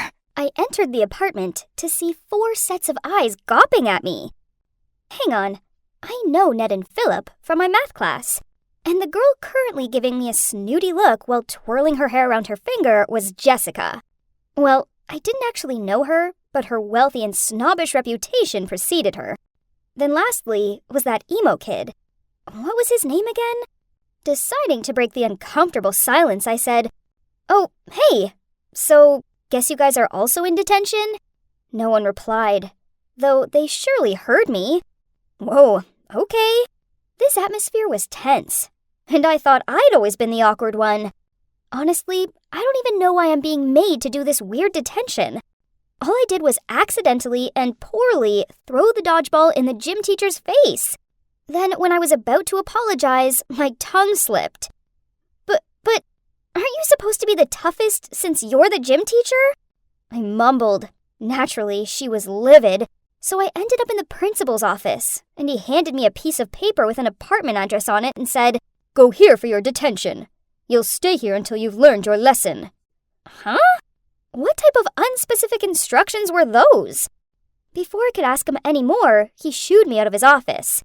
Now, here I am in this random apartment with these untalkative kids. As I looked at them, I couldn't help but wonder what they'd done to end up here, especially when Ned was an excellent student. Did he make the wrong move in the chess club or something? We continued the whole staring at each other in silence routine. But then the door burst open and stormed in Gwen, our school's resident carefree tomboy. She sneered out, "Good evening, babies." Great! Now I was stuck sharing a living space with a girl renowned for playing pranks such as toilet papering the principal's car and filling the biology lab with live frogs. But seriously, how were we at her truancy level? Let's see who we have here. Gwen rubbed her hands as she walked around and stared at us. Princess Jessica? Oof, how come? She raised an eyebrow and grinned sarcastically. Just sit down and shut up. Gwen gave him a dirty look. This isn't basketball. You're not the captain here, jock. Then she squared up to him. Ned turned pale. Jessica rolled her eyes, and the emo boy, well, he was busy sketching something and clearly chose to ignore our existence.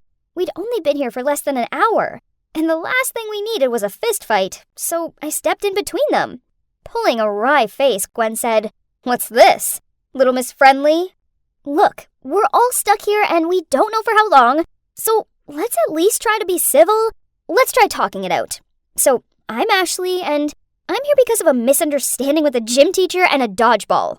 Geez, nobody cares! I can't believe I have to be here with these people! Jessica stood up and left.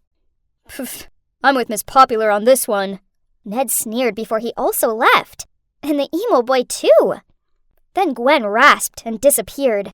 There was only Philip and me left in the room. He was meant to be handsome and stuff, but looking at him now, I didn't think so. Ugh, this awkward silence was insufferable. This was just like that movie, The Breakfast Club, but much worse, and in much longer time. Who on earth had to pack clothes for detention? I had no idea how long I had to stay here for. So I decided to go to bed. I walked into the girls' room to see that both of the beds next to the window were already occupied. Bummer, they'd taken the best spots. I reluctantly got into the only bed left and hoped that tomorrow wouldn't suck as much as today had. The next morning, I woke up to yelling. Huh? I rubbed my eyes and yawned. It was still far too early. I went out into the corridor to see what was going on and saw Jessica and Ned arguing over the apartment's only bathroom. Jessica wanted to apply her makeup while Ned really needed to go. Then Philip watched on and butted in on occasion to say something dumb. Why don't you use some of your nerdy mathematics to solve your problem? The only reason you need to spend so long applying makeup is because you're ugly. Ooh, burn! Philip laughed. Suddenly, the bathroom door slammed shut. They rushed over to it and tried opening it to no avail. 10 minutes later, the emo kid stepped out. Jessica screamed at him. How dare you! My personal stuff is still in there. I watched on, wide-eyed. OMG. These people were ridiculous. How was I meant to live with them? In the end, we eventually came to an agreement about the bathroom's rule. It was first come, first serve, but each of us could only have the throne for a max 15 minutes. Being in such a small space with people I barely knew was always going to be problematic, but not having our phones as a distraction made it so much harder. We had one TV, but there's only one lousy channel on it. No one cleaned up, no one seemed to get along. Ugh, seriously? When will this end? All of the constant dirt and arguing was driving me nuts. But then the final straw was this one time when I was washing my face, the cleansing foam accidentally got into my eyes to wipe it out. But to my horror, when I opened my eyes, so I quickly reached for a towel, I saw myself holding someone's sock instead. Yuck! After that, I gathered everyone and threw the sock onto the floor and said, "We need to sort out order, as I can't live like this anymore. It's gross." Jessica snorted. Who are you to boss around? No one cares what you think. Before I even had a chance to say anything back, Ned piped in that Jessica was just a dumb rich girl who never lifted a finger. Then Gwen jumped up to her feet and started shouting for no reason. Philip gave me this smirky know-it-all look that made me want to scream. Then he actually lobbed a basketball at me, which almost took my head off. Then, ignoring the others, I started shouting at him. The only one who stayed quiet was the emo boy. You aren't even that pretty. In fact, I've seen more attractive slugs, I heard Ned say to Jessica. That was a bit much, wasn't it? I mean, it was obvious Ned only teases Jessica because he has a huge crush on her. Jessica huffed as she tossed her hair behind her back, then stormed off to her room. Man, this place sucks. At least lunchtime had arrived, so I made myself a delicious-looking burger, then quickly went to the bathroom. When I returned, I couldn't believe it. Philip was taking a bite out of my burger. I screamed at him, but then he shrugged, then said he'd make me a new one. And like a decade later, my replacement lunch finally arrived, and Philip was smiling at me strangely and watched on as I bit into it. Ew! I lifted up the top of the bun to see a raw piece of beetroot. Ugh. I was so fed up with everyone that I went to bed super early that night. Only when I woke up the next day, both Jessica and Gwen burst out laughing at me. I hurried to the bathroom and checked out my face. Oh no. Turns out someone had drawn on my pillow, and now I had ink all over my face. I had to scrub my face for ages to get it off. Then Philip wouldn't quit laughing at me. I knew he was responsible. Ugh! Such a jerk! And on the other hand, we also had the emo kid that I was seriously getting sick of. He never said or did anything. Instead, he just sat there, usually wearing his stompy boots and looking all moody. I mean, why wear those sweaty-looking boots when he's stuck inside? It was about time he spoke up, so I came up with a prank to get him talking. When the emo kid was in the shower, Ned and I filled his beloved boots with mayo. A little later, I heard some loud thump. Then the emo kid did a weird walk across the room with his foot covered in mayo, while clutching one of his boots. Have you lost your mind? He shouted. And not gonna lie, I was intimidated by this other side of him. Then out of nowhere, Jessica appeared. She turned to me and shoved my shoulder. That was too much, don't you think? Oh, no, you didn't. I wasn't gonna let someone like her speak to me like that and get away with it. So I struck a defensive pose and glared at her. We ended up in a stare-off when suddenly I felt arms pulling me back. It was Philip. I tried flailing free of his grip, which caused him to lose his balance, and he accidentally elbowed Gwen. Oh, you're done, Jock! Soon, Jessica and I were pulling each other's hair, and Gwen and Philip were shoving each other. It was mayhem. Stop! All of you! It was the emo kid. He glared at us with rage. You're acting like immature brats! Well, that was unexpected, but I guess it worked, as a few seconds later, we started cleaning up the mess we'd made. We knew something needed to change, so at dinner, we all sat around the table and tried to sort things out. The others were all staring down at their food and not talking, so I decided to go first. So, I'm here because I don't always react well to certain situations. I don't know, I guess I find it hard to make friends. I trailed off. Then Ned spoke up. The only word my mom seems to know nowadays is study, study, study. I feel like all I am to her is a grade. So when I got a B in English Lit, I ripped it up in front of the teacher. That's the story. Jessica flicked back her hair, then said, Try having all the money you could ever want, but the most neglectful parents ever. I bet they still haven't noticed that I've been stuck here with you losers for days now, just because I told some girl her skirt was hideous. I was doing her a favor. Pff. Then Philip blurted out, My father wanted me to be strong and manly just like him. I don't want to be like him, but I'm worried I will be, and that I won't be able to do anything about it. So I skipped basketball practice, got into an argument with Coach and my dad, and now I'm in the weirdest detention ever. Gwen sneered. Least your dad's around. Mine does month-long disappearing acts. And my mom's dead. Oh, and I'm here because I put paint in some clown's locker. Serves them right for bad-mouthing me. Her words were followed by an intense silence. Awkward. But I felt like I understood everyone a little better now. Oh, but hang on. The emo kid hadn't said anything. Hey, you! I looked at him. So, what's your story? He shrugged, and I didn't think he was going to talk, but then in a quiet voice he said, I'm Stan. I never knew my dad. My mom isn't around, so I live with my grandparents. I'm here because I ignored the principal, but only because I had earphones in. Oh, I muttered out. Look, I'm sorry about your boots. I'll help you clean them if you like. Stan nodded. Jessica was right. I had been a bit harsh on him.